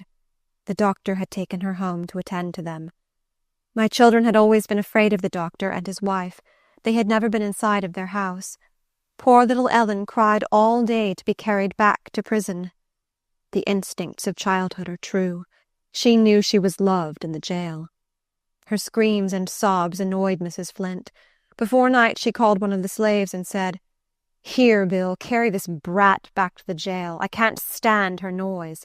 If she would be quiet, I should like to keep the little minx. She would make a handy waiting-maid for my daughter by and by. But if she stayed here with her white face, I suppose I should either kill her or spoil her. I hope the doctor will sell them as far as wind and water can carry them. As for their mother, her ladyship will find out yet what she gets by running away. She hasn't so much feeling for her children as a cow has for its calf. If she had, she would have come back long ago, to get them out of jail and save all this expense and trouble. The good-for-nothing hussy. When she is caught, she shall stay in jail, in irons, for 6 months, and then be sold to a sugar plantation. I shall see her broke in yet. What do you stand there for, Bill? Why don't you go off with the brat? Mind now that you don't let any of the niggers speak to her in the street." When these remarks were reported to me, I smiled at Mrs. Flint, saying that she should either kill my child or spoil her. I thought to myself there was very little danger of the latter. I have always considered it as one of God's special providences that Ellen screamed till she was carried back to jail. That same night Dr. Flint was called to a patient and did not return till near morning. Passing my grandmother's, he saw a light in the house, and thought to himself, "Perhaps this has something to do with Linda." He knocked, and the door was opened. "What calls you up so early?" said he. "I saw your light, and I thought I would just stop and tell you that I have found out where Linda is. I know where to put my hands on her, and I shall have her before 12 o'clock. When he had turned away, my grandmother and my uncle looked anxiously at each other. They did not know whether or not it was merely one of the doctor's tricks to frighten them. In their uncertainty, they thought it was best to have a message conveyed to my friend Betty. Unwilling to alarm her mistress, Betty resolved to dispose of me herself. She came to me and told me to rise and dress quickly. We hurried downstairs and across the yard into the kitchen. She locked the door and lifted up a plank in the floor. A buffalo skin and a bit of carpet were spread for me to lie on, and a quilt thrown over me. "Stay there," she said, "till I sees that they know about you. They say they will put their hands on you afore 12 o'clock. If they did know where you are, they won't know now. They'll be disappointed this time. That's all I got to say. If they comes rummaging among my things, they'll get one breast sarsen from dis 'ere nigger." In my shallow bed I had but just room enough to bring my hands to my face and keep the dust out of my eyes. For Betty walked over me 20 times in an hour, passing from the dresser to the fireplace. When she was alone, I could hear her pronouncing anathemas over Dr. Flint and all his tribe, every now and then saying with a chuckling laugh, "Dis nigger's too cute for him this time." When the housemaids were about, she had sly ways of drawing them out, that I might hear what they would say. She would repeat stories she had heard about my being in this or that or the other place, to which they would answer that I was not fool enough to be staying round there, that I was in Philadelphia or New York before this time. When all were abed and asleep, Betty raised the plank and said, "Come out, child, come out. They don't know nothing about you. 'Twas only white folks' lies to skeer the niggers." Some days after this adventure I had a much worse fright. As I sat very still in my retreat above stairs, tearful visions floated through my mind. I thought Dr. Flint would soon get discouraged and would be willing to sell my children when he lost all hopes of making them the means of my discovery. I knew he was ready to buy them. Suddenly I heard a voice that chilled my blood. The sound was all too familiar to me. It had been too dreadful for me not to recognize at once my old master. He was in the house, and I at once concluded he had come to seize me. I looked round in terror. There was no way of escape. The voice receded. I supposed the constable was with him and they were searching the house. In my alarm I did not forget the trouble I was bringing on my generous benefactress. It seemed as if I were born to bring sorrow on all who befriended me, and that was the bitterest drop in the bitter cup of my life. After a while I heard approaching footsteps. The key was turned in the door. I braced myself against the wall to keep from falling. I ventured to look up, and there stood my kind benefactress, alone. I was too much overcome to speak, and sunk down upon the floor. "I thought you would hear your master's voice," she said, "and knowing you would be terrified, I came to tell you there is nothing to fear. You may even indulge in a laugh at the old gentleman's expense. He is so sure you are in New York that he came to borrow $500 to go in pursuit of you. My sister had some money to loan on interest. He has obtained it and proposes to start for New York tonight. So for the present, you see, you are safe. The doctor will merely lighten his pocket hunting after the bird he has left behind." Chapter 19. The Children Sold. The doctor came back from New York, of course without accomplishing his purpose. He had expended considerable money and was rather disheartened. My brother and the children had now been in jail 2 months, and that also was some expense. My friends thought it was a favorable time to work on his discouraged feelings. Mr. Sands sent a speculator to offer him $900 for my brother William and $800 for the 2 children. These were high prices, as slaves were then selling, but the offer was rejected. If it had been merely a question of money, the doctor would have sold any boy of Benny's age for $200, but he could not bear to give up the power of revenge. But he was hard-pressed for money, and he revolved the matter in his mind. He knew that if he could keep Ellen till she was 15, he could sell her for a high price, but I presume he reflected that she might die or might be stolen away. At all events, he came to the conclusion that he had better accept the slave-trader's offer.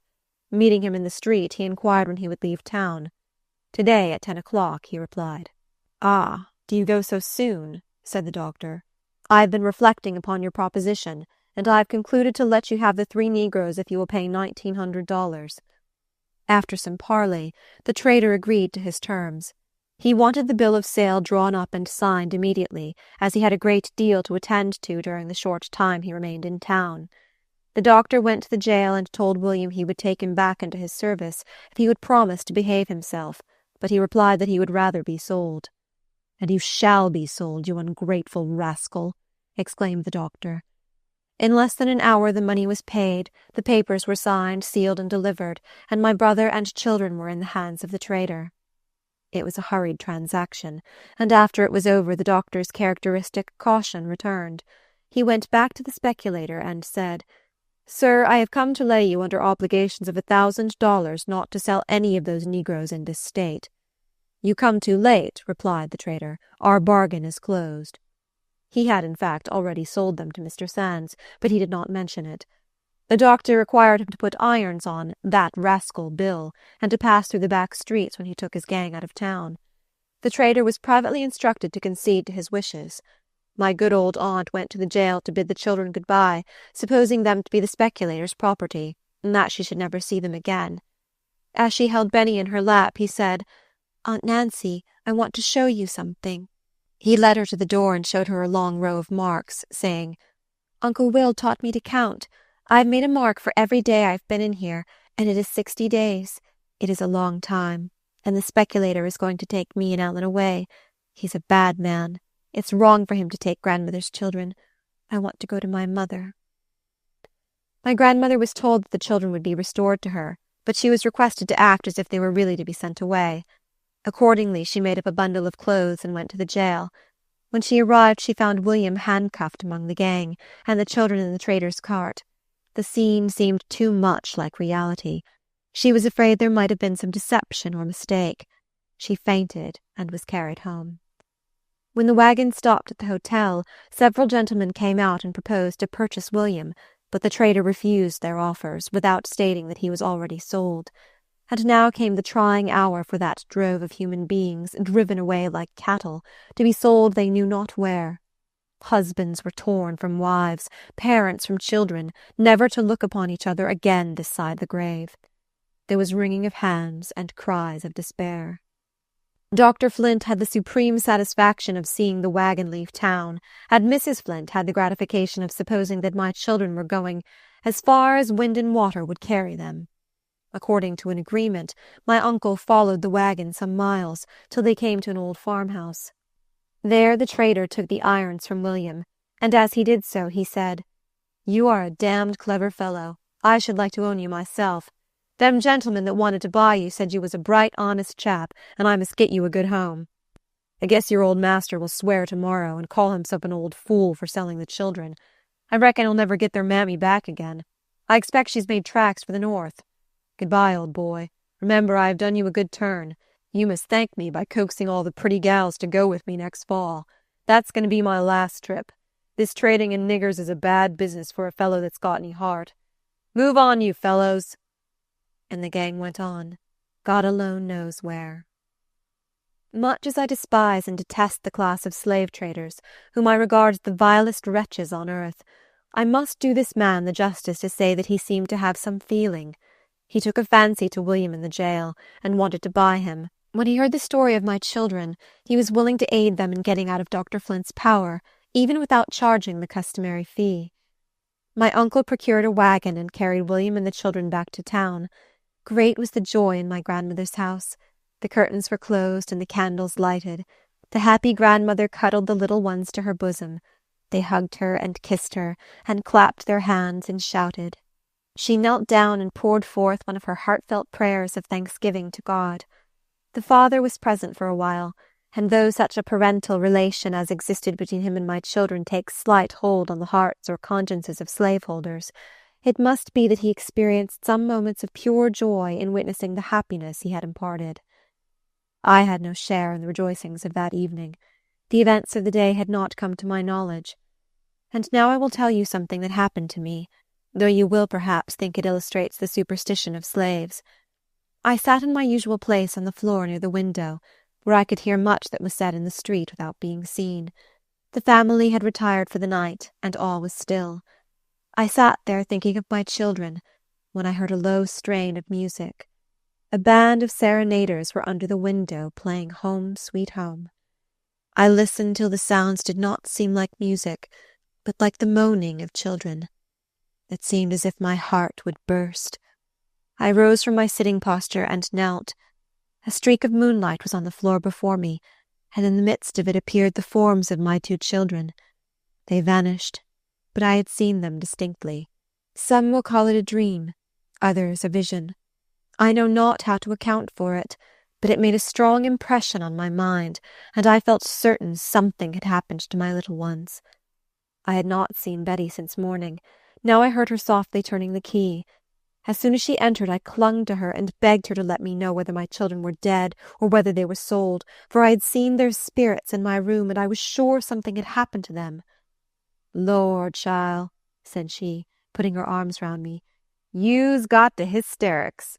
I'll sleep with you tonight, 'cause you'll make a noise and ruin Missus. Something has stirred you up mightily. When you is done crying, I'll talk with you. The children is well and mighty happy. I seed 'em myself. Does that satisfy you? Tard, child, be still. Somebody'll hear you." I tried to obey her. She lay down and was soon sound asleep, but no sleep would come to my eyelids. At dawn, Betty was up and off to the kitchen. The hours passed on, and the vision of the night kept constantly recurring to my thoughts. After a while I heard the voices of 2 women in the entry. In one of them I recognized the housemaid. The other said to her, "Did you know Linda Brent's children was sold to the speculator yesterday? They say old Massa Flint was mighty glad to see 'em drove out of town, but they say they've come back again. I s'pect it's all their daddy's doings. They say he's brought William, too. Lor, how it will take hold of old Massa Flint. I'm going round to Aunt Marthy's to see about it." I bit my lips till the blood came to keep from crying out. Were my children with their grandmother, or had the speculator carried them off? The suspense was dreadful. Would Betty never come and tell me the truth about it? At last she came, and I eagerly repeated what I had overheard. Her face was one broad, bright smile. "Lor, you foolish thing," said she. "I'm going to tell you all about it. The gals is eating their breakfast, and Missus told me to let her tell you. But poor creetur, 'tain't right to keep you waiting, and I's going to tell you. Brudder, children, all is bought by the daddy. I's laugh more than enough tinking about old Massa Flint. Lord, how he will swar. He's got catch this time anyhow. But I must be getting out of this, or them gals will come and catch me."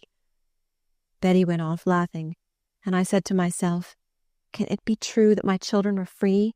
I have not suffered for them in vain. Thank God." Great surprise was expressed when it was known that my children had returned to their grandmothers. The news spread through the town, and many a kind word was bestowed on the little ones. Dr. Flint went to my grandmother's to ascertain who was the owner of my children, and she informed him. "I expected as much," said he. "I'm glad to hear it. I have had news from Linda lately, and I shall soon have her. You need never expect to see her free. She shall be my slave as long as I live, and when I am dead she shall be the slave of my children. If I ever find out that you or Philip had anything to do with her running off, I'll kill him. And if I meet William in the street, and he presumes to look at me, I'll flog him within an inch of his life. Keep those brats out of my sight." As he turned to leave, my grandmother said something to remind him of his own doings. He looked back upon her as if he would have been glad to strike her to the ground. I had my season of joy and thanksgiving. It was the first time since my childhood that I had experienced any real happiness. I heard of the old doctor's threats, but they no longer had the same power to trouble me. The darkest cloud that hung over my life had rolled away. Whatever slavery might do to me, it could not shackle my children. If I fell a sacrifice, my little ones were saved. It was well for me that my simple heart believed all that had been promised for their welfare. It is always better to trust than to doubt. Chapter 20. New Perils. The doctor, more exasperated than ever, again tried to revenge himself on my relatives. He arrested Uncle Philip on the charge of having aided my flight. He was carried before a court and swore truly that he knew nothing of my intention to escape, and that he had not seen me since I left my master's plantation. The doctor then demanded that he should give bail for $500, that he would have nothing to do with me. Several gentlemen offered to be security for him, but Mr. Sands told him he had better go back to jail, and he would see that he came out without giving bail. The news of his arrest was carried to my grandmother, who conveyed it to Betty.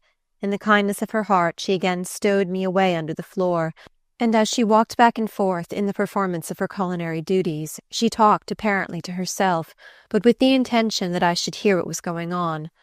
I hoped that my uncle's imprisonment would last but few days. Still, I was anxious. I thought it likely Dr. Flint would do his utmost to taunt and insult him, and I was afraid my uncle might lose control of himself and retort in some way that would be construed into a punishable offence. And I was well aware that in court his word would not be taken against any white man's. The search for me was renewed. Something had excited suspicions that I was in the vicinity. They searched the house I was in. I heard their steps and their voices. At night, when all were asleep, Betty came to release me from my place of confinement. The fright I had undergone, the constrained posture, and the dampness of the ground made me ill for several days. My uncle was soon after taken out of prison, but the movements of all my relatives and all of our friends were very closely watched. We all saw that I could not remain where I was much longer. I had already stayed longer than was intended, and I knew my presence must be a source of perpetual anxiety to my kind benefactress.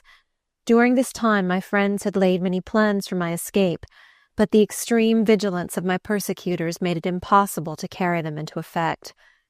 One morning I was much startled by hearing somebody trying to get into my room.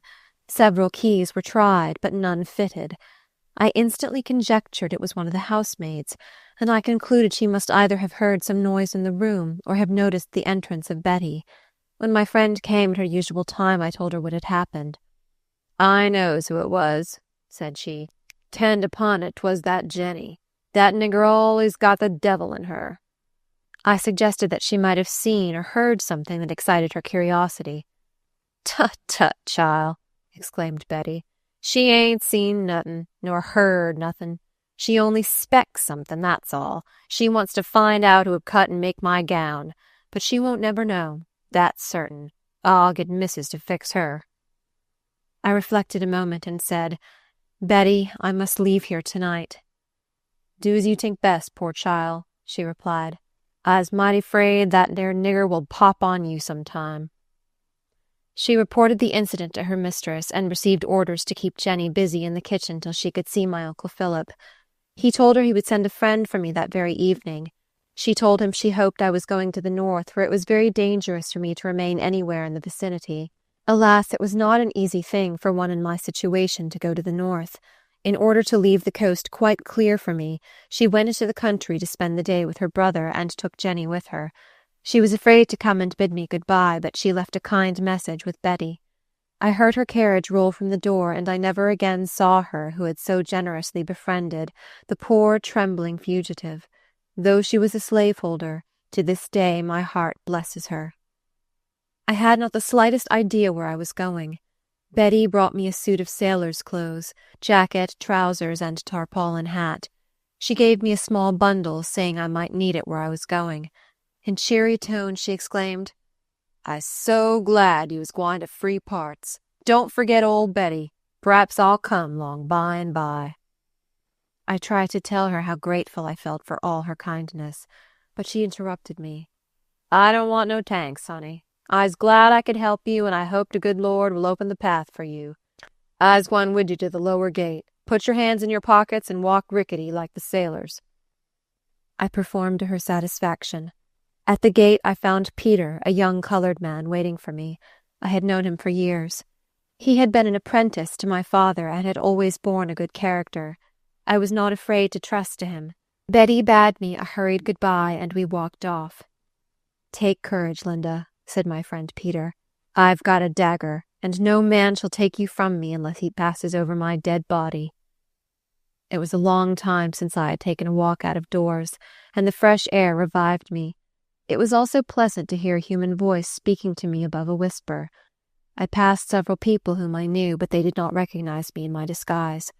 I prayed internally that, for Peter's sake as well as my own, nothing might occur to bring out his dagger. We walked on till we came to the wharf. My Aunt Nancy's husband was a seafaring man, and it had been deemed necessary to let him into our secret. He took me into his boat, rowed out to a vessel not far distant, and hoisted me on board. We three were the only occupants of the vessel. I now ventured to ask what they proposed to do with me. They said I was to remain on board till near dawn, and then they would hide me in Snaky Swamp, till my Uncle Philip had prepared a place of concealment for me. If the vessel had been bound north, it would have been of no avail to me, for it would certainly have been searched. About 4 o'clock we were again seated in the boat and rowed 3 miles to the swamp. My fear of snakes had been increased by the venomous bite I had received, and I dreaded to enter this hiding-place. But I was in no situation to choose, and I gratefully accepted the best that my poor persecuted friends could do for me. Peter landed first, and with a large knife cut a path through bamboos and briars of all descriptions. He came back, took me in his arms, and carried me to a seat made among the bamboos. Before we reached it, we were covered with hundreds of mosquitoes. In an hour's time they had so poisoned my flesh that I was a pitiful sight to behold. As the light increased, I saw snake after snake crawling round us. I had been accustomed to the sight of snakes all my life, but these were larger than any I had ever seen. To this day I shudder when I remember that morning. As evening approached, the number of snakes increased so much that we were continually obliged to thrash them with sticks to keep them from crawling over us. The bamboos were so high and so thick that it was impossible to see beyond a very short distance. Just before it became dark, we procured a seat near to the entrance of the swamp, being fearful of losing our way back to the boat. It was not long before we heard the paddle of oars and the low whistle which had been agreed upon as a signal. We made haste to enter the boat and were rowed back to the vessel. I passed a wretched night, for the heat of the swamp, the mosquitoes, and the constant terror of snakes had brought on a burning fever. I had just dropped asleep when they came and told me it was time to go back to that horrid swamp. I could scarcely summon courage to rise. But even those large venomous snakes were less dreadful to my imagination than the white men in that community called civilized. This time Peter took a quantity of tobacco to burn to keep off the mosquitoes. It produced the desired effect on them, but gave me nausea and severe headache. At dark we returned to the vessel. I had been so sick during the day that Peter declared I should go home that night if the devil himself was on patrol. They told me a place of concealment had been provided for me at my grandmother's. I could not imagine how it was possible to hide me in her house, every nook and corner of which was known to the Flint family. They told me to wait and see. We were rowed ashore and went boldly through the streets to my grandmother's. I wore my sailor's clothes and had blackened my face with charcoal. I passed several people whom I knew. The father of my children came so near that I brushed against his arm, but he had no idea who it was. "You must make the most of this walk," said my friend Peter, "for you may not have another very soon." I thought his voice sounded sad. It was kind of him to conceal from me what a dismal hole was to be my home for a long, long time. Chapter 21. The Loophole of Retreat. A small shed had been added to my grandmother's house years ago. Some boards were laid across the joists at the top, and between these boards and the roof was a very small garret, never occupied by anything but rats and mice. It was a pent roof, covered with nothing but shingles, according to the southern custom for such buildings. The garret was only 9 feet long and 7 wide. The highest part was 3 feet high, and sloped down abruptly to the loose board floor. There was no admission for either light or air. My Uncle Philip, who was a carpenter, had very skilfully made a concealed trap-door, which communicated with the storeroom. He had been doing this while I was waiting in the swamp. The storeroom opened upon a piazza.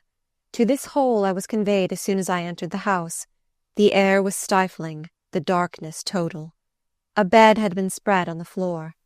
I could sleep quite comfortably on one side, but the slope was so sudden that I could not turn on my other without hitting the roof.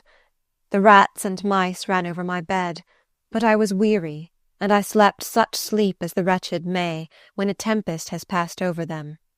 Morning came. I knew it only by the noises I heard, for in my small den day and night were all the same. I suffered for air even more than for light. But I was not comfortless. I heard the voices of my children. There was joy and there was sadness in the sound. It made my tears flow. How I longed to speak to them! I was eager to look on their faces, but there was no hole, no crack through which I could peep. This continued darkness was oppressive. It seemed horrible to sit or lie in a cramped position day after day without one gleam of light. Yet I would have chosen this rather than my lot as a slave, though white people considered it an easy one, and it was so compared with the fate of others. I was never cruelly overworked. I was never lacerated with the whip from head to foot. I was never so beaten and bruised that I could not turn from one side to the other. I never had my heel-strings cut to prevent my running away. I was never chained to a log and forced to drag it about while I toiled in the fields from morning till night. I was never branded with hot iron or torn by bloodhounds. On the contrary, I had always been kindly treated and tenderly cared for, until I came into the hands of Dr. Flint. I had never wished for freedom till then. But though my life in slavery was comparatively devoid of hardships, God pity the woman who was compelled to lead such a life. My food was passed up to me through the trap-door my uncle had contrived, and my grandmother, my Uncle Philip, and Aunt Nancy would seize such opportunities as they could to mount up there and chat with me at the opening. But of course this was not safe in the daytime. It must all be done in darkness. It was impossible for me to move in an erect position, but I crawled about my den for exercise. One day I hit my head against something, and found it was a gimlet. My uncle had left it sticking there when he made the trap-door. I was as rejoiced as Robinson Crusoe could have been at finding such a treasure. It put a lucky thought into my head. I said to myself, "Now I will have some light. Now I will see my children." I did not dare to begin my work during the daytime, for fear of attracting attention. But I groped round, and having found the side next the street, where I could frequently see my children, I stuck the gimlet in and waited for evening. I bored 3 rows of holes, one above another. Then I bored out the interstices between. I thus succeeded in making one hole about 1 inch long and 1 inch broad. I sat by it till late into the night, to enjoy the little whiff of air that floated in. In the morning I watched for my children. The first person I saw in the street was Dr. Flint. I had a shuddering, superstitious feeling that it was a bad omen. Several familiar faces passed by. At last I heard the merry laugh of children, and presently 2 sweet little faces were looking up at me, as though they knew I was there, and were conscious of the joy they imparted. How I longed to tell them I was there. My condition was now a little improved. But for weeks I was tormented by hundreds of little red insects, fine as a needle's point, that pierced through my skin and produced an intolerable burning. The good grandmother gave me herb teas and cooling medicines, and finally I got rid of them. The heat of my den was intense, for nothing but thin shingles protected me from the scorching summer sun. But I had my consolations. Through my peeping hole I could watch the children, and when they were near enough I could hear their talk. Aunt Nancy brought me all the news she could hear at Dr. Flint's. From her I learned that the doctor had written to New York to a colored woman who had been born and raised in our neighborhood and had breathed his contaminating atmosphere. He offered her a reward if she could find out anything about me. I know not what was the nature of her reply, but he soon after started for New York in haste, saying to his family that he had business of importance to transact. I peeped at him as he passed on his way to the steamboat. It was a satisfaction to have him miles of land and water between us, even for a little while, and it was a still greater satisfaction to know that he believed me to be in the Free States. My little den seemed less dreary than it had done. He returned, as he did from his former journey to New York, without obtaining any satisfactory information. When he passed our house next morning, Benny was standing at the gate. He had heard them say that he had gone to find me, and he called out, "Dr. Flint! Did you bring my mother home? I want to see her." The doctor stamped his foot at him in a rage and exclaimed, "Get out of the way, you little damned rascal! If you don't, I'll cut off your head." Benny ran terrified into the house, saying, "You can't put me in jail again. I don't belong to you now." It was well that the wind carried the words away from the doctor's ear. I told my grandmother of it when we had our next conference at the trap door, and begged of her not to allow the children to be impertinent to the irascible old man. Autumn came, with a pleasant abatement of heat. My eyes had become accustomed to the dim light, and by holding my book or work in a certain position near the aperture, I contrived to read and sew. That was a great relief to the tedious monotony of my life. But when winter came, the cold penetrated through the thin shingle roof, and I was dreadfully chilled. The winters there are not so long or so severe as in northern latitudes, but the houses are not built to shelter from cold, and my little den was peculiarly comfortless. The kind grandmother brought me bedclothes and warm drinks. Often I was obliged to lie in bed all day to keep comfortable, but with all my precautions, my shoulders and feet were frostbitten. Oh, those long, gloomy days, with no object for my eye to rest upon, and no thoughts to occupy my mind except the dreary past and the uncertain future. I was thankful when there came a day sufficiently mild for me to wrap myself up and sit at the loophole to watch the passers-by.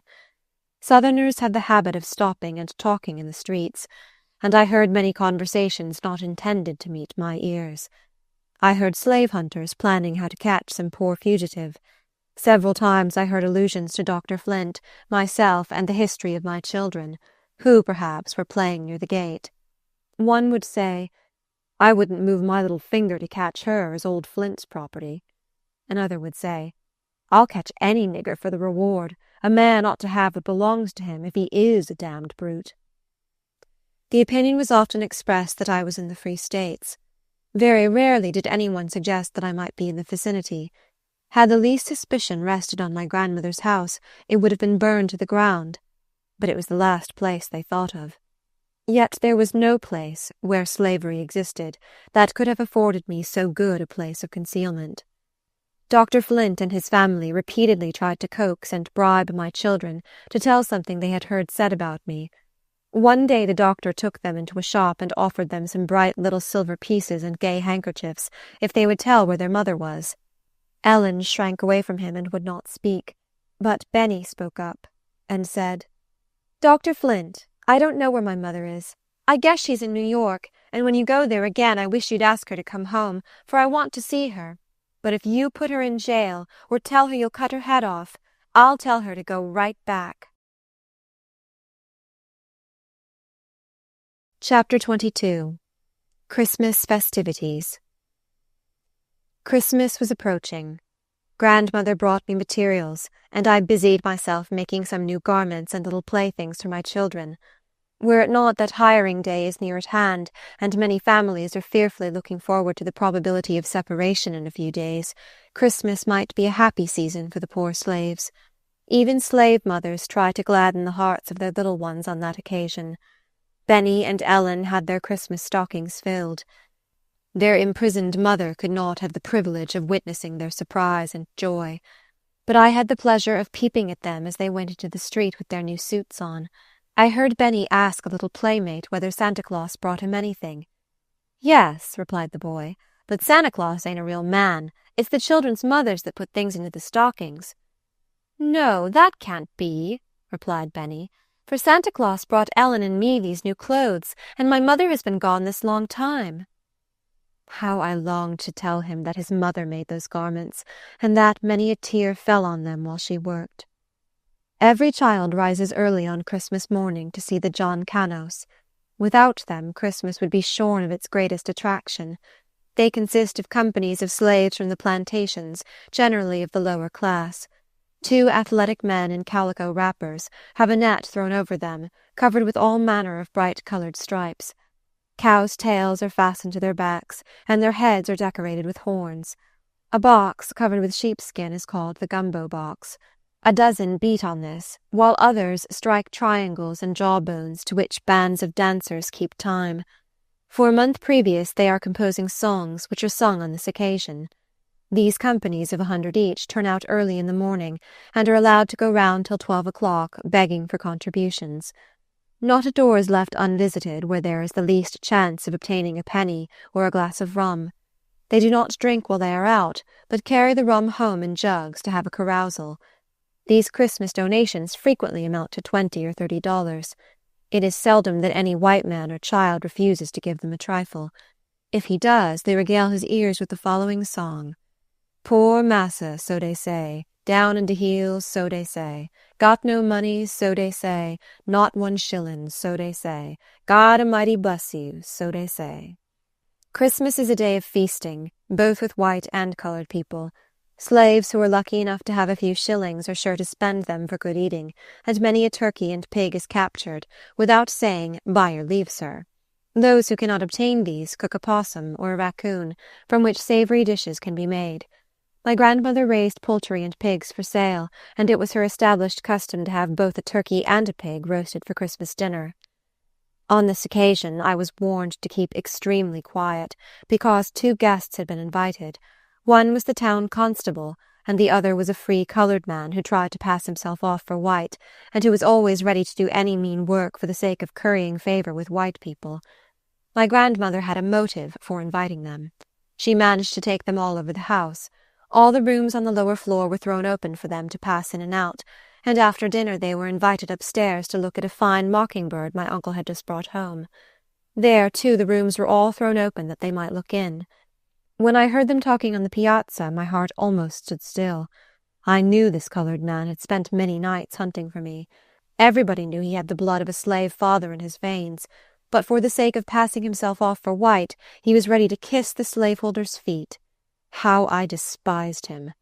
As for the constable, he wore no false colors. The duties of his office were despicable, but he was superior to his companion, inasmuch as he did not pretend to be what he was not. Any white man who could raise money enough to buy a slave would have considered himself degraded by being a constable, but the office enabled its possessor to exercise authority. If he found any slave out after 9 o'clock, he could whip him as much as he liked, and that was a privilege to be coveted. When the guests were ready to depart, my grandmother gave each of them some of her nice pudding, as a present for their wives. Through my peephole I saw them go out of the gate, and I was glad when it closed after them. So passed the first Christmas in my den. Chapter 23. Still in Prison. When spring returned, and I took in the little patch of green the aperture commanded, I asked myself how many more summers and winters I must be condemned to spend thus.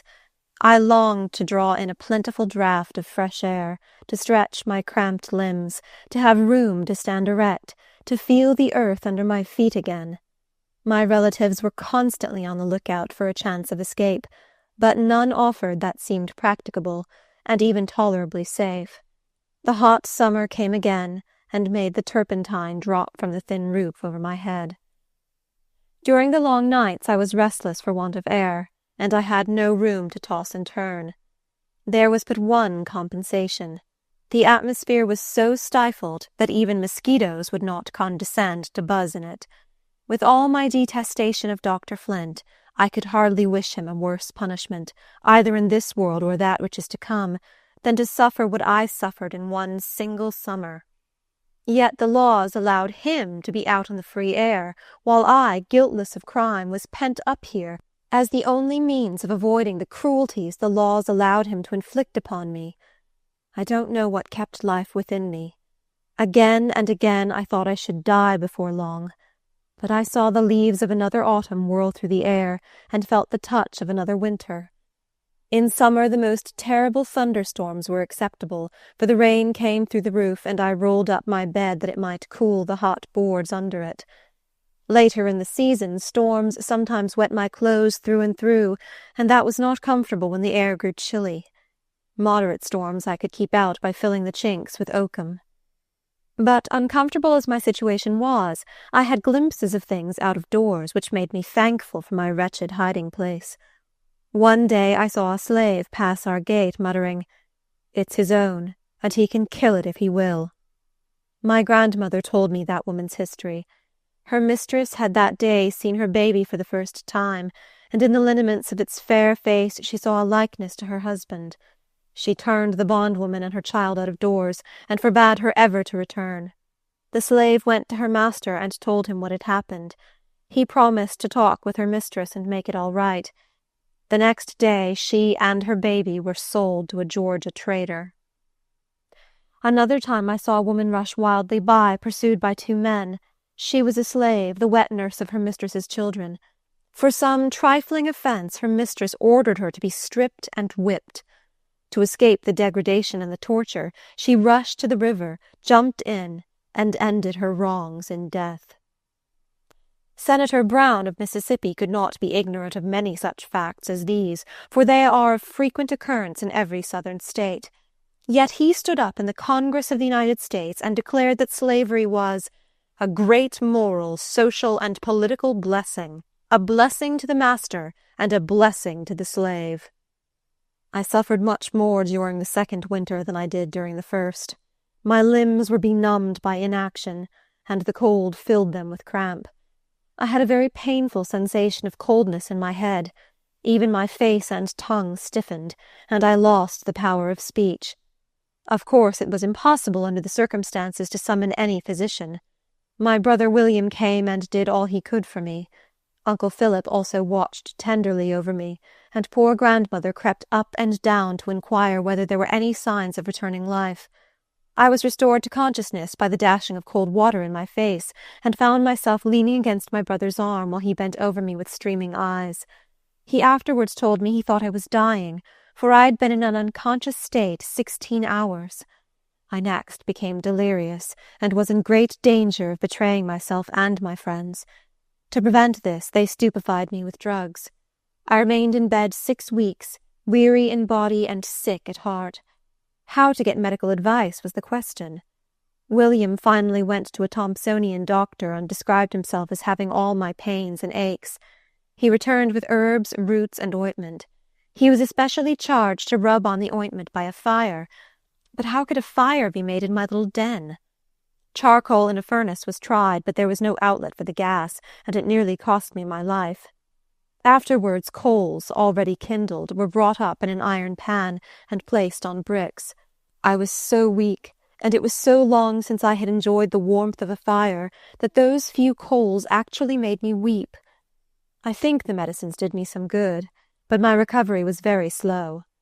Dark thoughts passed through my mind as I lay there day after day. I tried to be thankful for my little cell, dismal as it was, and even to love it, as part of the price I had paid for the redemption of my children.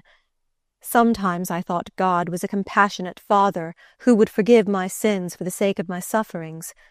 At other times it seemed to me there was no justice or mercy in the divine government. I asked why the curse of slavery was permitted to exist, and why I had been so persecuted and wronged from youth upward. These things took the shape of mystery, which is to this day not so clear to my soul as I trust it will be hereafter. In the midst of my illness, grandmother broke down under the weight and anxiety and toil. The idea of losing her, who had always been my best friend and a mother to my children, was the sorest trial I had yet had. Oh, how earnestly I prayed that she might recover! How hard it seemed that I could not tend upon her, who had so long and so tenderly watched over me. One day the screams of a child nerved me with strength to crawl to my peeping-hole, and I saw my son covered with blood. A fierce dog, usually kept chained, had seized and bitten him. A doctor was sent for, and I heard the groans and screams of my child while the wounds were being sewed up. What torture to a mother's heart to listen to this and be unable to go to him! But childhood is like a day in spring, alternately shower and sunshine. Before night Benny was bright and lively, threatening the destruction of the dog, and great was his delight when the doctor told him the next day that the dog had bitten another boy and been shot. Benny recovered from his wounds, but it was long before he could walk. When my grandmother's illness became known, many ladies, who were her customers, called to bring her some little comforts, and to inquire whether she had everything she wanted. Aunt Nancy one night asked permission to watch with her sick mother, and Mrs. Flint replied, "I don't see any need of your going. I can't spare you." But when she found other ladies in the neighbourhood were so attentive, not wishing to be outdone in Christian charity, she also sallied forth in magnificent condescension, and stood by the bedside of her who had loved her in her infancy, and who had been repaid by such grievous wrongs. She seemed surprised to find her so ill, and scolded Uncle Philip for not sending for Dr. Flint. She herself sent for him immediately, and he came. Secure as I was in my retreat, I should have been terrified if I had known he was so near me. He pronounced my grandmother in a very critical situation, and said if her attending physician wished it, he would visit her. Nobody wished to have him coming to the house at all hours, and we were not disposed to give him a chance to make out a long bill.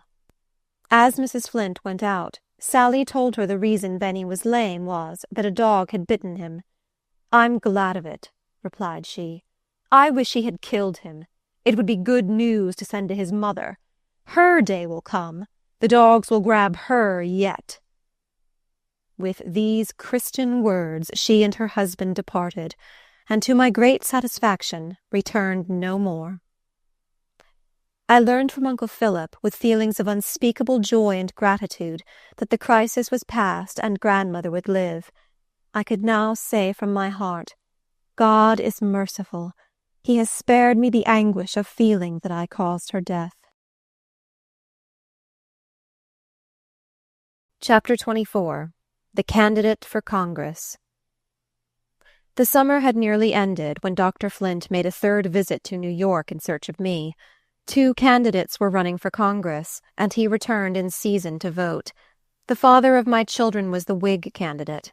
The doctor had hitherto been a staunch Whig, but now he exerted all his energies for the defeat of Mr. Sands. He invited large parties of men to dine in the shade of his trees, and supplied them with plenty of rum and brandy. If any poor fellow drowned his wits in the bowl, and, in the openness of his convivial heart, proclaimed that he did not mean to vote the Democratic ticket, he was shoved into the street without ceremony. The doctor expended his liquor in vain. Mr. Sands was elected, an event which occasioned me some anxious thoughts. He had not emancipated my children, and if he should die, they would be at the mercy of his heirs. 2 little voices that frequently met my ear seemed to plead with me not to let their father depart without striving to make their freedom secure. Years had passed since I had spoken to him. I had not even seen him since the night I passed him, unrecognized in my disguise of a sailor. I supposed he would call before he left to say something to my grandmother concerning the children, and I resolved what course to take. The day before his departure for Washington, I made arrangements, toward evening, to get from my hiding-place into the storeroom below. I found myself so stiff and clumsy that it was with great difficulty I could hitch from one resting-place to another. When I reached the storeroom, my ankles gave way under me, and I sank exhausted on the floor. It seemed as if I could never use my limbs again. But the purpose I had in view roused all the strength I had. I crawled on my hands and knees to the window and screened behind a barrel. I waited for his coming. The clock struck 9, and I knew the steamboat would leave between 10 and 11. My hopes were failing. But presently I heard his voice saying to someone, "Wait for me a moment. I wish to see Aunt Martha." When he came out as he passed the window, I said, "Stop one moment, and let me speak for my children." He started, hesitated, and then passed on and went out of the gate. I closed the shutter I had partially opened, and sank down behind the barrel. I had suffered much, but seldom had I experienced a keener pang than I then felt. Had my children, then, become of so little consequence to him? And had he so little feeling for their wretched mother that he would not listen a moment while she pleaded for them? Painful memories were so busy within me that I forgot I had not hooked the shutter, till I heard someone opening it. I looked up. He had come back. "Who called me?" said he in a low tone. "I did," I replied. "Oh, Linda," said he, "I knew your voice, but I was afraid to answer lest my friend should hear me. Why do you come here? Is it possible you risk yourself in this house? They are mad to allow it. I shall expect to hear that you are all ruined." I did not wish to implicate him by letting him know my place of concealment, so I merely said, "I thought you would come to bid grandmother good-bye, and so I came here to speak a few words to you about emancipating my children. Many changes may take place during the 6 months you are gone to Washington, and it does not seem right for you to expose them to the risk of such changes. I want nothing for myself. All I ask is that you will free my children, or authorize some friend to do it before you go." He promised he would do it, and also expressed a readiness to make any arrangements whereby I could be purchased. I heard footsteps approaching and closed the shutter hastily. I wanted to crawl back to my den without letting the family know what I had done, for I knew they would deem it very imprudent. But he stepped back into the house to tell my grandmother that he had spoken with me at the storeroom window, and to beg of her not to allow me to remain in the house overnight. He said it was the height of madness for me to be there, that we should certainly all be ruined. Luckily he was in too much of a hurry to wait for a reply, or the dear old woman would surely have told him all. I tried to go back to my den, but found it more difficult to go up than I had to come down. Now that my mission was fulfilled, the little strength that had supported me through it was gone, and I sank helpless on the floor. My grandmother, alarmed at the risk I had run, came into the storeroom in the dark and locked the door behind her. "Linda," she whispered, "where are you?" "I am here by the window," I replied. "I couldn't have let him go away without emancipating the children. Who knows what may happen?" "Come, come, child," said she. "It won't do for you to stay here another minute. You've done wrong, but I can't blame you, poor thing." I told her I could not return without assistance, and she must call my uncle. Uncle Philip came, and pity prevented him from scolding me. He carried me back to my dungeon, laid me tenderly on the bed, gave me some medicine, and asked me if there was anything more he could do. Then he went away, and I was left with my own thoughts, starless as the midnight darkness around me. My friends feared I should become a cripple for life, and I was so weary of my long imprisonment that had it not been for the hope of serving my children, I should have been thankful to die. But for their sakes, I was willing to bear on. Chapter 25. Competition in Cunning. Dr. Flint had not given me up. Every now and then he would say to my grandmother that I would yet come back and voluntarily surrender myself, and that when I did I could be purchased by my relatives or anyone who wished to buy me. I knew his cunning nature too well not to perceive that this was a trap laid for me, and so all my friends understood it. I resolved to match my cunning against his cunning. In order to make him believe that I was in New York, I resolved to write him a letter dated from that place. I sent for my friend Peter and asked him if he knew any trustworthy seafaring person who would carry such a letter to New York and put it in the post office there. He said he knew one that he would trust with his own life to the ends of the world. I reminded him that it was a hazardous thing for him to undertake. He said he knew it, but he was willing to do anything to help me. I expressed a wish for a New York paper to ascertain the names of some of the streets. He ran his hand into his pocket and said, "Here is half a one that was round a cap I bought of a peddler yesterday." I told him the letter would be ready the next evening. He bade me good-bye, adding, "Keep up your spirits, Linda. Brighter days will come by and by." My Uncle Philip kept watch over the gate until our brief interview was over. Early the next morning, I seated myself near the little aperture to examine the newspaper. It was a piece of the New York Herald, and for once the paper that systematically abuses the colored people was made to render them a service. Having obtained what information I wanted concerning streets and numbers, I wrote 2 letters, one to my grandmother, the other to Dr. Flint. I reminded him how he, a grey-headed man, had treated a helpless child who had been placed in his power, and what years of misery he had brought upon her. To my grandmother I expressed a wish to have my children sent to me at the North, where I could teach them to respect themselves and set them a virtuous example, which a slave mother was not allowed to do at the South.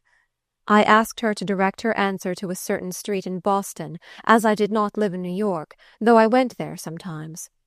I dated these letters ahead, to allow for the time it would take to carry them, and sent a memorandum of the date to the messenger. When my friend came for the letters, I said, "God bless and reward you, Peter, for this disinterested kindness. Pray be careful. If you are detected, both you and I will have to suffer dreadfully. I have not a relative who would dare to do it for me." He replied, "You may trust to me, Linda. I don't forget that your father was my best friend, and I will be a friend to his children so long as God lets me live." It was necessary to tell my grandmother what I had done, in order that she might be ready for the letter, and prepared to hear what Dr. Flint might say about my being at the North. She was sadly troubled. She felt sure mischief would come of it. I also told my plan to Aunt Nancy, in order that she might report to us what was said at Dr. Flint's house. I whispered it to her through a crack, and she whispered back, "I hope it will succeed. I shan't mind being a slave all my life, if I can only see you and the children free." I had directed that my letters should be put into the New York post office on the 20th of the month. On the evening of the 24th, my aunt came to say that Dr. Flint and his wife had been talking in a low voice about a letter he had received, and that when he went to his office he promised to bring it when he came to tea. So I concluded I should hear my letter read the next morning. I told my grandmother Dr. Flint would be sure to come, and asked her to have him sit near a certain door and leave it open, that I might hear what he said. The next morning I took my station within sound of that door, and remained motionless as a statue. It was not long before I heard the gate slam, and the well-known footsteps enter the house. He seated himself in the chair that was placed for him, and said, "Well, Martha, I've brought you a letter from Linda. She has sent me a letter also. I know exactly where to find her, but I don't choose to go to Boston for her. I had rather she would come back of her own accord, in a respectable manner. Her Uncle Philip is the best person to go for her. With him she would feel perfectly free to act. I am willing to pay his expenses going and returning. She shall be sold to her friends. Her children are free, at least I suppose they are, and when you obtain her freedom you'll make a happy family. I suppose, Martha, you have no objection to my reading to you the letter Linda has written to you." He broke the seal, and I heard him read it. The old villain! He had suppressed the letter I wrote to grandmother, and prepared a substitute of his own, the purport of which was as follows. "Dear grandmother, I have long wanted to write to you, but the disgraceful manner in which I left you and my children made me ashamed to do it. If you knew how much I have suffered since I ran away, you would pity and forgive me. I have purchased freedom at a dear rate. If any arrangement could be made for me to return to the South without being a slave, I would gladly come. If not, I beg of you to send my children to the North. I cannot live any longer without them. Let me know in time, and I will meet them in New York or Philadelphia, whichever place best suits my uncle's convenience. Write as soon as possible to your unhappy daughter, Linda." "It is very much as I expected it would be," said the old hypocrite, rising to go. "You see, the foolish girl has repented of her rashness and wants to return. We must help her to do it, Martha. Talk with Philip about it. If he will go for her, she will trust to him and come back. I should like an answer tomorrow. Good morning, Martha." As he stepped out on the piazza, he stumbled over my little girl. "Ah, Ellen, is that you?" he said in his most gracious manner. "I didn't see you. How do you do?" "Pretty well, sir," she replied. "I heard you tell grandmother that my mother is coming home. I want to see her." "Yes, Ellen, I am going to bring her home very soon," rejoined he. "And you shall see her as much as you like, you little curly-headed nigger." This was as good as a comedy to me, who had heard it all, but grandmother was frightened and distressed, because the doctor wanted my uncle to go for me. The next evening Dr. Flint called to talk the matter over. My uncle told him that from what he had heard of Massachusetts, he judged he should be mobbed if he went there after a runaway slave. "All stuff and nonsense, Philip," replied the doctor. "Do you suppose I want you to kick up a row in Boston? The business can all be done quietly. Linda writes that she wants to come back. You are her relative, and she would trust you. The case would be different if I went. She might object to coming with me, and the damned abolitionists, if they knew I was her master, would not believe me if I told them she had begged to go back. They would get up a row, and I should not like to see Linda dragged through the streets like a common negro. She has been very ungrateful to me for all my kindness, but I forgive her, and want to act the part of a friend towards her. I have no wish to hold her as my slave. Her friends can buy her as soon as she arrives here." Finding that his arguments failed to convince my uncle, the doctor let the cat out of the bag by saying that he had written to the mayor of Boston to ascertain whether there was a person of my description at the street and number from which my letter was dated. He had omitted this date in the letter he had made up to read to my grandmother. If I had dated from New York, the old man would probably have made another journey to that city. But even in that dark region where knowledge is so carefully excluded from the slave, I had heard enough about Massachusetts to come to the conclusion that slaveholders did not consider it a comfortable place to go in search of a runaway. That was before the Fugitive Slave Law was passed, before Massachusetts had consented to become a nigger hunter for the South. My grandmother, who had become skittish by seeing her family always in danger, came to me with a very distressed countenance and said, "What will you do if the mayor of Boston sends him word that you haven't been there? Then he will suspect the letter was a trick, and maybe he'll find out something about it, and we shall all get into trouble. Oh, Linda, I wish you had never sent the letters." "Don't worry yourself, grandmother," said I. "The mayor of Boston won't trouble himself to hunt niggers for Dr. Flint. The letters will do good in the end. I shall get out of this dark hole some time or other." "I hope you will, child," replied the good, patient old friend. "You have been here a long time, almost 5 years, but whenever you do go, it will break your old grandmother's heart. I should be expecting every day to hear that you were brought back in irons and put in jail. God help you, poor child. Let us be thankful that some time or other we shall go where the wicked cease from troubling and the weary are at rest."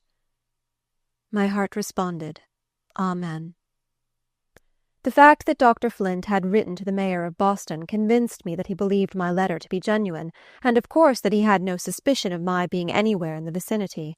It was a great object to keep up this delusion, for it made me and my friends feel less anxious, and it would be very convenient whenever there was a chance to escape.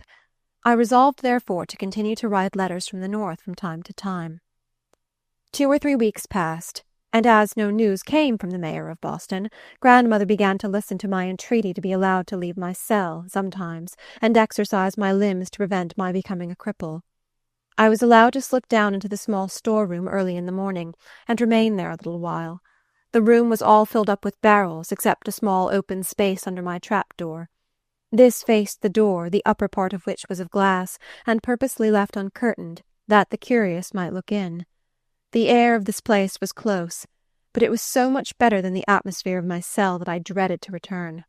I came down as soon as it was light, and remained till 8 o'clock, when people began to be about and there was danger that someone might come on the piazza.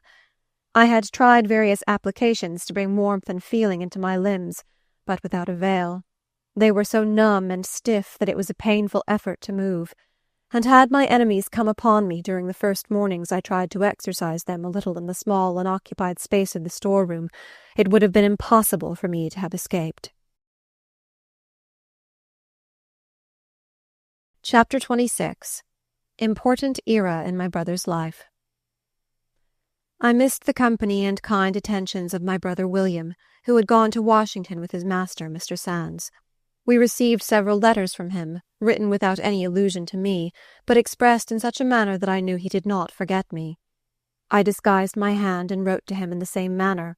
It was a long session, and when it closed, William wrote to inform us that Mr. Sands was going to the north, to be gone some time, and that he was to accompany him. I knew that his master had promised to give him his freedom, but no time had been specified. Would William trust to a slave's chances? I remembered how we used to talk together in our young days about obtaining our freedom, and I thought it very doubtful whether he would come back to us. Grandmother received a letter from Mr. Sands, saying that William had proved a most faithful servant, and he would also say a valued friend, that no mother had ever trained a better boy. He said he had traveled through the northern states and Canada, and though the abolitionists had tried to decoy him away, they had never succeeded. He ended by saying they should be home shortly. We expected letters from William describing the novelties of his journey, but none came. In time it was reported that Mr. Sands would return late in the autumn, accompanied by a bride. Still no letters from William. I felt almost sure I should never see him again on southern soil, but had he no word of comfort to send to his friends at home, to the poor captive in her dungeon? My thoughts wandered through the dark past and over the uncertain future. Alone in my cell, where no eye but God's could see me, I wept bitter tears. How earnestly I prayed to him to restore me to my children, and enable me to be a useful woman and a good mother. At last the day arrived for the return of the travellers. Grandmother had made loving preparations to welcome her absent boy back to the old hearthstone. When the dinner table was laid, William's place occupied its old place. The stagecoach went by empty. My grandmother waited dinner. She thought perhaps he was necessarily detained by his master. In my prison I listened anxiously, expecting every moment to hear my dear brother's voice and step. In the course of the afternoon a lad was sent by Mr. Sands to tell grandmother that William did not return with him, that the abolitionists had decoyed him away. But he begged her not to feel troubled about it, for he felt confident she would see William in a few days. As soon as he had time to reflect he would come back, for he could never expect to be so well off at the north as he had been with him. If you had seen the tears and heard the sobs, you would have thought the messenger had brought tidings of death instead of freedom. Poor old grandmother felt that she should never see her darling boy again, and I was selfish. I thought more of what I had lost than of what my brother had gained.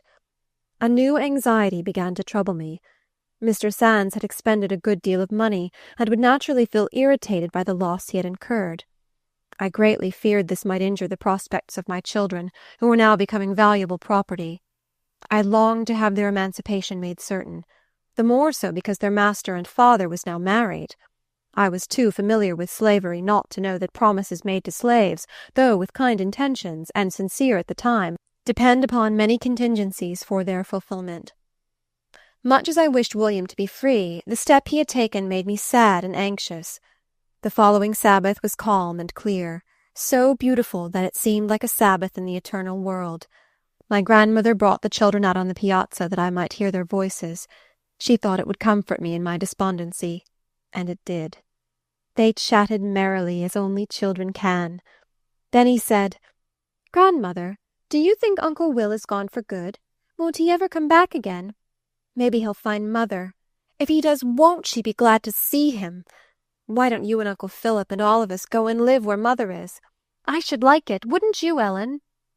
"Yes, I should like it," replied Ellen. "But how could we find her? Do you know the place, Grandmother? I don't remember how Mother looked. Do you, Benny?" Benny was just beginning to describe me when they were interrupted by an old slave woman, a near neighbor, named Aggie. This poor creature had witnessed the sale of her children, and seen them carried off to parts unknown without any hopes of ever hearing from them again.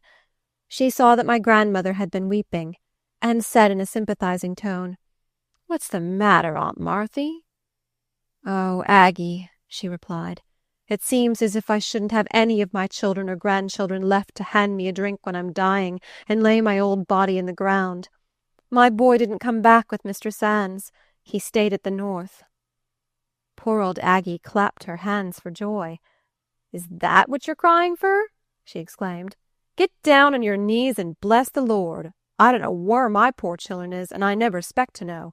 You don't know where poor Linda's gone to, but you do know where her brother is. He's in free parts, and that's the right place. Don't murmur at the Lord's doings, but get down on your knees and thank him for his goodness." My selfishness was rebuked by what poor Aggie said. She rejoiced over the escape of one who was merely her fellow bondman, while his own sister was only thinking what his good fortune might cost her children. I knelt and prayed God to forgive me, and I thanked him from my heart that one of my family was saved from the grasp of slavery. It was not long before we received a letter from William. He wrote that Mr. Sands had always treated him kindly, and that he had tried to do his duty to him faithfully. But ever since he was a boy he had longed to be free, and he had already gone through enough to convince him that he had better not lose the chance that offered. He concluded by saying, "Don't worry about me, dear grandmother. I shall think of you always, and it will spur me on to work hard and try to do right. When I have earned enough money to give you a home, perhaps you will come to the North, and we can all live happy together." Mr. Sands told my Uncle Philip the particulars about William's leaving him. He said, "I trusted him as if he were my own brother, and treated him as kindly. The abolitionists talked to him in several places, but I had no idea they could tempt him. However, I don't blame William. He's young and inconsiderate, and those northern rascals decoyed him. I must confess the scamp was very bold about it. I met him coming down the steps of the Astor House with his trunk on his shoulder, and I asked him where he was going. He said he was going to change his old trunk. I told him it was rather shabby, and asked if he didn't need some money. He said no, thanked me, and went off. He did not return so soon as I expected, but I waited patiently. At last I went to see if our trunks were packed, ready for our journey.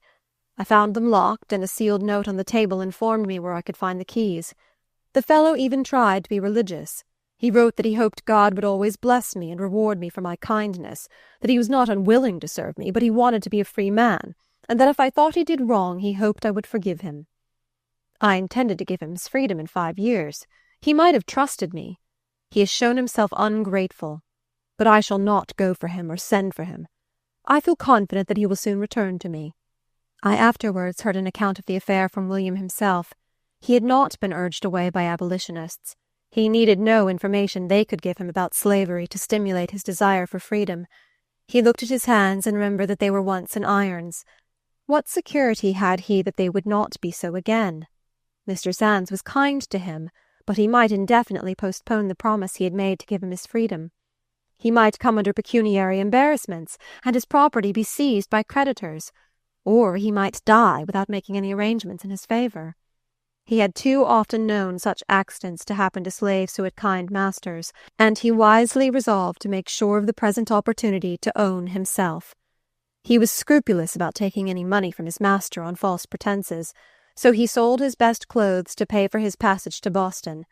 The slaveholders pronounced him a base, ungrateful wretch for thus requiting his master's indulgence. What would they have done under similar circumstances? When Dr. Flint's family heard that William had deserted Mr. Sands, they chuckled greatly over the news. Mrs. Flint made her usual manifestations of Christian feeling by saying, "I'm glad of it. I hope he'll never get him again. I like to see people paid back from their own coin. I reckon Linda's children will have to pay for it. I should be glad to see them in the speculators' hands again, for I'm tired of seeing those little niggers march about the streets." Chapter 27. New Destination for the Children. Mrs. Flint proclaimed her intention of informing Mrs. Sands who was the father of my children. She likewise proposed to tell her what an artful devil I was, that I had made a great deal of trouble in her family, that when Mr. Sands was at the North she didn't doubt I had followed him in disguise and persuaded William to run away. She had some reason to entertain such an idea, for I had written from the North from time to time, and I dated my letters from various places. Many of them fell into Dr. Flint's hands, as I had expected they would, and he must have come to the conclusion that I travelled about a good deal. He kept a close watch over my children, thinking they would eventually lead to my detection. A new and unexpected trial was in store for me. One day when Mr. Sands and his wife were walking in the street, they met Benny. The lady took a fancy to him and exclaimed, "What a pretty little Negro! Whom does he belong to?" Benny did not hear the answer, but he came home very indignant with the stranger lady, because she had called him a Negro. A few days afterwards Mr. Sands called on my grandmother, and told her he wanted her to take the children to his house. He said he had informed his wife of his relation to them, and told her that they were motherless, and she wanted to see them. When he had gone, my grandmother came and asked what I would do. The question seemed a mockery. What could I do? They were Mr. Sands' slaves, and their mother was a slave, whom he had represented to be dead. Perhaps he thought I was. I was too much pained and puzzled to come to any decision, and the children were carried without my knowledge. Mrs. Sands had a sister from Illinois staying with her. This lady, who had no children of her own, was so much pleased with Ellen that she offered to adopt her and bring her up as she would a daughter. Mrs. Sands wanted to take Benjamin. When grandmother reported this to me, I was tried almost beyond endurance. Was this all I was to gain by what I had suffered for the sake of having my children free? True, the prospect seemed fair, but I knew too well how lightly slaveholders held such parental relations. If pecuniary trouble should come, or if the new wife required more money than could conveniently be spared, my children might be thought of as a convenient means of raising funds. I had no trust in thee, O slavery. Never should I know peace till my children were emancipated with all due formalities of law. I was too proud to ask Mr. Sands to do anything for my own benefit, but I could bring myself to become a supplicant for my children. I resolved to remind him of the promise he had made me, and to throw myself upon his honour for the performance of it. I persuaded my grandmother to go to him and tell him I was not dead, and that I earnestly entreated him to keep the promise he had made me, that I had heard of the recent proposals concerning my children, and did not feel it easy to accept them, that he had promised to emancipate them, and it was time for him to redeem his pledge. I knew there was some risk in thus betraying that I was in the vicinity, but what will not a mother do for her children? He received the message with surprise and said, "The children are free. I have never intended to claim them as slaves. Linda may decide their fate. In my opinion, they had better be sent to the North. I don't think they are quite safe here. Dr. Flint boasts that they are still in his power. He says they were his daughter's property, and as she was not of age when they were sold, the contract is not legally binding. So then, after all I had endured for their sakes, my poor children were between two fires, between my old master and their new master, and I was powerless. There was no protecting arm of the law for me to invoke. Mr. Sands proposed that Ellen should go for the present to some of his relatives who had removed to Brooklyn, Long Island. It was promised that she should be well taken care of and sent to school. I consented to it as the best arrangement I could make for her. My grandmother, of course, negotiated it all, and Mrs. Sands knew of no other person in the transaction. She proposed that they should take Ellen with them to Washington and keep her till they had good chance of sending her with friends to Brooklyn. She had an infant daughter. I had had a glimpse of it as the nurse passed with it in her arms. It was not a pleasant thought to me that the bondwoman's child should tend her free-born sister, but there was no alternative. Ellen was made ready for the journey. Oh, how it tried my heart to send her away, so young, alone, among strangers, without a mother's love to shelter her from the storms of life, almost without memory of a mother. I doubted whether she and Benny would have for me the natural affection that children feel for a parent. I thought to myself that I might perhaps never see my daughter again, and I had a great desire that she might look upon me before she went, that she might take my image with her in her memory. It seemed to me cruel to have her brought to my dungeon. It was sorrow enough for her young heart to know that her mother was a victim of slavery, without seeing the wretched hiding-place to which it had driven her. I begged permission to pass the last night in one of the open chambers with my little girl. They thought I was crazy to think of trusting such a young child with my perilous secret.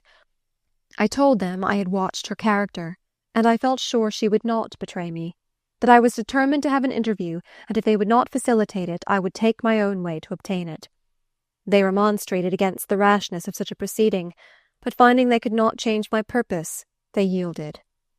I slipped through the trap door into the storeroom, and my uncle kept watch at the gate while I passed into the piazza and went upstairs to the room I used to occupy. It was more than 5 years since I had seen it, and how the memories crowded on me. There I had taken shelter when my mistress drove me from her house. There came my old tyrant to mock, insult, and curse me. There my children were first laid in my arms. There I had watched over them, each day with a deeper and sadder love. There I had knelt to God in anguish of heart to forgive the wrong I had done. How vividly it all came back. And after this long, gloomy interval I stood there such a wreck. In the midst of these meditations I heard footsteps on the stairs. The door opened and my Uncle Philip came in, leading Ellen by the hand. I put my arms round her and said, "Ellen, my dear child, I am your mother." She drew back a little and looked at me, and then with sweet confidence she laid her cheek against mine, and I folded her to the heart that had been so long desolated. She was the first to speak.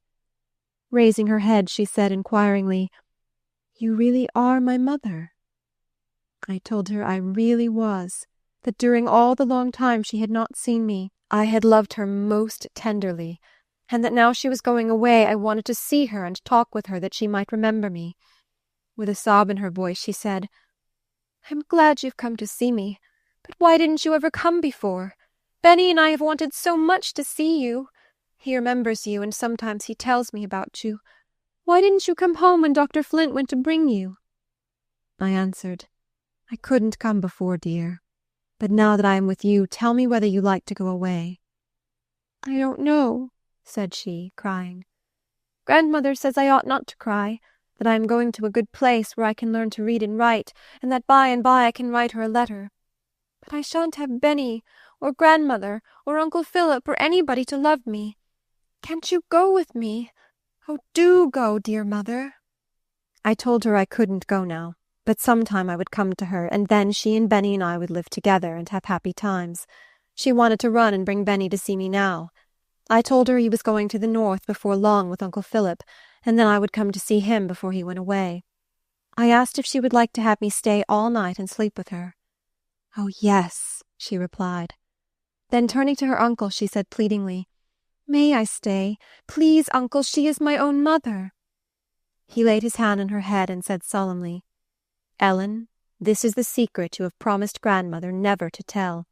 If you ever speak of it to anybody, they will never let you see your grandmother again, and your mother can never come to Brooklyn." "Uncle," she replied, "I will never tell." He told her she might stay with me, and when he had gone I took her in my arms and told her I was a slave, and that was the reason she must never say she had seen me. I exhorted her to be a good child, to try to please the people where she was going, and that God would raise her up friends. I told her to say her prayers and remember always to pray for her poor mother, and that God would permit us to meet again. She wept, and I did not check her tears. Perhaps she would never again have a chance to pour her tears into a mother's bosom. All night she nestled in my arms, and I had no inclination to slumber. The moments were too precious to lose any of them. Once, when I thought she was asleep, I kissed her forehead softly, and she said, "I am not asleep, dear mother." Before dawn they came to take me back to my den. I drew aside the window curtain to take a last look of my child. The moonlight shone on her face, and I bent over her as I had done years before, that wretched night when I ran away. I hugged her close to my throbbing heart, and tears, too sad for such young eyes to shed, flowed down her cheeks as she gave her last kiss and whispered in my ear, "Mother, I will never tell." And she never did. When I got back to my den, I threw myself on the bed and wept there alone in the darkness. It seemed as if my heart would burst. When the time for Ellen's departure drew nigh, I could hear neighbors and friends saying to her, "Goodbye, Ellen. I hope your poor mother will find you out. Won't you be glad to see her?" She replied, "Yes, ma'am," and they little dreamed of the weighty secret that weighed down her young heart. She was an affectionate child, but naturally very reserved, except with those she loved, and I felt secure that my secret would be safe with her. I heard the gate close after her with such feelings as only a slave mother can experience. During the day my meditations were very sad. Sometimes I feared I had been very selfish not to give up all claim to her, and to let her go to Illinois and be adopted by Mrs. Sand's sister. It was my experience of slavery that decided me against it. I feared that circumstances might arise that would cause her to be sent back. I felt confident that I should go to New York myself, and then I should be able to watch over her, and in some degree protect her. Dr. Flint's family knew nothing of the proposed arrangement till after Ellen was gone, and the news displeased them greatly. Mrs. Flint called on Mrs. Sand's sister to inquire into the matter. She expressed her opinion very freely as to the respect Mr. Sand showed for his wife and for his own character in acknowledging those young niggers. And as for sending Ellen away, she pronounced it to be just as much stealing as it would be for him to come and take a piece of furniture out of her parlor. She said her daughter was not of age to sign the bill of sale, and the children were her property, and when she became of age or was married, she could take them wherever she could lay hands on them. Miss Emily Flint, the little girl to whom I had been bequeathed, was now in her 16th year. Her mother considered it all right and honorable for her or her future husband to steal my children, but she did not understand how anybody could hold up their heads in respectable society after they had purchased their own children, as Mr. Sands had done. Dr. Flint said very little. Perhaps he thought that Benny would be less likely to be sent away if he kept quiet. One of my letters that fell into his hands was dated from Canada, and he seldom spoke of me now. This state of things enabled me to slip down into the storeroom more frequently, where I could stand upright and move my limbs more freely. Days, weeks, and months passed, and there came no news of Ellen. I sent a letter to Brooklyn, written in my grandmother's name, to inquire whether she had arrived there. Answer was returned that she had not. I wrote to her in Washington, but no notice was taken of it. There was one person there who ought to have had some sympathy with the anxiety of the child's friends at home, but the links of such relations as he had formed with me are easily broken and cast away as rubbish. Yet how protectingly and persuasively he once talked to the poor helpless slave girl, and how entirely I trusted him. But now suspicions darkened my mind. Was my child dead, or had they deceived me and sold her? If the secret memoirs of many members of Congress should be published, curious details would be unfolded.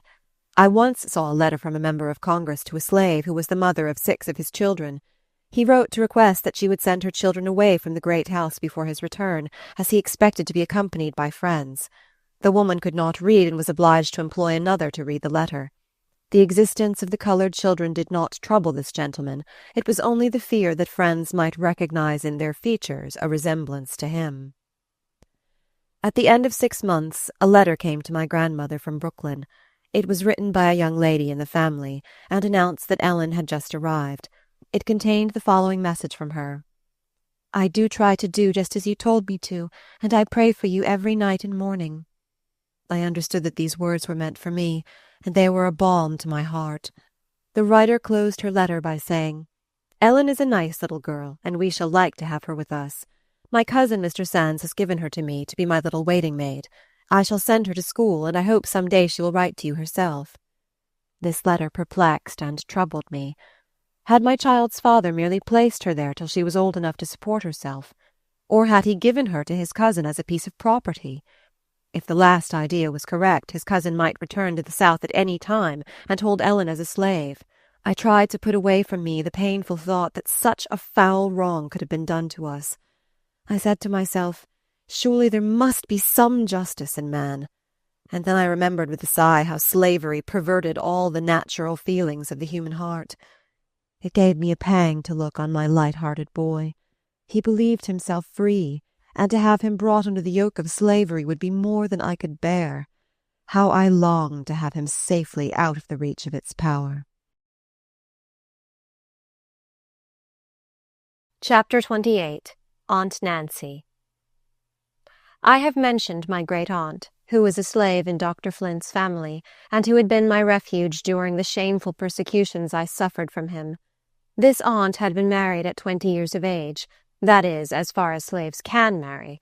She had the consent of her master and mistress, and a clergyman performed the ceremony. But it was a mere form, without any legal value. Her master or mistress could annul it any day they pleased. She had always slept on the floor in the entry, near Mrs. Flint's chamber door, that she might be within call. When she was married, she was told she might have the use of a small room in an outhouse. Her mother and her husband furnished it. He was a seafaring man, and was allowed to sleep there when he was at home. But on the wedding evening, the bride was ordered to her old post on the entry floor. Mrs. Flint at that time had no children, but she was expecting to be a mother, and if she should want a drink of water in the night, what could she do without her slave to bring it? So my aunt was compelled to lie at her door, until one midnight she was forced to leave to give premature birth to a child. In a fortnight she was required to resume her place on the entry floor, because Mrs. Flint's babe needed her attentions. She kept her station there through summer and winter, until she had given premature birth to 6 children, and all the while she was employed as night-nurse to Mrs. Flint's children. Finally, toiling all day and being deprived of rest at night, completely broke down her constitution, and Dr. Flint declared it was impossible she could ever become the mother of a living child. The fear of losing so valuable a servant by death now induced them to allow her to sleep in her little room in the outhouse, except when there was sickness in the family. She afterwards had 2 feeble babes, one of whom died in a few days, and the other in 4 weeks. I well remember her patient sorrow as she held the last dead baby in her arms. "I wish it could have lived," she said. "It is not the will of God that any of my children should live, but I will try to be fit to meet their little spirits in heaven." Aunt Nancy was housekeeper and waiting-maid in Dr. Flint's family. Indeed, she was the factotum of the household. Nothing went on well without her. She was my mother's twin sister, and as far as was in her power she supplied a mother's place to us orphans. I slept with her all the time I lived in my old master's house, and the bond between us was very strong. When my friends tried to discourage me from running away, she always encouraged me. When they thought I had better return and ask my master's pardon, because there was no possibility of escape, she sent me word never to yield. She said if I persevered, I might perhaps gain the freedom of my children, and even if I perished in doing it, that was better than to leave them to groan under the same persecutions that had blighted my own life. After I was shut up in my dark cell, she stole away whenever she could to bring me the news and say something cheering. How often did I kneel down to listen to her words of consolation whispered through a crack. "I am old, and have not long to live," she used to say, "and I could die happy if I could only see you and the children free. You must pray to God, Linda, as I do for you, that he will lead you out of the darkness." I would beg her not to worry herself on my account, that there was an end of all suffering sooner or later, and that whether I lived in chains or in freedom, I should always remember her as the good friend who had been the comfort of my life. A word from her always strengthened me, and not me only. The whole family relied upon her judgment, and were guided by her advice. I had been in my cell 6 years when my grandmother was summoned to the bedside of this, her last remaining daughter. She was very ill, and they said she would die. Grandmother had not entered Dr. Flint's house for several years. They had treated her cruelly, but she thought nothing of that now. She was grateful for permission to watch by the deathbed of her child. They had always been devoted to each other, and now they sat looking into each other's eyes, longing to speak of the secret that had weighed so much on the hearts of both. My aunt had been stricken with paralysis. She lived but 2 days, and the last day she was speechless. Before she lost the power of utterance, she told her mother not to grieve if she could not speak to her, that she would try to hold up her hand to let her know that all was well with her. Even the hard-hearted doctor was a little softened when he saw the dying eyes moisten for a moment, as he said she had always been a faithful servant, and they should never be able to supply her place. Mrs. Flint took to her bed, quite overcome by the shock. While my grandmother sat alone with the dead, the doctor came in, leading his youngest son, who had always been a great pet with Aunt Nancy, and was much attached to her. "Martha," said he, "Aunt Nancy loved this child, and when he comes where you are, I hope you will be kind to him for her sake." She replied, Your wife was my foster child, Dr. Flint, the foster sister of my poor Nancy, and you little know me if you think I can feel anything but goodwill for her children." "I wish the past could be forgotten, and that we might never think of it," said he, "and that Linda would come to supply her aunt's place. She would be worth more to us than all the money that could be paid for her. I wish it for your sake also, Martha. Now that Nancy is taken away from you, she would be a great comfort to your old age." He knew he was touching a tender chord. Almost choking with grief, my grandmother replied, "It was not I that drove Linda away. My grandchildren are gone, and of my 9 children only 1 is left. God help me." To me, the death of this kind relative was an inexpressible sorrow.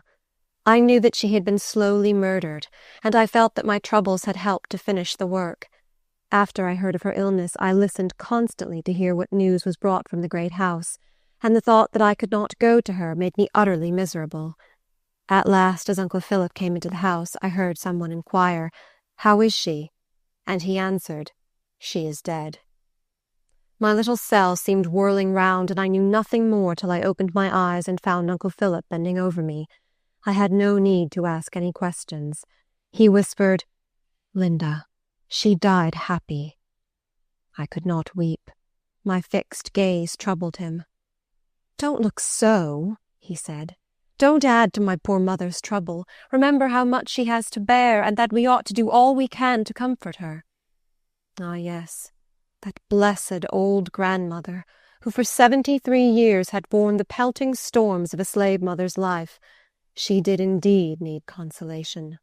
Mrs. Flint had rendered her poor foster sister childless, apparently without any compunction, and with cruel selfishness had ruined her health by years of incessant, unrequited toil and broken rest.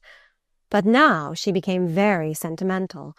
I suppose she thought it would be a beautiful illustration of the attachment existing between slaveholder and slave if the body of her old, worn-out servant was buried at her feet. She sent for the clergyman and asked if he had any objection to burying Aunt Nancy in the doctor's family burial place. No colored person had ever been allowed interment in the white people's burying ground, and the minister knew that all the deceased of your family reposed together in the old graveyard of the slaves. He therefore replied, "I have no objection to complying with your wish, but perhaps Aunt Nancy's mother may have some choice as to where her remains shall be deposited." It had never occurred to Mrs. Flint that slaves could have any feelings. When my grandmother was consulted, she had once said she wanted Nancy to lie with all the rest of her family, and where her own old body would be buried. Mrs. Flint graciously complied with her wish, though she said it was painful to her to have Nancy buried away from her. She might have added, with touching pathos, "I was so long used to sleep with her lying near me on the entry floor."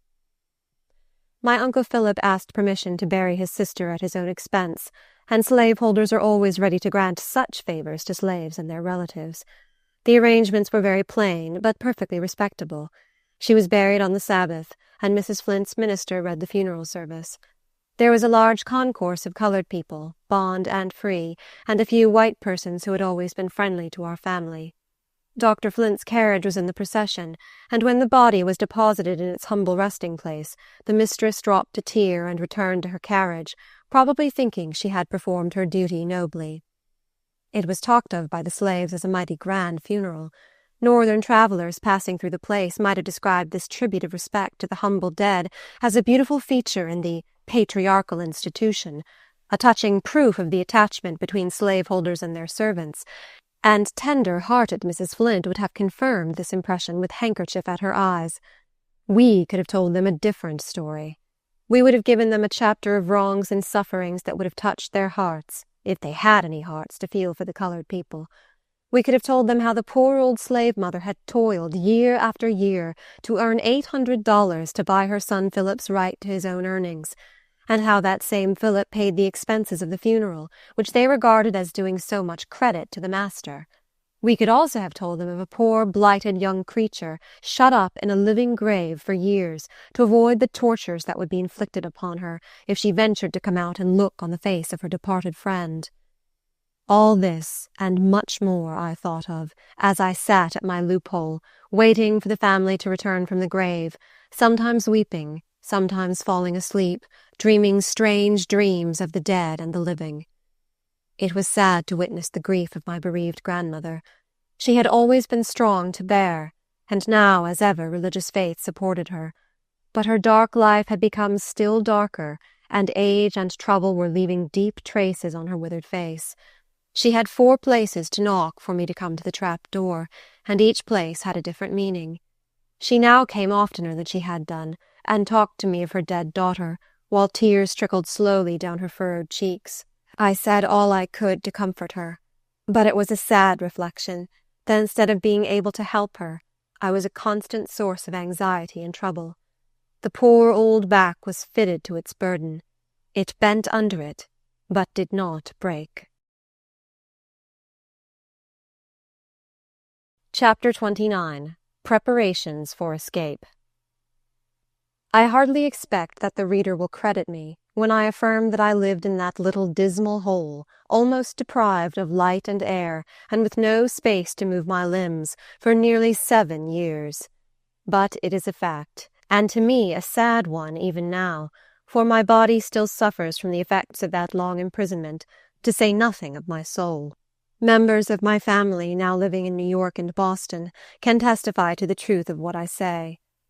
Countless were the nights that I sat late at the little loophole, scarcely large enough to give me a glimpse of one twinkling star. There heard the patrols and slave hunters conferring together about the capture of runaways, well knowing how rejoiced they would be to catch me. Season after season, year after year, I peeped at my children's faces and heard their sweet voices, with a heart yearning all the while to say, "Your mother is here." Sometimes it appeared to me as if ages had rolled away since I entered upon that gloomy, monotonous existence. At times I was stupefied and listless. At other times I became very impatient to know when these dark years would end, and I should again be allowed to feel the sunshine and breathe the pure air. After Ellen left us, this feeling increased. Mr. Sands had agreed that Benny might go to the north whenever his Uncle Philip could go with him, and I was anxious to be there also, to watch over my children and protect them so far as I was able. Moreover, I was likely to be drowned out of my den if I remained much longer, for the slight roof was getting badly out of repair, and Uncle Philip was afraid to remove the shingles, lest someone should catch a glimpse of me. When storms occurred in the night, they spread mats and bits of carpet, which in the morning appeared to have been laid out to dry, but to cover the roof in the daytime might have attracted attention. Consequently, my clothes and bedding were often drenched, a process by which the pains and aches in my cramped and stiffened limbs were greatly increased. I revolved various plans of escape in my mind, which I sometimes imparted to my grandmother when she came to whisper with me at the trap door. The kind-hearted old woman had an intense sympathy for runaways. She had known too much of the cruelties inflicted on those who were captured. Her memory always flew back at once to the sufferings of her bright and handsome son, Benjamin, the youngest and dearest of her flock. So whenever I alluded to the subject, she would groan out, "Oh, don't think of it, child, you'll break my heart." I had no good old Aunt Nancy now to encourage me, but my brother William and my children were continually beckoning me to the north. And now I must go back a few months in my story. I have stated that the 1st of January was a time for selling slaves, or leasing them out to new masters. If time were counted by heart-throbs, the poor slaves might reckon years of suffering during that festival so joyous to the free. On the New Year's Day preceding my aunt's death, one of my friends, named Fanny, was to be sold at auction to pay her master's debts. My thoughts were with her during all the day, and at night I anxiously inquired what had been her fate. I was told that she had been sold to one master, and her 4 little girls to another master far distant, that she had escaped from her purchaser, and was not to be found. Her mother was the old Aggie I have spoken of. She lived in a small tenement belonging to my grandmother, and built on the same lot with her own house. Her dwelling was searched and watched, and that brought the patrols so near me that I was obliged to keep very close in my den. The hunters were somehow eluded, and not long afterwards Benny accidentally caught sight of Fanny in her mother's hut. He told his grandmother, who charged him never to speak of it, explaining to him the frightful consequences, and he never betrayed the trust. Aggie little dreamed that my grandmother knew where her daughter was concealed, and that the stooping form of her old neighbor was bending under a similar burden of anxiety and fear. But these dangerous secrets deepened the sympathy between the two old persecuted mothers. My friend Fanny and I remained many weeks hidden within call of each other, but she was unconscious of the fact. I longed to have her share my den, which seemed a more secure retreat than her own, but I had brought so much trouble on my grandmother that it seemed wrong to ask her to incur greater risks. My restlessness increased. I had lived too long in bodily pain and anguish of spirit. Always I was in dread that by some accident or some contrivance slavery would succeed in snatching my children from me. This thought drove me nearly frantic, and I determined to steer for the North Star at all hazards. At this crisis, Providence opened an unexpected way for me to escape. My friend Peter came one evening and asked to speak with me. "Your day has come, Linda," said he. "I have found a chance for you to go to the Free States. You have a fortnight to decide." The news seemed too good to be true, but Peter explained his arrangements and told me all that was necessary was for me to say I would go. I was going to answer him with a joyful yes when the thought of Benny came to my mind. I told him the temptation was exceedingly strong, but I was terribly afraid of Dr. Flint's alleged power over my child, and that I could not go and leave him behind. Peter remonstrated earnestly. He said such a good chance might never occur again, that Benny was free and could be sent to me, and that for the sake of my children's welfare I ought not to hesitate a moment. I told him I would consult with Uncle Philip. My uncle rejoiced in the plan and bade me go by all means. He promised, if his life was spared, that he would either bring or send my son to me as soon as I reached a place of safety. I resolved to go, but thought nothing had better be said to my grandmother till very near the time of departure. But my uncle thought she would feel it more keenly if I left here so suddenly. "I will reason with her," said he, "and convince her how necessary it is, not only for your sake, but for hers also. You cannot be blind to the fact that she is sinking under her burdens." I was not blind to it. I knew that my concealment was an ever-present source of anxiety, and that the older she grew, the more nervously fearful she was of discovery. My uncle talked with her and finally succeeded in persuading her that it was absolutely necessary for me to seize the chance so unexpectedly offered. The anticipation of being a free woman proved almost too much for my weak frame. The excitement stimulated me, and at the same time bewildered me. I made busy preparations for my journey and for my son to follow me. I resolved to have an interview with him before I went, that I might give him cautions and advice, and tell him how anxiously I should be waiting for him at the North. Grandmother stole up to me as often as possible to whisper words of counsel. She insisted upon writing to Dr. Flint as soon as I arrived in the Free States, and asking him to sell me to her. She said she would sacrifice her house and all she had in the world for the sake of having me safe with my children in any part of the world. If she could only live to know that, she could die in peace. I promised the dear old faithful friend that I would write to her as soon as I arrived, and put the letter in a safe way to reach her. But in my own mind I resolved that not another cent of her hard earnings should be spent to pay rapacious slaveholders for what they called their property. And even if I had not been unwilling to buy what I had already right to possess, common humanity would have prevented me from accepting the generous offer, at the expense of turning my aged relative out of house and home, when she was trembling on the brink of the grave. I was to escape in a vessel, but I forbear to mention any further particulars. I was in readiness, but the vessel was unexpectedly detained several days. Meantime, news came to town of a most horrible murder committed on a fugitive slave named James. Charity, the mother of this unfortunate young man, had been an old acquaintance of ours. I have told the shocking particulars of his death in my description of some of the neighboring slaveholders.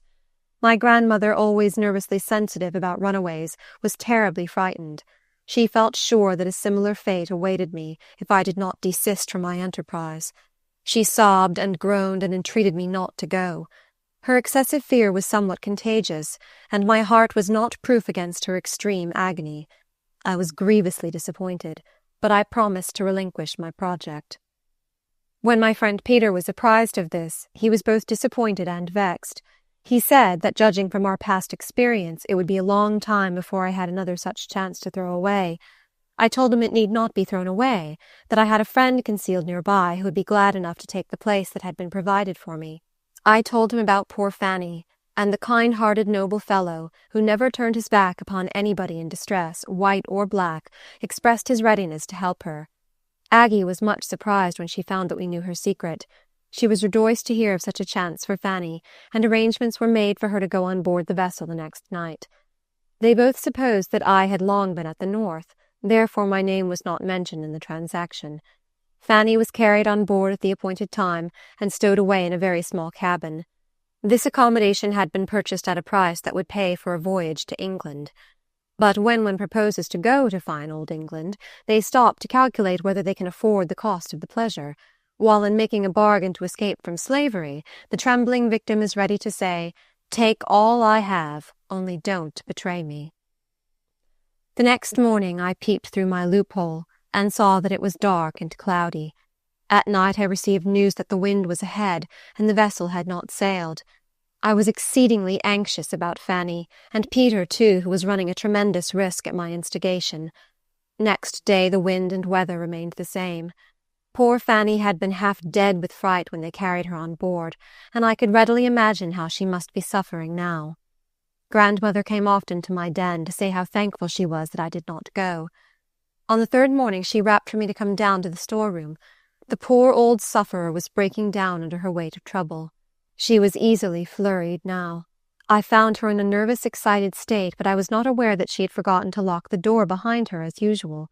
She was exceedingly worried about the detention of the vessel.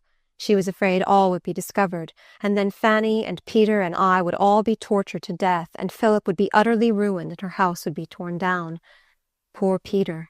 That he should die such a horrible death as the poor slave James had lately done, and all for his kindness in trying to help me, how dreadful it would be for us all. Alas, the thought was familiar to me, and had sent many a sharp pang through my heart. I tried to suppress my own anxiety, and speak soothingly to her. She brought in some allusion to Aunt Nancy, the dear daughter she had recently buried, and then she lost all control of herself. As she stood there, trembling and sobbing, a voice from the piazza called out, "Where is you, Aunt Marthy?" Grandmother was startled, and in her agitation opened the door without thinking of me. In stepped Jenny, the mischievous housemaid who had tried to enter my room when I was concealed in the house of my white benefactress. "I's been hunting everywhere for you, Aunt Marthy," said she. "My missus wants you to send her some crackers." I had slunk down behind a barrel which entirely screened me, but I imagined that Jenny was looking directly at the spot, and my heart beat violently. My grandmother immediately thought what she had done and went out quickly with Jenny to count the crackers, locking the door after her. She returned to me in a few minutes, the perfect picture of despair. "Poor child," she exclaimed, "my carelessness has ruined you. The boat ain't gone yet. Get ready immediately and go with Fanny. I ain't got another word to say against it now, for there's no telling what may happen this day." Uncle Philip was sent for, and he agreed with his mother in thinking that Jenny would inform Dr. Flint in less than 24 hours. He advised me getting on board the boat, if possible. If not, I had better keep very still in my den, where they cannot find me without tearing the house down. He said it would not do for him to move in the matter, because suspicion would be immediately excited, but he promised to communicate with Peter. I felt reluctant to apply to him again, having implicated him too much already, but there seemed to be no alternative. Vexed as Peter had been by my indecision, he was true to his generous nature, and said at once that he would do his best to help me, trusting I should show myself a stronger woman this time. He immediately proceeded to the wharf and found that the wind had shifted, and the vessel was slowly beating downstream. On some pretext of urgent necessity, he offered 2 boatmen $1 apiece to catch up with her. He was of lighter complexion than the boatmen he hired, and when the captain saw them coming so rapidly, he thought officers were pursuing his vessel in search of the runaway slave he had on board. They hoisted sails, but the boat gained upon them, and the indefatigable Peter sprang on board. The captain at once recognized him. Peter asked him to go below to speak about a bad bill he had given him. When he told his errand, the captain replied, "Why, the woman's here already, and I've put her where you or the devil would have a tough job to find her." "But it is another woman I want to bring," said Peter. "She is in great distress too, and you shall be paid anything within reason if you'll stop and take her." "What's her name?" inquired the captain. "Linda," he replied. "That's the name of the woman already here," rejoined the captain. "By George, I believe you mean to betray me." "Oh," exclaimed Peter, "God knows I wouldn't harm a hair of your head. I'm too grateful to you. But there really is another woman in great danger. Do have the humanity to stop and take her." After a while they came to an understanding. Fanny, not dreaming I was anywhere about in that region, had assumed my name, though she called herself Johnson. "Linda is a common name," said Peter, "and the woman I want to bring is Linda Brent." The captain agreed to wait at a certain place till evening, being handsomely paid for his detention. Of course, the day was an anxious one for us all, but we concluded that if Jenny had seen me, she would be too wise to let her mistress know of it, and that she probably would not get a chance to see Dr. Flint's family till evening, for I knew very well what were the rules in that household. I afterwards believed that she did not see me, for nothing ever came of it, and she was one of those base characters that would have jumped to betray a suffering fellow being for the sake of 30 pieces of silver. I made all my arrangements to go on board as soon as it was dusk. The intervening time I resolved to spend with my son. I had not spoken to him for 7 years, though I had been under the same roof and seen him every day when I was well enough to sit at the loophole. I did not dare to venture beyond the storeroom, so they brought him there and locked us up together in a place concealed from the piazza door. It was an agitating interview for both of us. After we had talked and wept together for a little while, he said, "Mother, I'm glad you're going away. I wish I could go with you. I knew you was here, and I've been so afraid they would come and catch you." I was greatly surprised, and asked him how he had found it out. He replied, "I was standing under the eaves one day before Ellen went away, and I heard somebody cough up over the woodshed. I don't know what made me think it was you, but I did think so. I missed Ellen the night before she went away, and grandmother brought her back into the room in the night, and I thought maybe she'd been to see you before she went, for I heard grandmother whisper to her, 'Now go to sleep, and remember never to tell.' I asked him if he ever mentioned his suspicions to his sister. He said he never did, but after he heard the cough, if he saw her playing with other children on that side of the house, he always tried to coax her round to the other side, for fear that they would hear me cough too. He said he had kept a close lookout for Dr. Flint, and if he saw him speak to a constable or a patrol, he always told grandmother. I now recollected that I had seen him manifest uneasiness when people were on that side of the house, and I had at the time been puzzled to conjecture a motive for his actions. Such prudence may seem extraordinary in a boy of 12 years, but slaves, being surrounded by mysteries, deceptions, and dangers, early learn to be suspicious and watchful, and prematurely cautious and cunning. He had never asked a question of grandmother or Uncle Philip, and I had often heard him chime in with other children when they spoke of my being at the North. I told him I was now really going to the Free States, and if he was a good, honest boy and a loving child to his dear old grandmother, the Lord would bless him and bring him to me, and we and Ellen would live together. He began to tell me that grandmother had not eaten anything all day. While he was speaking, the door was unlocked, and she came in with a small bag of money which she wanted me to take. I begged her to keep a part of it at least to pay for Benny's being sent to the North, but she insisted, while her tears were falling fast, that I should take the whole. "You may be sick among strangers," she said, "and they would send you to the poorhouse to die." Ah, that good grandmother. For the last time I went up to my nook. Its desolate appearance no longer chilled me, for the light of hope had risen in my soul. Yet even with the blessed prospect of freedom before me, I felt very sad at leaving forever that old homestead, where I had been sheltered so long by the dear old grandmother, where I had dreamed my first young dream of love, and where after that had faded away, my children came to twine themselves so closely round my desolate heart. As the hour approached for me to leave, I again descended to the storeroom. My grandmother and Benny were there. She took me by the hand and said, "Linda, let us pray." We knelt down together, with my child pressed to my heart, and my other arm round the faithful, loving old friend I was about to leave forever. On no other occasion has it ever been my lot to listen to so fervent a supplication for mercy and protection. It thrilled through my heart, and inspired me with trust in God. Peter was waiting for me in the street. I was soon by his side, faint in body but strong of purpose. I did not look back upon the old place, though I felt that I should never see it again. Chapter 30. Northward Bound. I never could tell how we reached the wharf. My brain was all of a whirl, and my limbs tottered under me. At an appointed place we met my Uncle Philip, who had started before us on a different route, that he might reach the wharf first and give us timely warning if there was any danger. A rowboat was in readiness. As I was about to step in, I felt something pull me gently, and turning round, I saw Benny, looking pale and anxious. He whispered in my ear, "I've been peeping into the doctor's window, and he's at home. Goodbye, Mother. Don't cry. I'll come." He hastened away. I clasped the hand of my good uncle, to whom I owed so much, and of Peter, the brave, generous friend who had volunteered to run such terrible risks to secure my safety. To this day I remember how his bright face beamed with joy when he told me he had discovered a safe method for me to escape. Yet that intelligent, enterprising, noble-hearted man was a chattel, liable by the laws of a country that calls itself civilized, to be sold with horses and pigs. We parted in silence. Our hearts were all too full for words. Swiftly the boat glided over the water. After a while one of the sailors said, "Don't be downhearted, madam. We'll take you safely to your husband in—" I could not imagine what he meant, but I had presence of mind to think that it probably referred to something the captain had told him, so I thanked him, and said I hoped we should have pleasant weather. When I entered the vessel, the captain came forward to meet me. He was an elderly man with a pleasant countenance. He showed me to a little box of a cabin, where sat my friend Fanny. She started as if she had seen a spectre. She gazed on me in utter astonishment and exclaimed, "Linda, can this be you, or is it your ghost?"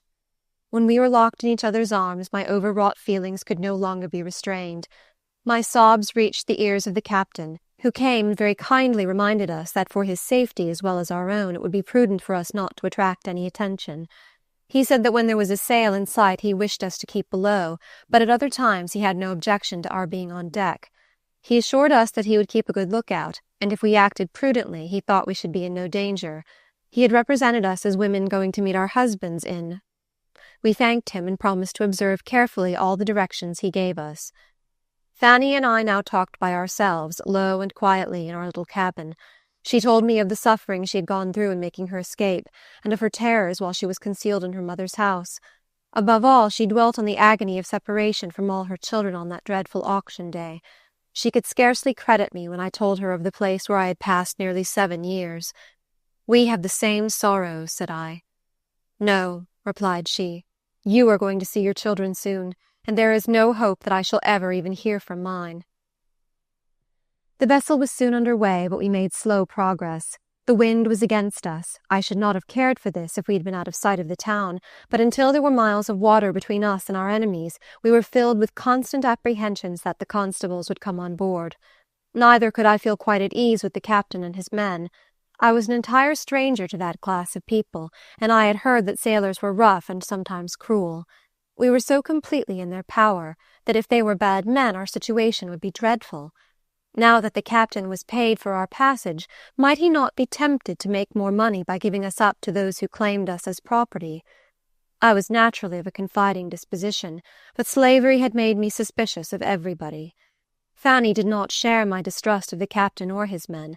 She said she was afraid at first, but she had been on board 3 days while the vessel lay in the dock, and nobody had betrayed her or treated her otherwise than kindly. The captain soon came to advise us to go on deck for fresh air. His friendly and respectful manner, combined with Fanny's testimony, reassured me, and we went with him.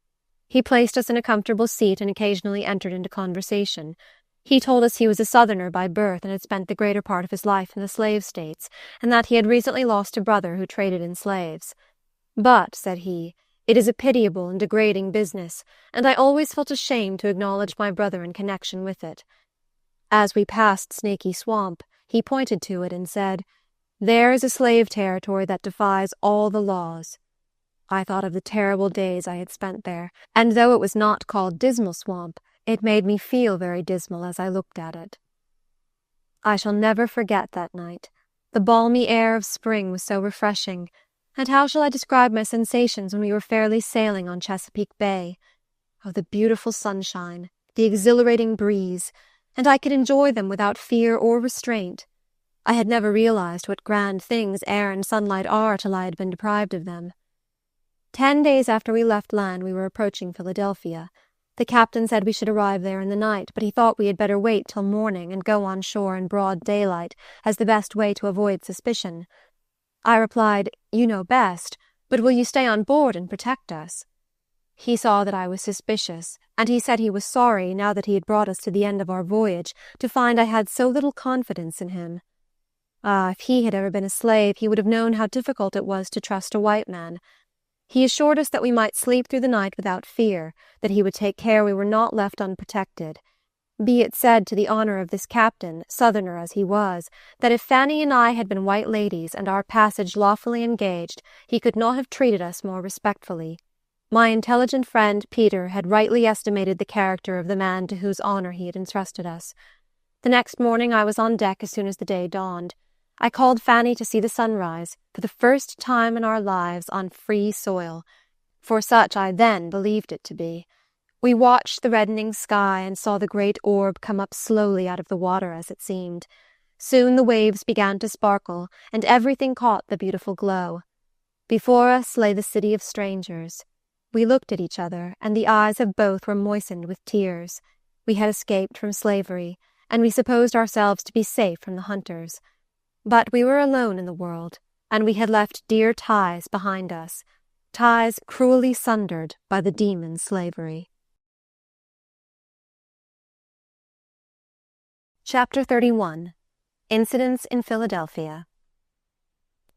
I had heard that the poor slave had many friends at the North. I trusted we should find some of them. Meantime, we would take it for granted that all were friends, till they proved to the contrary. I sought out the kind captain, thanked him for his attentions, and told him I should never cease to be grateful for the service he had rendered us. I gave him a message to the friends I had left at home, and he promised to deliver it. We were placed in a rowboat, and in about 15 minutes were landed on a wood wharf in Philadelphia.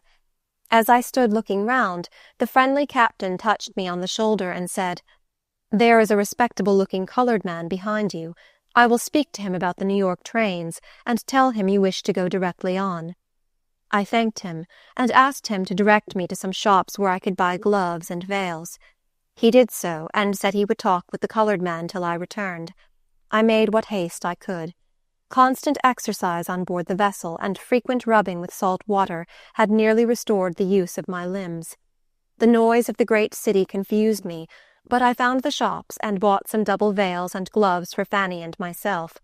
The shopman told me they were so many levies. I had never heard the word before, but I did not tell him so. I thought if he knew I was a stranger he might ask me where I came from.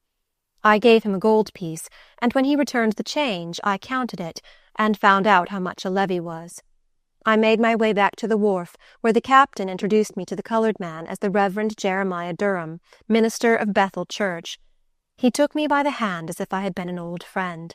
He told us we were too late for the morning cars to New York, and must wait until the evening or the next morning. He invited me to go home with him, assuring me that his wife would give me a cordial welcome, and for my friend he would provide a home with one of his neighbors.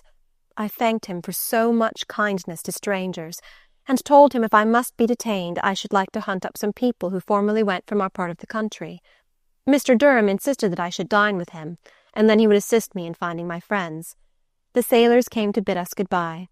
I shook their hearty hands with tears in my eyes. They had all been kind to us, and they had rendered us a greater service than they could possibly conceive of. I had never seen so large a city, or been in contact with so many people in the streets. It seemed as if those who passed looked at us with an expression of curiosity. My face was so blistered and peeled by sitting on deck in wind and sunshine that I thought they could not easily decide to what nation I belonged. Mrs. Durham met me with a kindly welcome without asking any questions. I was tired, and her friendly manner was a sweet refreshment. God bless her. I was sure that she had comforted other weary hearts before I received her sympathy. She was surrounded by her husband and children, in a home made sacred by protecting laws. I thought of my own children, and sighed. After dinner Mr. Durham went with me in quest of the friends I had spoken of. They went from my native town, and I anticipated much pleasure in looking on familiar faces. They were not at home, and we retraced our steps through streets delightfully clean. On the way Mr. Durham observed that I had spoken to him of a daughter I expected to meet, that he was surprised, for I looked so young he had taken me for a single woman. He was approaching a subject on which I was extremely sensitive. He would ask me about my husband next, I thought, and if I answered him truly, what would he think of me? I told him I had 2 children, one in New York and the other at the South. He asked some further questions, and I frankly told him some of the most important events of my life. It was painful for me to do it, but I would not deceive him. If he was desirous of being my friend, I thought he ought to know how far I was worthy of it. "Excuse me if I have tried your feelings," said he. "I did not question you from idle curiosity. I wanted to understand your situation, in order to know whether I could be of any service to you or your little girl. Your straightforward answers do you credit, but don't answer everybody so openly. It might give some heartless people a pretext for treating you with contempt."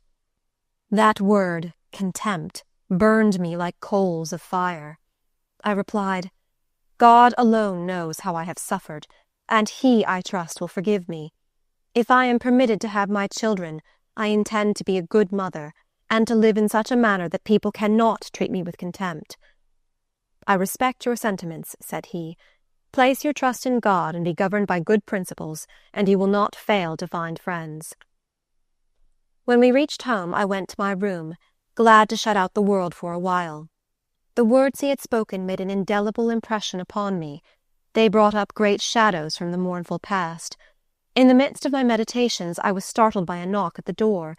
Mrs. Durham entered, her face all beaming with kindness, to say that there was an anti-slavery friend downstairs who would like to see me. I overcame my dread of encountering strangers, and went with her. Many questions were asked concerning my experiences and my escape from slavery, but I observed how careful they all were not to say anything that might wound my feelings. How gratifying this was can be fully understood only by those who have been accustomed to be treated as if they were not included within the pale of human beings. The anti-slavery friend had come to inquire into my plans, and to offer assistance if needed. Fanny was comfortably established, for the present, with a friend of Mr. Durham. The Anti-Slavery Society agreed to pay her expenses to New York. The same was offered to me, but I declined to accept it, telling them that my grandmother had given me sufficient to pay my expenses to the end of my journey. We were urged to remain in Philadelphia a few days, until some suitable escort could be found for us.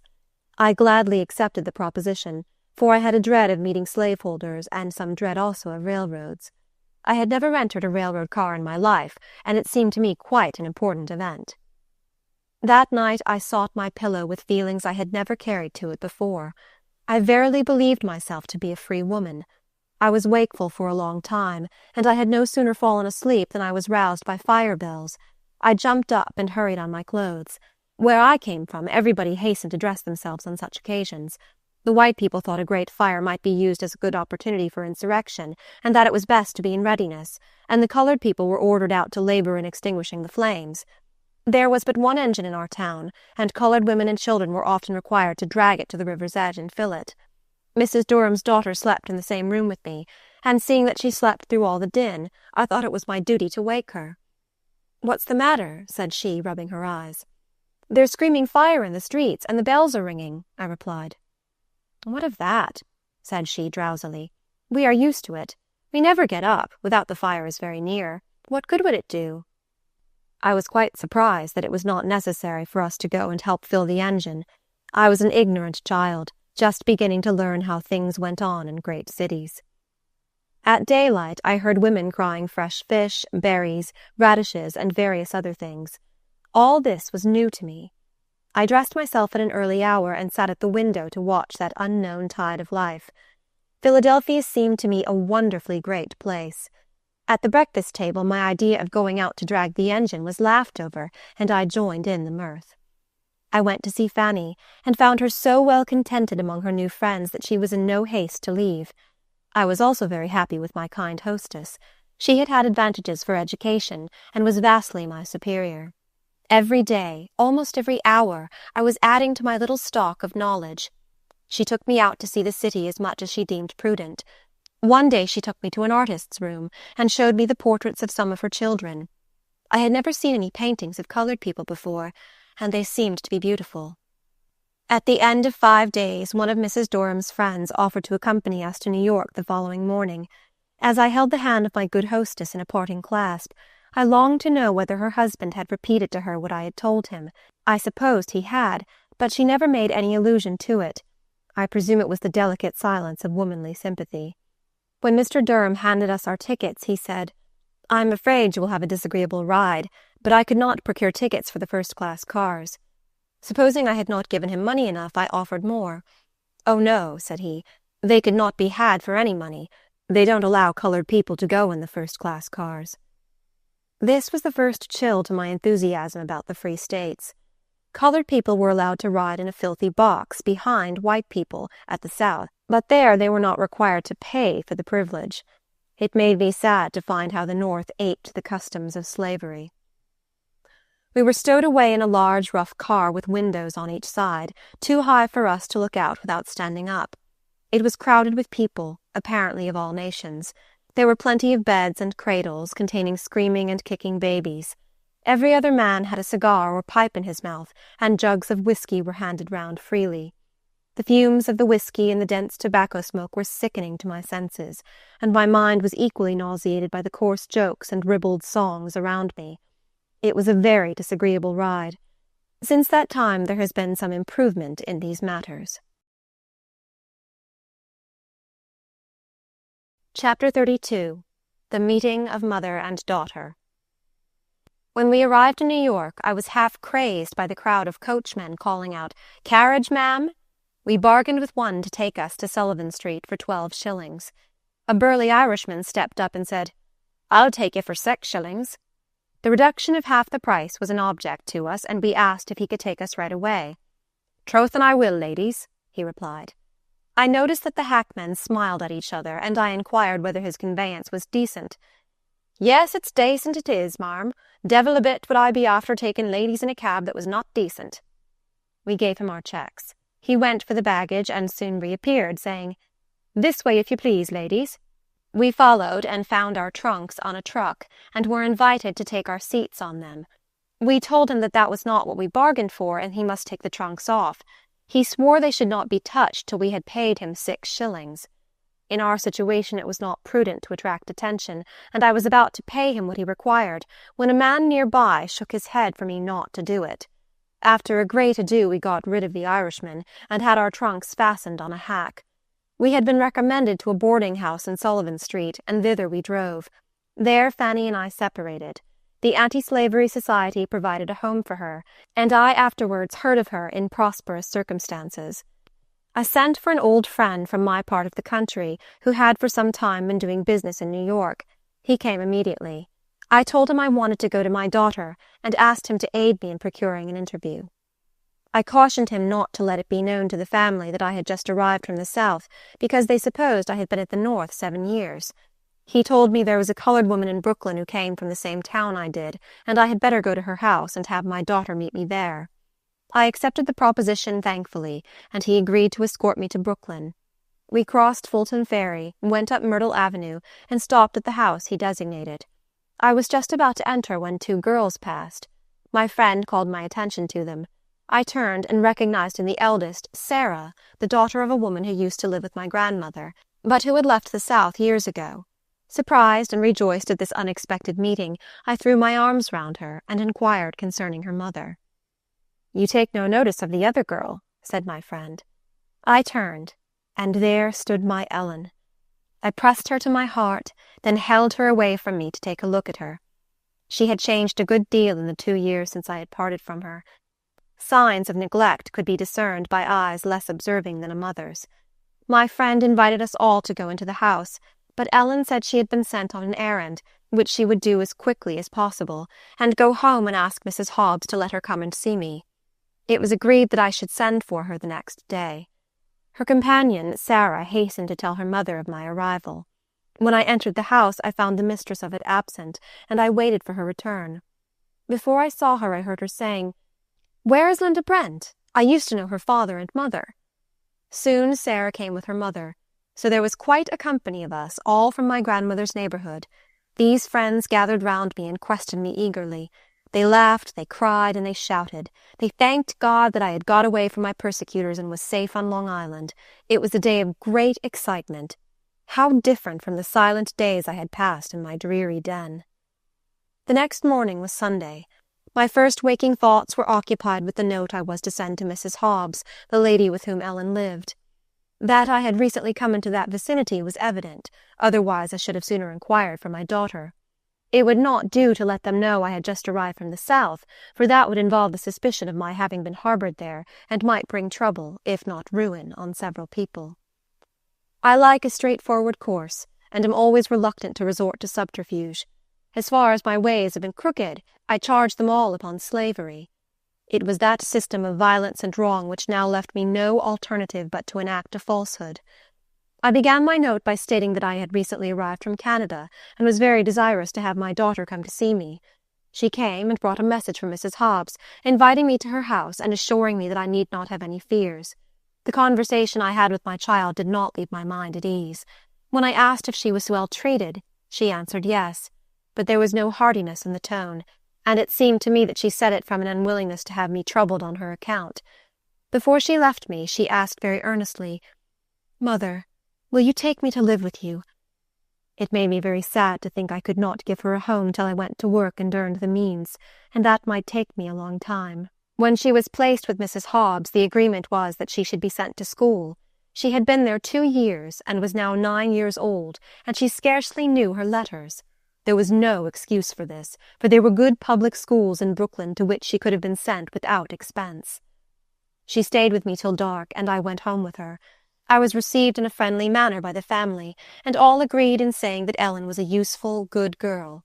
Mrs. Hobbs looked me coolly in the face and said, "I suppose you know that my cousin, Mr. Sands, has given her to my eldest daughter. She will make a nice waiting-maid for her when she grows up." I did not answer a word. How could she, who knew by experience the strength of a mother's love, and who was perfectly aware of the relation Mr. Sands bore to my children, how could she look me in the face while she thrust such a dagger into my heart? I was no longer surprised that they had kept her in such a state of ignorance. Mr. Hobbs had formerly been wealthy, but he had failed, and afterwards obtained a subordinate situation in the custom-house. Perhaps they expected to return to the South some day, and Ellen's knowledge was quite sufficient for a slave's condition. I was impatient to go to work and earn money, that I might change the uncertain position of my children. Mr. Sands had not kept his promise to emancipate them. I had also been deceived about Ellen. What security had I with regard to Benjamin? I felt that I had none. I returned to my friend's house in an uneasy state of mind. In order to protect my children, it was necessary that I should own myself. I called myself free, and sometimes felt so, but I knew I was insecure. I sat down that night and wrote a civil letter to Dr. Flint, asking him to state the lowest terms on which he would sell me, and as I belonged by law to his daughter, I wrote to her also, making a similar request. Since my arrival at the North, I had not been unmindful of my dear brother William. I had made diligent inquiries for him, and having heard of him in Boston, I went thither. When I arrived there, I found he had gone to New Bedford. I wrote to that place, and was informed that he had gone on a whaling voyage and would not return for some months. I went back to New York to get employment near Ellen. I received an answer from Dr. Flint, which gave me no encouragement. He advised me to return and submit myself to my rightful owners, and then any request I might make would be granted. I lent this letter to a friend, who lost it. Otherwise I would present a copy to my readers. Chapter 33. A Home Found. My greatest anxiety now was to obtain employment. My health was greatly improved, though my limbs continued to trouble me with swelling whenever I walked much. The greatest difficulty in my way was, that those who employed strangers required a recommendation, and in my peculiar position I could, of course, obtain no certificates from the families I had so faithfully served. One day an acquaintance told me of a lady who wanted a nurse for her babe, and I immediately applied for the situation. The lady told me she preferred to have one who had been a mother, and accustomed to the care of infants. I told her I had nursed 2 babes of my own. She asked me many questions, but to my great relief did not require a recommendation from my former employers. She told me she was an Englishwoman, and that was a pleasant circumstance to me, because I had heard they had less prejudice against color than Americans entertained. It was agreed that we should try each other for a week. The trial proved satisfactory to both parties, and I was engaged for a month. The Heavenly Father had been most merciful to me in leading me to this place. Mrs. Bruce was a kind and gentle lady, and proved a true and sympathizing friend. Before the stipulated month expired, the necessity of passing up and down stairs frequently caused my limbs to swell so painfully that I became unable to perform my duties. Many ladies would have thoughtlessly discharged me, but Mrs. Bruce made arrangements to save me steps and employed a physician to attend upon me. I had not yet told her that I was a fugitive slave. She noticed that I was often sad, and kindly inquired the cause. I spoke of being separated from my children, and from relatives who were dear to me, but I did not mention the constant feeling of insecurity which oppressed my spirits.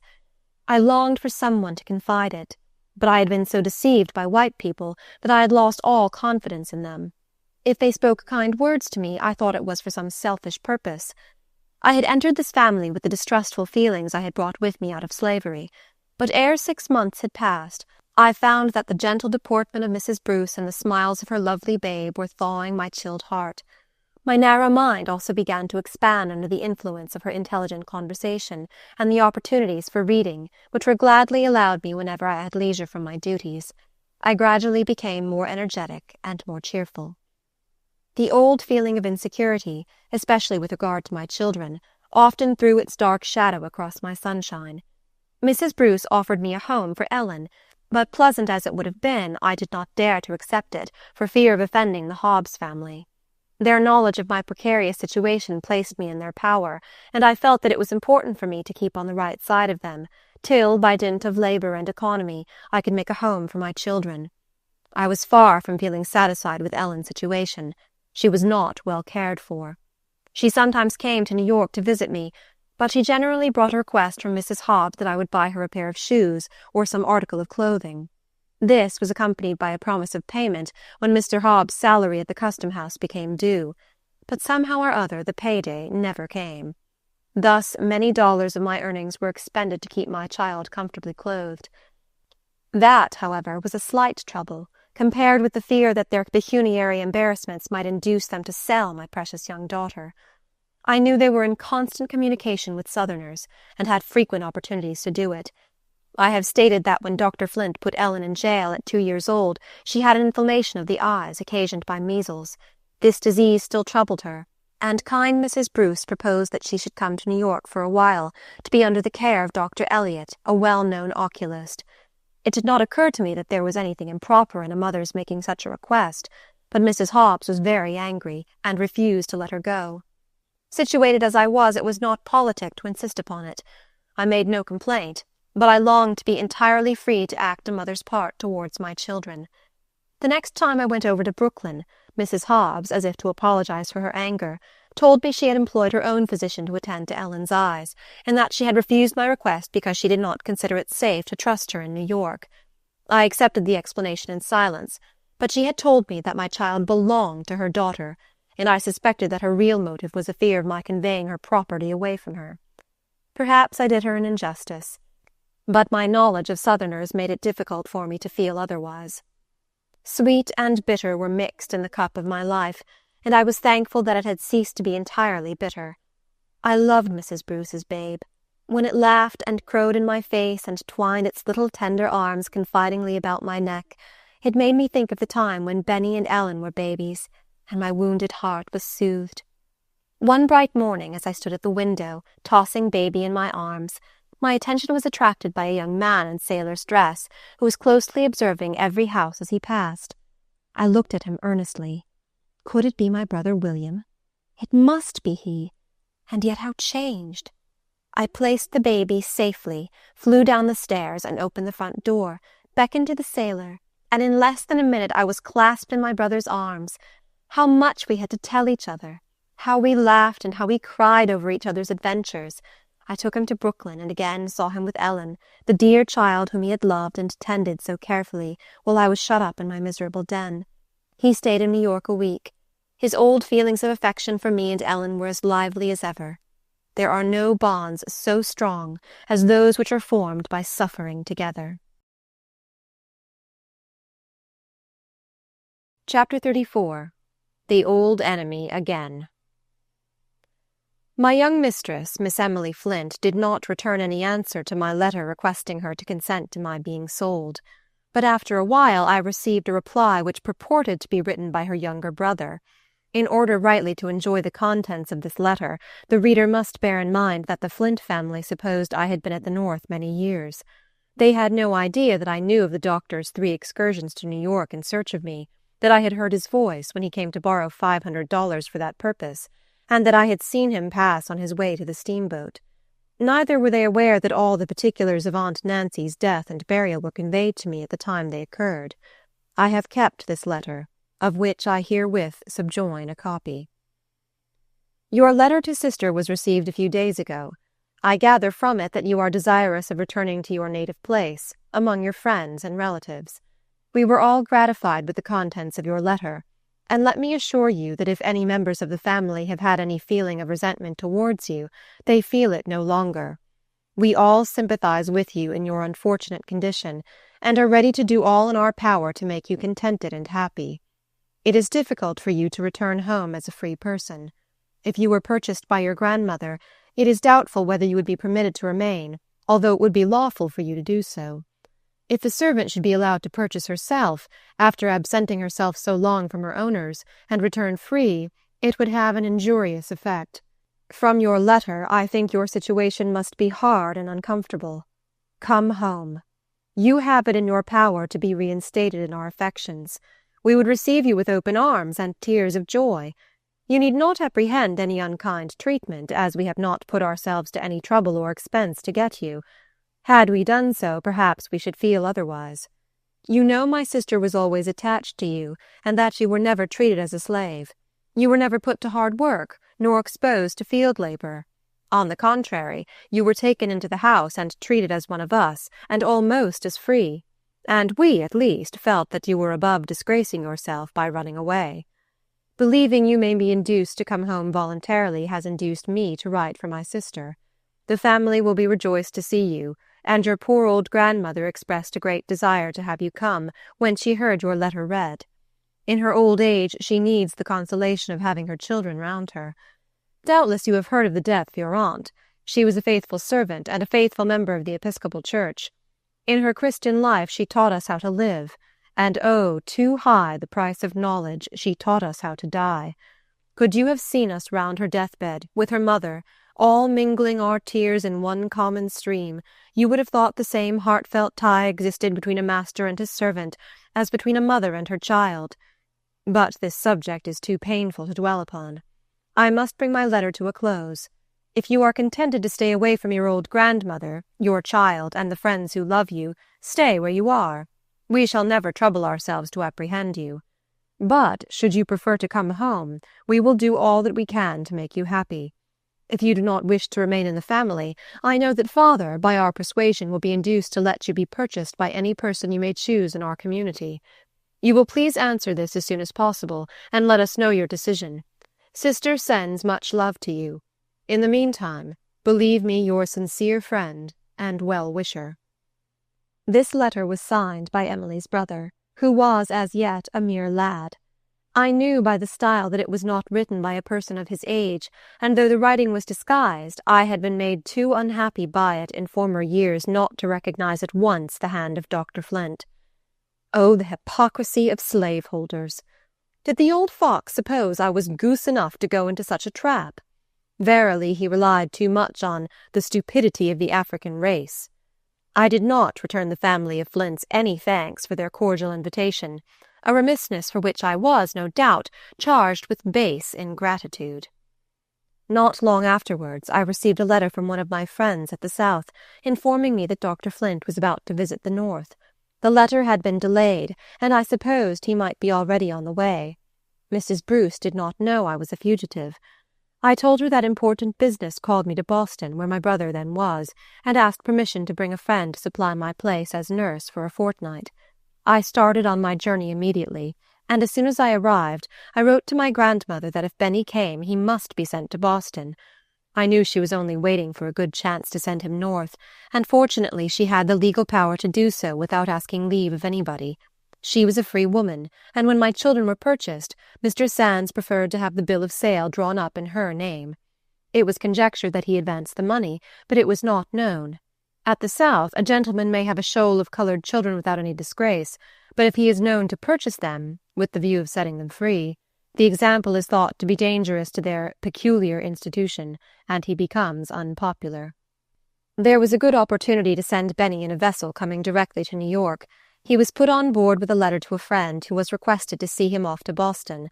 Early one morning there was a loud rap at my door, and in rushed Benjamin, all out of breath. "Oh, Mother!" he exclaimed. "Here I am! I run all the way, and I come all alone. How do you do?" Oh, reader, can you imagine my joy? No, you cannot unless you have been a slave mother. Benjamin rattled away as fast as his tongue could go. "Mother, why don't you bring Ellen here? I went over to Brooklyn to see her, and she felt very bad when I bid her good-bye. She said, 'Oh, Ben, I wish I was going too.' I thought she'd know ever so much, but she don't know so much as I do, for I can read and she can't. And, Mother, I lost all my clothes coming. What can I do to get some more? I suppose free boys can get along here at the North as well as white boys." I did not like to tell the sanguine, happy little fellow how much he was mistaken. I took him to a tailor and procured a change of clothes. The rest of the day was spent in mutual asking and answering of questions, with the wish constantly repeated that the good old grandmother was with us, and frequent injunctions from Benny to write to her immediately, and be sure to tell her everything about his voyage and his journey to Boston. Dr. Flint made his visit to New York, and made every exertion to call upon me, and invite me to return with him, but not being able to ascertain where I was, his hospitable intentions were frustrated, and the affectionate family, who were waiting for me with open arms, were doomed to disappointment. As soon as I knew he was safely at home, I placed Benjamin in the care of my brother William, and returned to Mrs. Bruce.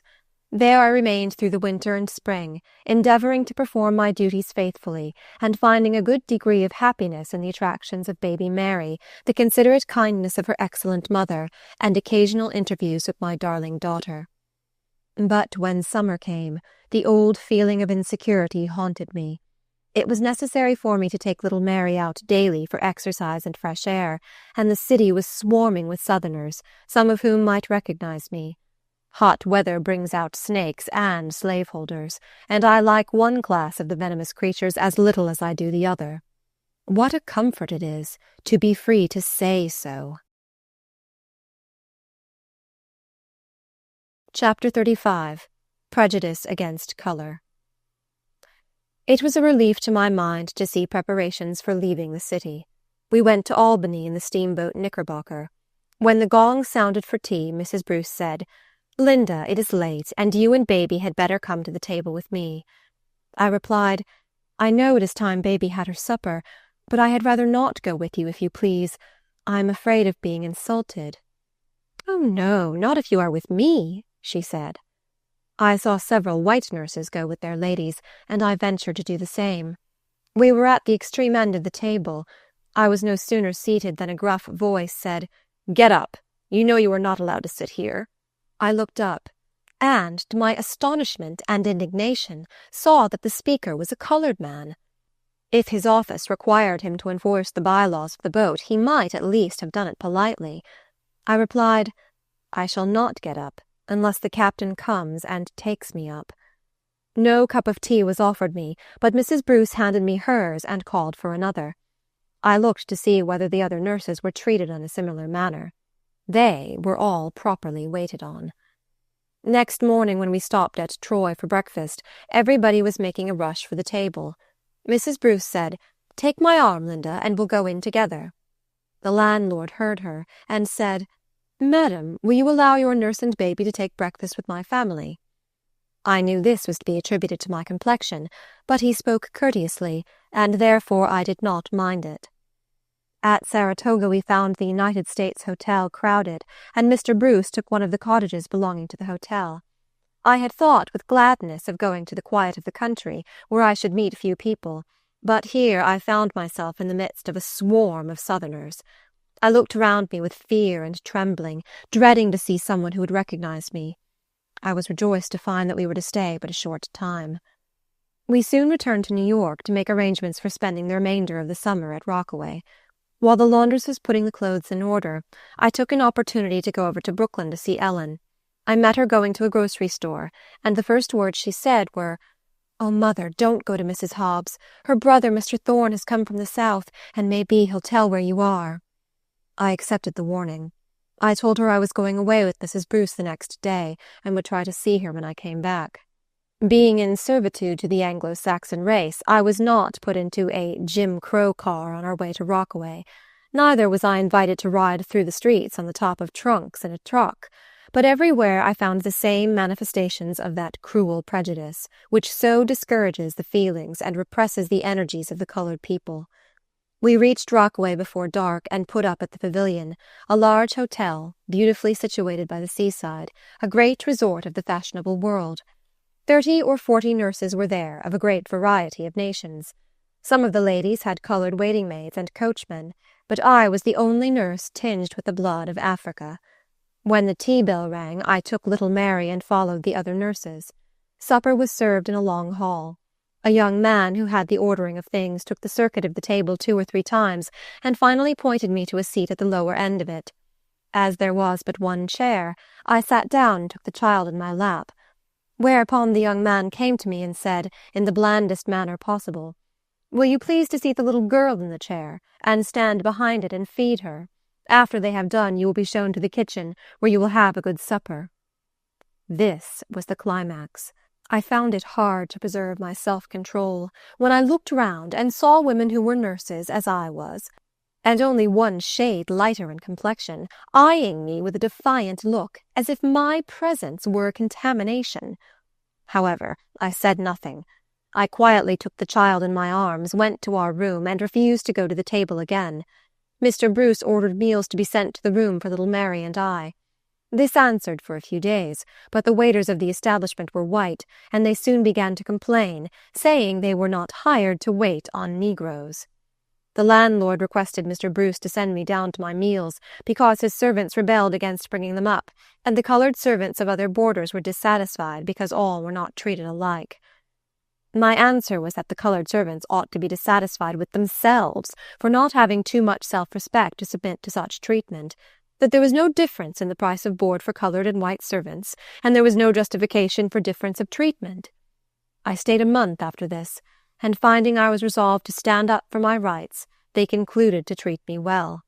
Let every colored man and woman do this, and eventually we shall cease to be trampled underfoot by our oppressors. Chapter 36. The Hairsbreadth Escape. After we returned to New York, I took the earliest opportunity to go and see Ellen. I asked to have her called downstairs, for I supposed Mrs. Hobbs's southern brother might still be there, and I was desirous to avoid seeing him if possible. But Mrs. Hobbs came to the kitchen and insisted on my going upstairs. "My brother wants to see you," said she, "and he is sorry you seem to shun him. He knows you are living in New York. He told me to say to you that he owes thanks to good old Aunt Martha for too many little acts of kindness for him to be base enough to betray her grandchild." This Mr. Thorne had become poor and reckless long before he left the South, and such persons had much rather go to one of the faithful old slaves to borrow $1 or get a good dinner than to go to one whom they consider an equal. It was such acts of kindness as these for which he professed to feel grateful to my grandmother. I wished he had kept at a distance, but as he was here and knew where I was, I concluded there was nothing to be gained by trying to avoid him. On the contrary, it might be the means of exciting his ill will. I followed his sister upstairs. He met me in a very friendly manner, congratulated me on my escape from slavery, and hoped I had a good place where I felt happy. I continued to visit Ellen as often as I could. She, good, thoughtful child, never forgot my hazardous situation, but always kept a vigilant lookout for my safety. She never made any complaint about her own inconveniences and troubles, but a mother's observing eye easily perceived that she was not happy. On the occasion of one of my visits, I found her unusually serious. When I asked her what was the matter, she said nothing was the matter, but I insisted upon knowing what made her look so very grave. Finally, I ascertained that she felt troubled about the dissipation that was continually going on in the house. She was sent to the store very often for rum and brandy, and she felt ashamed to ask for it so often, and Mr. Hobbs and Mr. Thorne drank a great deal, and their hands trembled so that they had to call her to pour out the liquor for them. "But for all that," said she, "Mr. Hobbs is good to me, and I can't help liking him. I feel sorry for him." I tried to comfort her by telling her that I had laid up $100, and that before long I hoped to be able to give her and Benjamin a home and send them to school. She was always desirous not to add to my troubles more than she could help, and I did not discover till years afterwards that Mr. Thorne's intemperance was not the only annoyance she suffered from him. Though he professed too much gratitude to my grandmother to injure any of her descendants, he had poured vile language into the ears of her innocent great-grandchild. I usually went to Brooklyn to spend Sunday afternoon.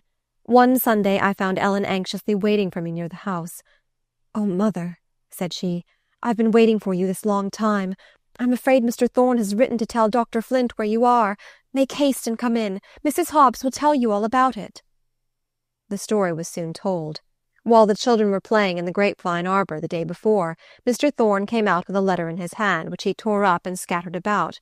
Ellen was sweeping the yard at the time, and having her mind full of suspicions of him, she picked up the pieces and carried them to the children, saying, "I wonder who Mr. Thorne has been writing to." "I'm sure I don't know, and don't care," replied the oldest of the children, "and I don't see how it concerns you." "But it does concern me," replied Ellen, "for I'm afraid he's been writing to the South about my mother." They laughed at her, and called her a silly thing, but good-naturedly put the fragments of writing together in order to read them to her. They were no sooner arranged than the little girl exclaimed, "I declare, Ellen, I believe you are right."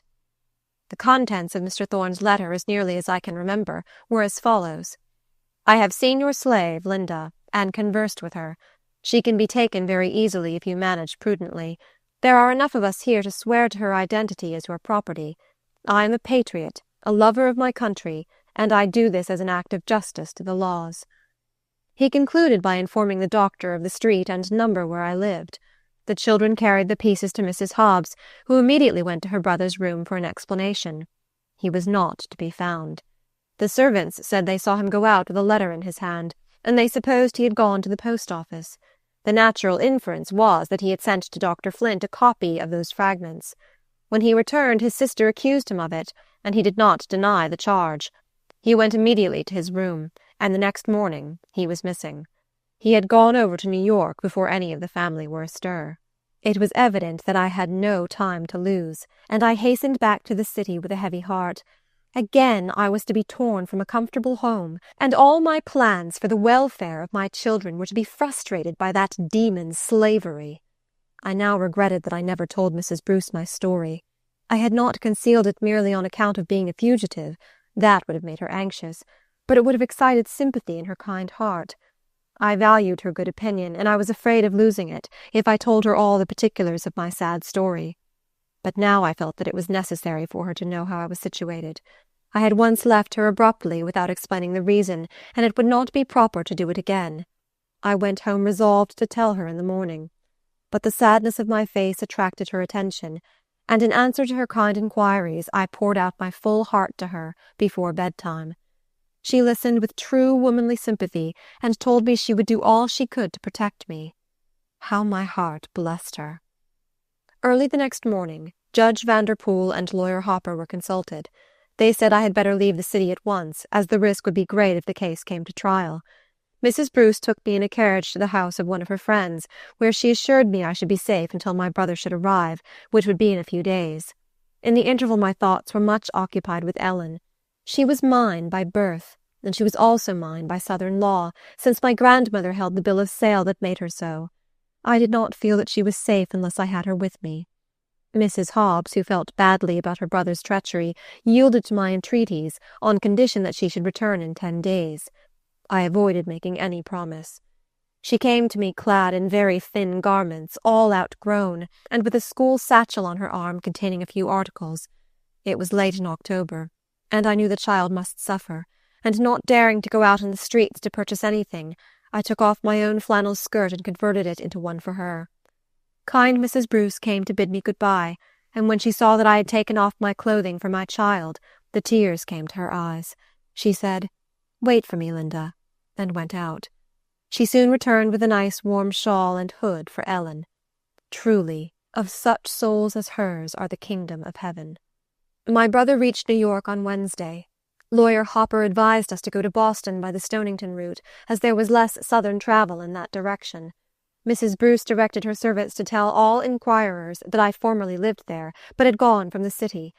We reached the steamboat Rhode Island in safety. The boat employed colored hands, but I knew that colored passengers were not admitted to the cabin. I was very desirous for the seclusion of the cabin, not only on account of exposure to the night air, but also to avoid observation.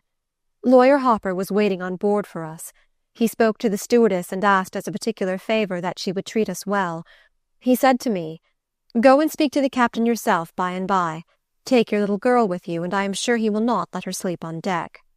With these kind words and shake of the hand, he departed. The boat was soon on her way, bearing me rapidly from the friendly home where I had hoped to find security and rest. My brother had left me to purchase the tickets, thinking that I might have better success than he would. When the stewardess came to me, I paid what she asked, and she gave me 3 tickets with clipped corners. In the most unsophisticated manner I said, "You have made a mistake. I asked you for cabin tickets. I cannot possibly consent to sleep on deck with my little daughter." She assured me that there was no mistake.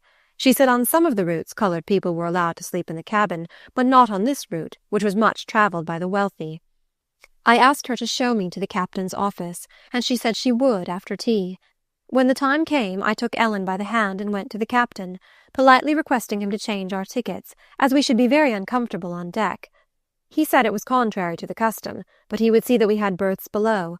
He would also try to obtain comfortable seats for us in the cars. Of that he was not certain, but he would speak to the conductor about it when the boat arrived. I thanked him, and returned to the ladies' cabin. He came afterwards and told me that the conductor of the cars was on board, that he had spoken to him, and he had promised to take care of us. I was very much surprised at receiving so much kindness. I don't know whether the pleasing face of my little girl had won his heart, or whether the stewardess inferred from Lawyer Hopper's manner that I was a fugitive, and had pleaded with him in my behalf. When the boat arrived at Stonington, the conductor kept his promise, and showed us to seats in the first car nearest the engine. He asked us to take seats next the door, but as he passed through, we ventured to move on toward the other end of the car. No incivility was offered us, and we reached Boston in safety. The day after my arrival was one of the happiest of my life. I felt as if I was beyond the reach of the bloodhounds, and for the first time during many years I had both my children together with me. They greatly enjoyed their reunion, and laughed and chatted merrily. I watched them with a swelling heart. Their every motion delighted me. I could not feel safe in New York, and I accepted the offer of a friend that we should share expenses and keep house together. I represented to Mrs. Hobbs that Ellen must have some schooling, and must remain with me for that purpose. She felt ashamed of being unable to read or spell at her age, so instead of sending her to school with Benny, I instructed her myself till she was fitted to enter an intermediate school. The winter passed pleasantly, while I was busy with my needle, and my children with their books. Chapter 37. A Visit to England. In the spring, sad news came to me. Mrs. Bruce was dead. Never again in this world should I see her gentle face or hear her sympathizing voice. I had lost an excellent friend, and little Mary had lost a tender mother. Mr. Bruce wished the child to visit some of her mother's relatives in England, and he was desirous that I should take charge of her. The little motherless one was accustomed to me and attached to me, and I thought she would be happier in my care than in that of a stranger. I could also earn more in this way than I could by my needle. So I put Benny to a trade, and left Ellen to remain in the house with my friend and go to school. We sailed from New York, and arrived in Liverpool after a pleasant voyage of 12 days. We proceeded directly to London, and took lodgings at the Adelaide Hotel. The supper seemed to me less luxurious than those I had seen in American hotels, but my situation was indescribably more pleasant. For the first time in my life I was in a place where I was treated according to my deportment, without reference to my complexion. I felt as if a great millstone had been lifted from my breast. Ensconced in a pleasant room with my dear little charge, I laid my head on my pillow for the first time with the delightful consciousness of pure, unadulterated freedom. As I had constant care of the child, I had little opportunity to see the wonders of that great city, but I watched the tide of life that flowed through the streets, and found it a strange contrast to the stagnation in our southern towns. Mr. Bruce took his little daughter to spend some days with friends in Oxford Crescent, and of course it was necessary for me to accompany her. I had heard much of the systematic method of English education, and I was very desirous that my dear Mary should steer straight in the midst of so much propriety. I closely observed her little playmates and their nurses, being ready to take any lessons in the science of good management. The children were more rosy than American children, but I did not see that they differed materially in other respects. They were like all children, sometimes docile and sometimes wayward. We next went to Steventon, in Berkshire. It was a small town, said to be the poorest in the county. I saw men working in the fields for 6 shillings and 7 shillings a week, and women for 6 pence and 7 pence a day, out of which they boarded themselves. Of course they lived in the most primitive manner. It could not be otherwise where a woman's wages for an entire day were not sufficient to buy a pound of meat. They paid very low rents, and their clothes were made of the cheapest fabrics, though much better than could have been procured in the United States for the same money. I had heard much about the oppression of the poor in Europe. The people I saw around me were, many of them, among the poorest poor, but when I visited them in their little thatched cottages, I felt that the condition of even the meanest and most ignorant among them was vastly superior to the condition of the most favored slaves in America. They labored hard, but they were not ordered out to toil while the stars were in the sky, and driven and slashed by an overseer through heat and cold till the stars shone out again. Their homes were very humble, but they were protected by law. No insolent patrols could come in the dead of night and flog them at their pleasure.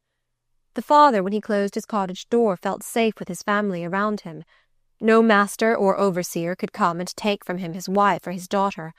They must separate to earn their living, but the parents knew where their children were going, and could communicate with them by letters. The relations of husband and wife, parent and child, were too sacred for the richest noble in the land to violate with impunity. Much was being done to enlighten these poor people. Schools were established among them, and benevolent societies were active in efforts to ameliorate their condition. There was no law forbidding them to learn to read and write, and if they helped each other in spelling out the Bible, they were in no danger of 39 lashes, as was the case with myself and poor, pious old Uncle Fred. I repeat that the most ignorant and the most destitute of these peasants was 1,000-fold better off than the most pampered American slave. I do not deny that the poor are oppressed in Europe. I am not disposed to paint their condition so rose-colored as the Honorable Miss Murray paints the condition of the slaves in the United States. A small portion of my experience would enable her to read her own pages with anointed eyes. If she were to lay aside her title, and, instead of visiting among the fashionable, become domesticated as a poor governess on some plantation in Louisiana or Alabama, she would see and hear things that would make her tell quite a different story. My visit to England is a memorable event in my life, from the fact of my having there received strong religious impressions, the contemptuous manner in which the communion had been administered to colored people in my native place, the church membership of Dr. Flint and others like him, and the buying and selling of slaves by professed ministers of the gospel, had given me a prejudice against the Episcopal Church. The whole service seemed to me a mockery and a sham.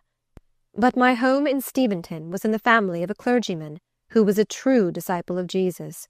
The beauty of his daily life inspired me with faith in the genuineness of Christian professions. Grace entered my heart, and I knelt at the communion table, I trust, in true humility of soul. I remained abroad 10 months, which was much longer than I had anticipated. During all that time I never saw the slightest symptom of prejudice against color. Indeed, I entirely forgot it, till the time came for us to return to America. Chapter 38. Renewed Invitations to Go South. We had a tedious winter passage, and from the distance spectres seemed to rise up on the shores of the United States. It is a sad feeling to be afraid of one's native country. We arrived in New York safely, and I hastened to Boston to look after my children.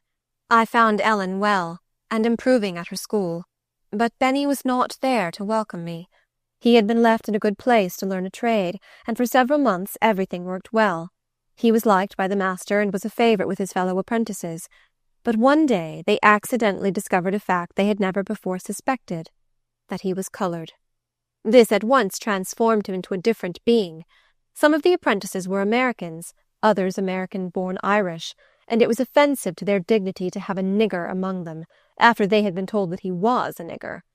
They began by treating him with silent scorn, and finding that he returned the same, They resorted to insults and abuse. He was too spirited a boy to stand that, and he went off. Being desirous to do something to support himself, and having no one to advise him, he shipped for a whaling voyage. When I received these tidings, I shed many tears, and bitterly reproached myself for having left him so long. But I had done it for the best, and now all I could do was to pray to the Heavenly Father to guide and protect him. Not long after my return, I received the following letter from Miss Emily Flint, now Mrs. Dodge. In this you will recognize the hand of your friend and mistress. Having heard that you had gone with the family to Europe, I have waited to hear of your return to write to you.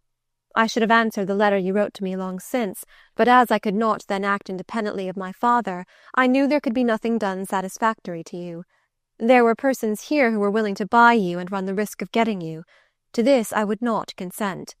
I have always been attached to you, and would not like to see you the slave of another, or have unkind treatment. I am married now, and can protect you.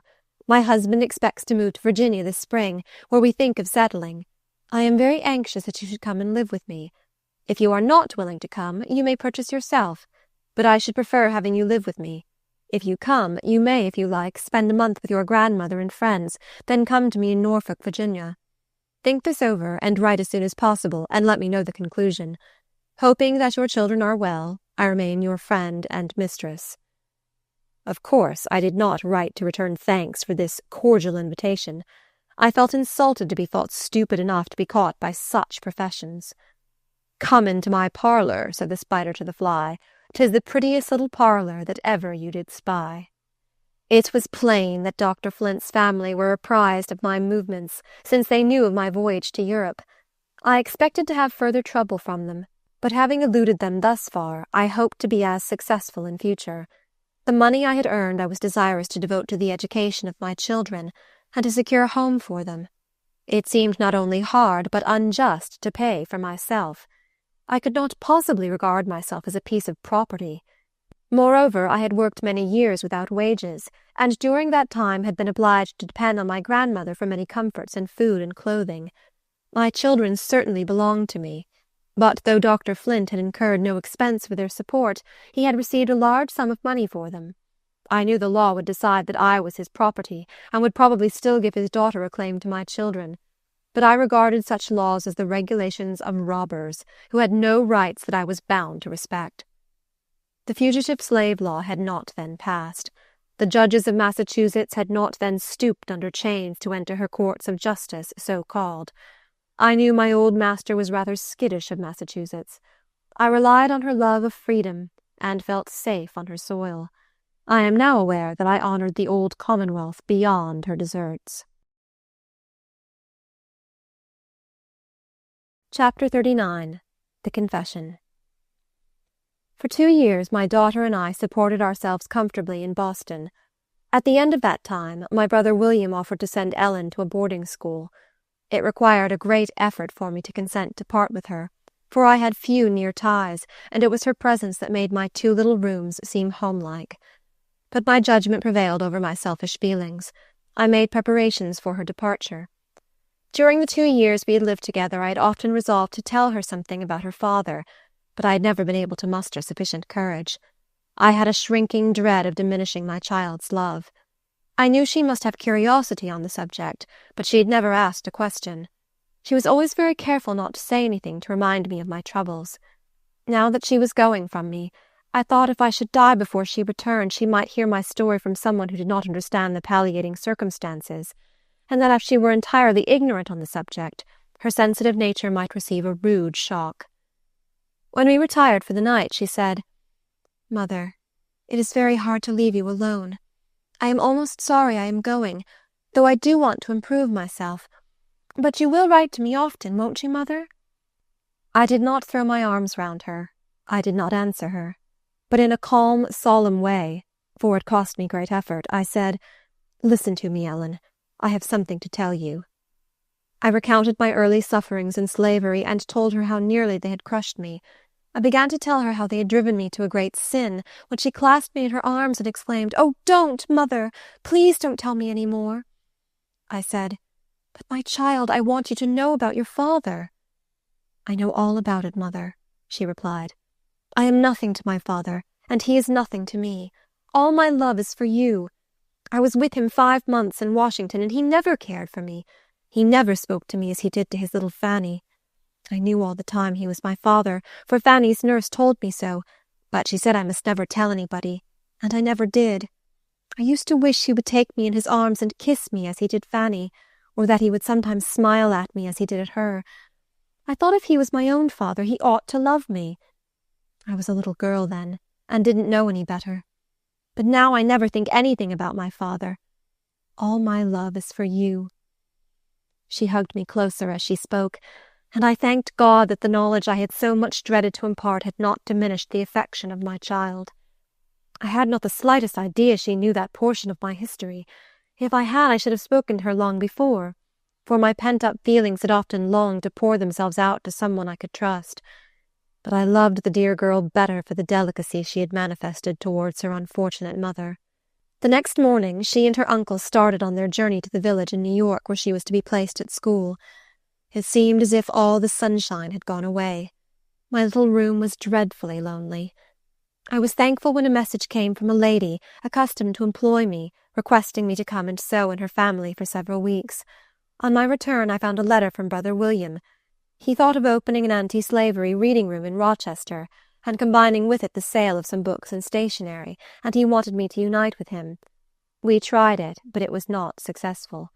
We found warm anti-slavery friends there, but the feeling was not general enough to support such an establishment. I passed nearly a year in the family of Isaac and Amy Post, practical believers in the Christian doctrine of human brotherhood. They measure a man's worth by his character, not by his complexion. The memory of those beloved and honored friends will remain with me to my latest hour. Chapter 40. The Fugitive Slave Law. My brother, being disappointed in his project, concluded to go to California, and it was agreed that Benjamin should go with him. Ellen liked her school and was a great favorite there. They did not know her history, and she did not tell it, because she had no desire to make capital out of their sympathy. But when it was accidentally discovered that her mother was a fugitive slave, every method was used to increase her advantages and diminish her expenses. I was alone again. It was necessary for me to be earning money, and I preferred that it should be among those who knew me. On my return from Rochester, I called at the house of Mr. Bruce to see Mary, the darling little babe that had thawed my heart when it was freezing into a cheerless distrust of all my fellow beings. She was growing a tall girl now, but I loved her always. Mr. Bruce had married again, and it was proposed that I should become nurse to a new infant. I had but one hesitation, and that was feeling of insecurity in New York, now greatly increased by the passage of the Fugitive Slave Law. However, I resolved to try the experiment. I was again fortunate in my employer.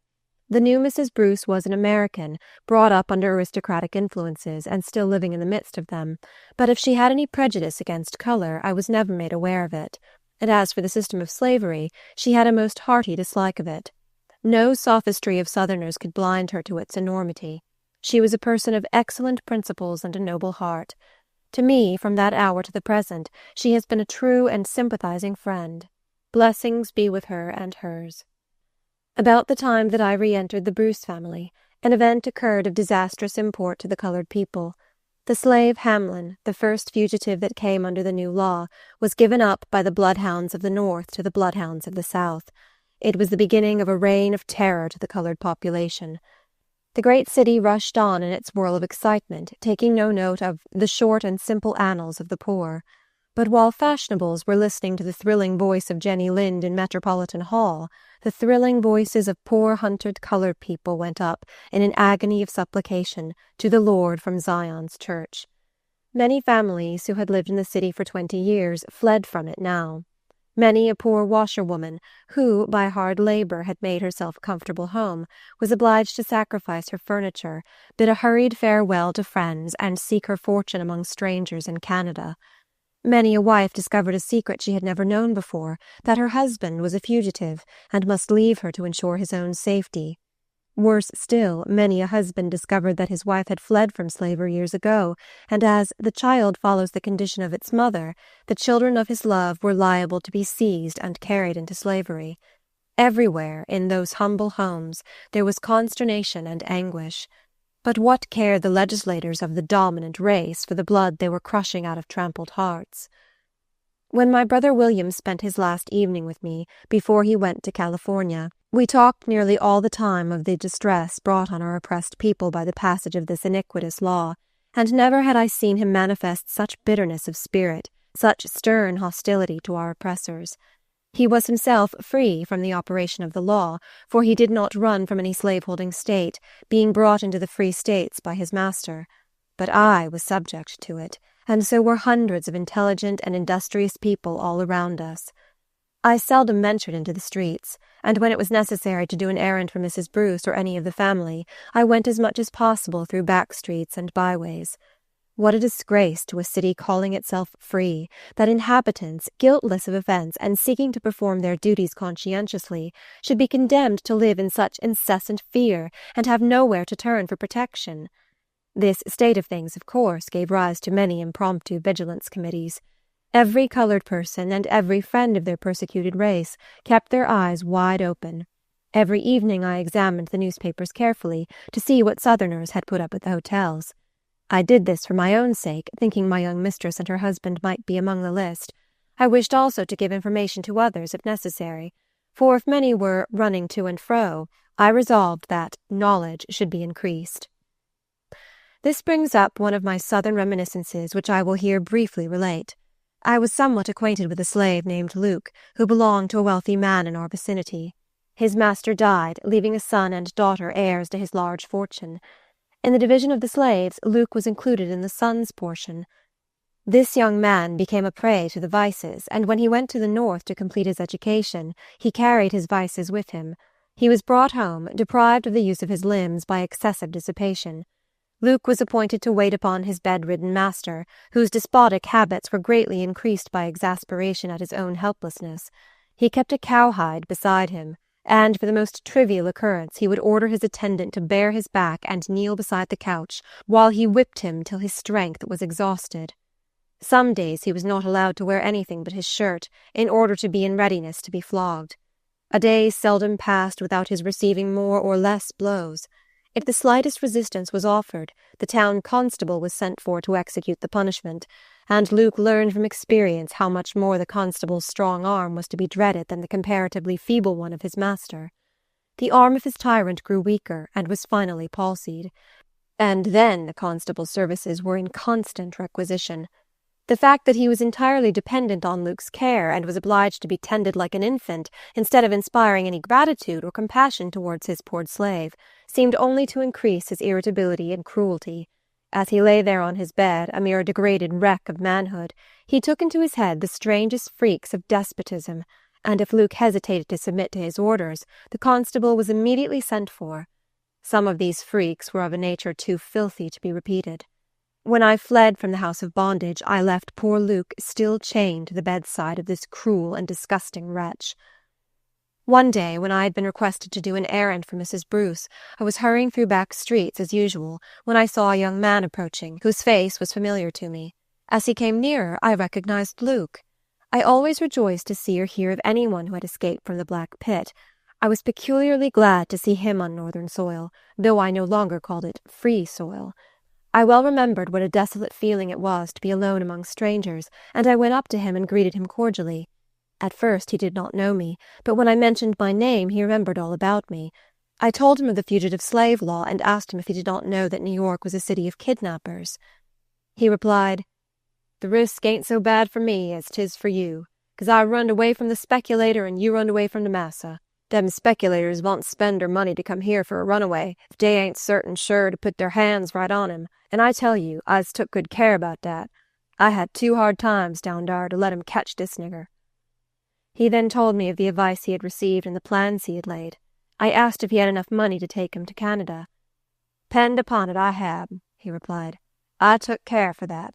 I've been working all my days for them cussed whites, and got no pay but kicks and cuffs. So I thought this nigger had a right to money enough to bring him to the Free States.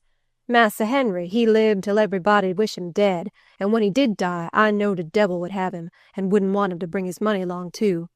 So I took some of his bills and put 'em in the pocket of his old trousers, and when he was buried, dis nigger asked for dem old trousers, and dey was give to me." With a low, chuckling laugh, he added, "You see, I didn't steal it. They gub it to me.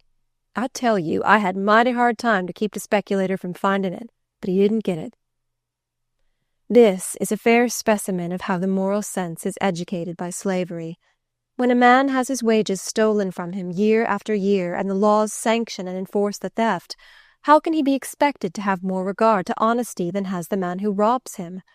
I have become somewhat enlightened, but I confess that I agree with poor, ignorant, much-abused Luke in thinking that he had a right to that money as a portion of his unpaid wages.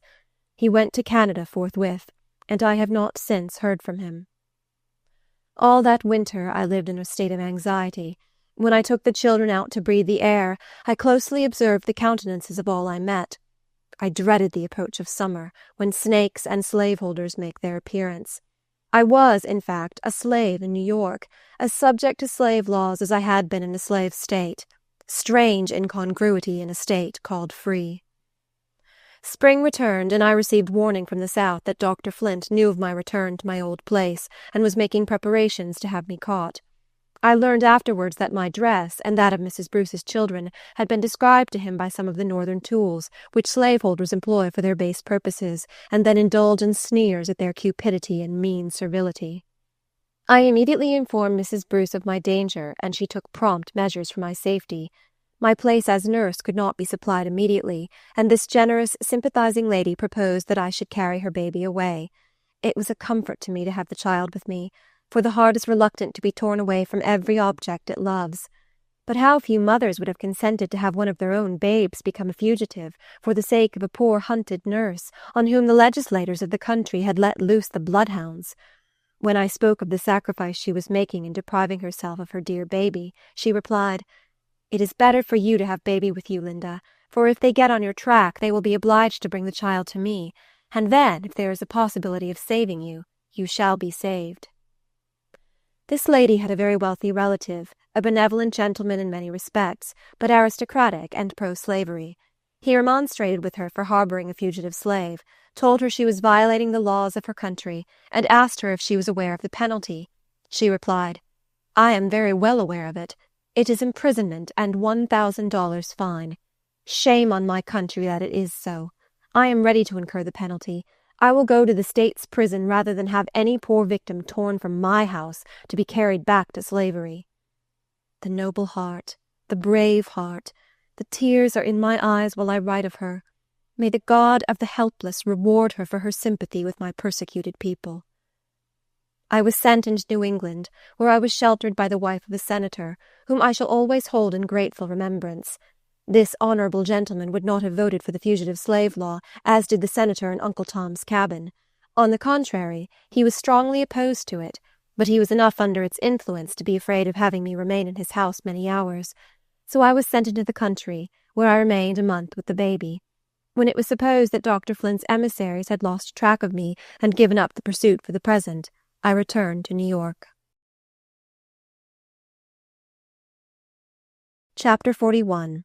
Free at last. Mrs. Bruce and every member of her family were exceedingly kind to me. I was thankful for the blessings of my lot, yet I could not always wear a cheerful countenance. I was doing harm to no one. On the contrary, I was doing all the good I could in my small way, yet I could never go out to breathe God's free air without trepidation at my heart. This seemed hard, and I could not think it was the right state of things in any civilized country. From time to time I received news from my good old grandmother. She could not write, but she employed others to write for her. The following is an extract from one of her last letters. Dear daughter, I cannot hope to see you again on earth, but I pray to God to unite us above, where pain will no more rack this feeble body of mine, where sorrow and parting from my children will be no more. God has promised these things if we are faithful unto the end. My age and feeble health deprive me of going to church now, but God is with me here at home. Thank your brother for his kindness. Give much love to him, and tell him to remember the Creator in the days of his youth, and strive to meet me in the Father's kingdom. Love to Ellen and Benjamin. Don't neglect him.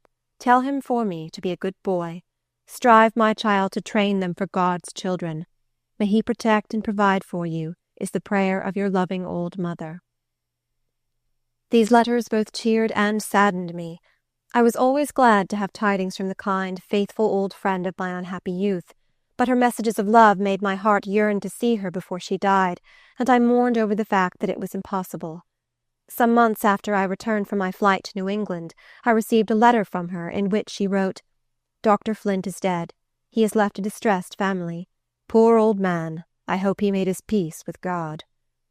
I remembered how he had defrauded my grandmother of the hard earnings she had loaned, how he had tried to cheat her out of the freedom her mistress had promised her, and how he had persecuted her children, and I thought to myself that she was a better Christian than I was if she could entirely forgive him. I cannot say with truth that the news of my old master's death softened my feelings toward him. There are wrongs which even the grave does not bury. The man was odious to me while he lived, and his memory is odious now. His departure from this world did not diminish my danger. He had threatened my grandmother that his heirs should hold me in slavery after he was gone, that I never should be free so long as a child of his survived. As for Mrs. Flint, I had seen her in deeper afflictions than I supposed the loss of her husband would be, for she had buried several children, yet I never saw any signs of softening in her heart. The doctor had died in embarrassed circumstances, and had little to will to his heirs, except such property as he was unable to grasp. I was well aware what I had to expect from the family of Flints, and my fears were confirmed by a letter from the South, warning me to be on my guard, because Mrs. Flint openly declared that her daughter could not afford to lose so valuable a slave as I was. I kept close watch of the newspapers for arrivals, but one Saturday night, being much occupied, I forgot to examine the Evening Express as usual. I went down into the parlour for it early in the morning, and found the boy about to kindle a fire with it. I took it from him and examined the list of arrivals. Reader, if you have never been a slave, you cannot imagine the acute sensation of suffering at my heart when I read the names of Mr. and Mrs. Dodge at a hotel in Cortlandt Street. It was a third-rate hotel, and that circumstance convinced me of the truth of what I had heard, that they were short of funds and had need of my value, as they valued me, and that was by dollars and cents. I hastened with the paper to Mrs. Bruce. Her heart and hand were always open to everyone in distress, and she always warmly sympathized with mine. It was impossible to tell how near the enemy was. He might have passed and repassed the house while we were sleeping. He might at that moment be waiting to pounce upon me if I ventured out of doors. I had never seen the husband of my young mistress, and therefore I could not distinguish him from any other stranger. A carriage was hastily ordered, and closely veiled I followed Mrs. Bruce, taking the baby again with me into exile. After various turnings and crossings and returnings, the carriage stopped at the house of one of Mrs. Bruce's friends, where I was kindly received. Mrs. Bruce returned immediately to instruct the domestics what to say if anyone came to inquire for me. It was lucky for me that the evening paper was not burned up before I had a chance to examine the list of arrivals. It was not long after Mrs. Bruce's return to her house before several people came to inquire for me. One inquired for me, another asked for my daughter Ellen, and another said he had a letter from my grandmother which he was requested to deliver in person. They were told, "She has lived here, but she has left." "How long ago?" "I don't know, sir." "Do you know where she went?" "I do not, sir." And the door was closed. This Mr. Dodge, who claimed me as his property, was originally a Yankee peddler in the South. Then he became a merchant, and finally a slaveholder. He managed to get introduced into what was called the First Society, and married Miss Emily Flint. A quarrel arose between him and her brother, and the brother cowhided him. This led to a family feud, and he proposed to remove to Virginia. Dr. Flint left him no property, and his own means had become circumscribed, while a wife and children depended upon him for support. Under these circumstances it was very natural that he should make an effort to put me into his pocket. I had a colored friend, a man from my native place, in whom I had the most implicit confidence. I sent for him and told him that Mr. and Mrs. Dodge had arrived in New York. I proposed that he should call upon them to make inquiries about his friends at the South, with whom Dr. Flint's family were well acquainted. He thought there was no impropriety in his doing so, and he consented. He went to the hotel and knocked at the door of Mr. Dodge's room, which was opened by the gentleman himself, who gruffly inquired, "What brought you here? How came you to know I was in the city?" "Your arrival was published in the evening paper, sir, and I called to ask Mrs. Dodge about my friends at home. I didn't suppose it would give any offence." "Where's that Negro girl that belongs to my wife?" What girl, sir? You know well enough. I mean Linda that ran away from Dr. Flint's plantation some years ago. I dare say you've seen her and know where she is. Yes, sir, I've seen her, and know where she is. She is out of your reach, sir. Tell me where she is or bring her to me, and I will give her a chance to buy her freedom. I don't think it would be of any use, sir. I have heard her say she would go to the ends of the earth rather than pay any man or woman for her freedom, because she thinks she has a right to it. Besides, she couldn't do it if she would, for she has spent her earnings to educate her children. This made Mr. Dodge very angry, and some high words passed between them. My friend was afraid to come where I was, but in the course of the day I received a note from him. I supposed they had not come from the south in the winter for a pleasure excursion, and now the nature of their business was very plain. Mrs. Bruce came to me and entreated me to leave the city the next morning. She said her house was watched, and it was possible that some clue to me might be obtained. I refused to take her advice. She pleaded with an earnest tenderness that ought to have moved me, but I was in a bitter, disheartened mood. I was weary of flying from pillar to post. I had been chased during half my life, and it seemed as if the chase was never to end.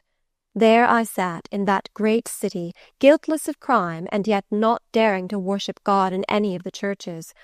I heard the bells ringing for afternoon service, and with contemptuous sarcasm I said, "Will the preachers take for their text, 'Proclaim liberty to the captive and the opening of prison doors to them that are bound'?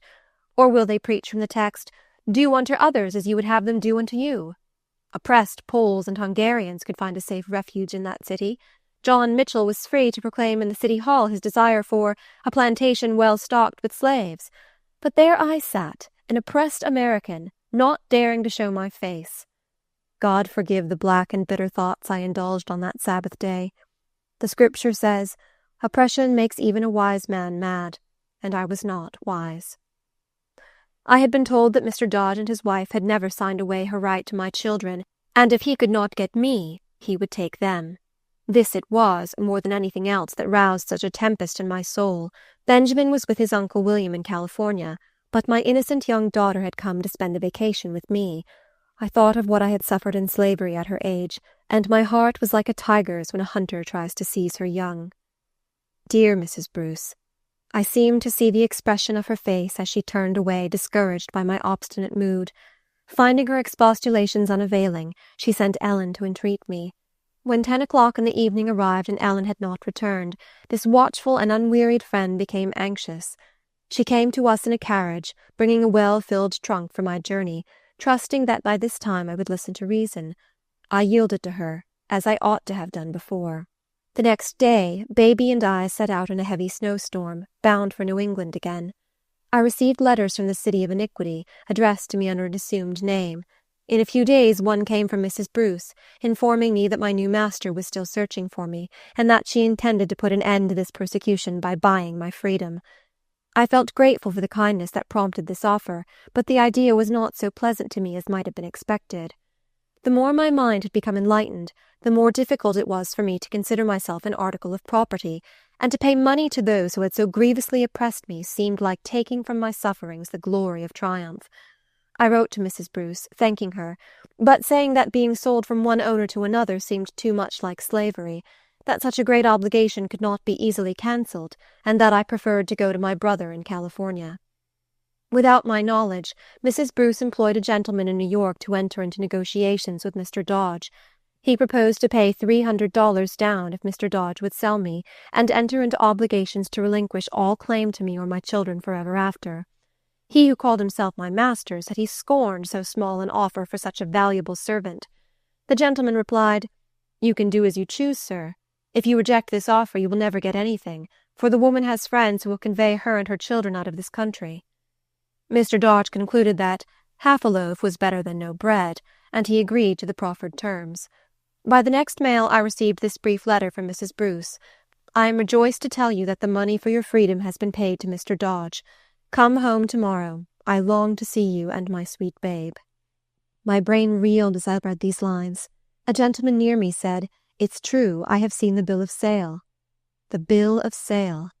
Those words struck me like a blow. So I was sold at last. A human being sold in the free city of New York. The bill of sale is on record, and future generations will learn from it that women were articles of traffic in New York late in the 19th century of the Christian religion. It may hereafter prove a useful document to antiquaries who are seeking to measure the progress of civilization in the United States. I well know the value of that bit of paper, but much as I love freedom, I do not like to look upon it. I am deeply grateful to the generous friend who procured it, but I despise the miscreant who demanded payment for what never rightfully belonged to him or his.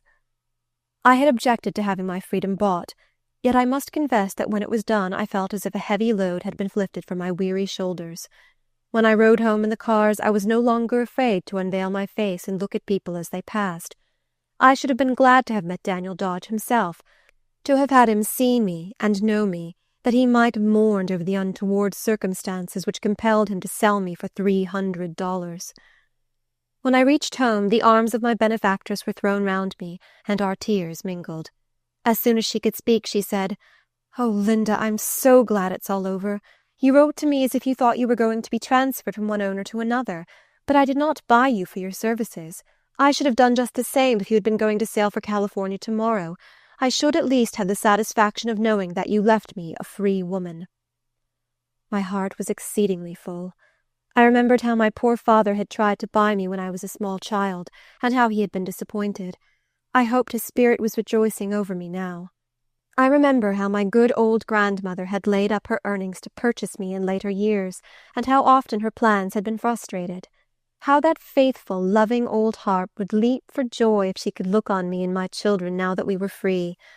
My relatives had been foiled in all their efforts, but God had raised me up a friend among strangers, who had bestowed on me the precious, long-desired boon. Friend. It is a common word, often lightly used. Like other good and beautiful things, it may be tarnished by careless handling, but when I speak of Mrs. Bruce as my friend, the word is sacred. My grandmother lived to rejoice in my freedom, but not long after a letter came with a black seal.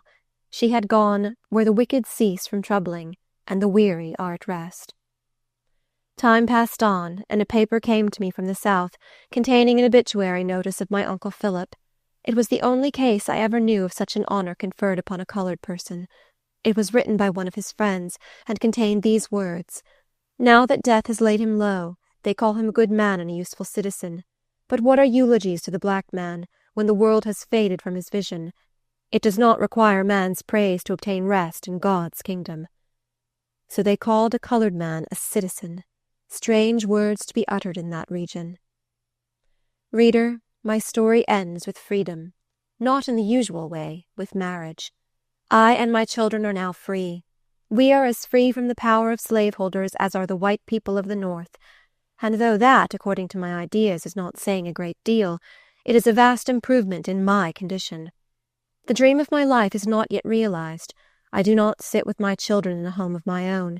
I still long for a hearthstone of my own, however humble. I wish it for my children's sake far more than for my own. But God so orders circumstances as to keep me with my friend Mrs. Bruce. Love, duty, gratitude also bind me to her side. It is a privilege to serve her who pities my oppressed people, and who has bestowed the inestimable boon of freedom on me and my children. It has been painful to me in many ways to recall the dreary years I passed in bondage. I would gladly forget them if I could. Yet the retrospection is not altogether without solace, for with those gloomy recollections come tender memories of my good old grandmother, like light, fleecy clouds floating over a dark and troubled sea. Appendix. The following statement is from Amy Post, a member of the Society of Friends in the state of New York, well known and highly respected by friends of the poor and the oppressed. As has been already stated in the preceding pages, the author of this volume spent some time under her hospitable roof. L.M.C. The author of this book is my highly esteemed friend. If its readers knew her as I know her, they could not fail to be deeply interested in her story. She was a beloved inmate of our family nearly the whole of the year 1849. She was introduced to us by her affectionate and conscientious brother, who had previously related to us some of the almost incredible events in his sister's life. I immediately became much interested in Linda, for her appearance was prepossessing, and her deportment indicated remarkable delicacy of feeling and purity of thought. As we became acquainted, she related to me from time to time some of the incidents in her bitter experiences as a slave woman. Though impelled by a natural craving for human sympathy, she passed through a baptism of suffering, even in recounting her trials to me, in private, confidential conversations. The burden of these memories lay heavily upon her spirit, naturally virtuous and refined.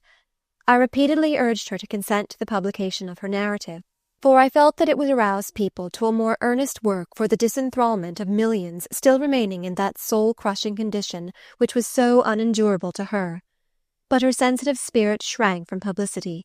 She said, "You know a woman can whisper her cruel wrongs in the ear of a dear friend much easier than she can record them for the world to read." Even in talking with me, she wept so much and seemed to suffer such mental agony that I felt her story was too sacred to be drawn from her by inquisitive questions, and I left her free to tell as much or as little as she chose. Still, I urged upon her the duty of publishing her experience for the sake of the good it might do, and at last she undertook the task. Having been a slave so large a portion of her life, she is unlearned. She is obliged to earn her living by her own labor, and she has worked untiringly to procure education for her children. Several times she has been obliged to leave her employments in order to fly from the man-hunters and woman-hunters of our land, but she pressed through all these obstacles and overcame them. After the labors of the day were over, she traced secretly and wearily, by the midnight lamp, a truthful record of her eventful life. This Empire State is a shabby place of refuge for the oppressed, but here, through anxiety, turmoil, and despair, the freedom of Linda and her children was finally secured by the exertions of a generous friend. She was grateful for the boon, but the idea of having been bought was always galling to a spirit that could never acknowledge itself to be a chattel. She wrote to us thus soon after the event: "I thank you for your kind expressions in regard to my freedom, but the freedom I had before the money was paid was dearer to me. God gave me that freedom, but man put God's image in the scales with the paltry sum of $300. I served for my liberty as faithfully as Jacob served for Rachel. At the end he had large possessions, but I was robbed of my victory. I was obliged to resign my crown, to rid myself of a tyrant."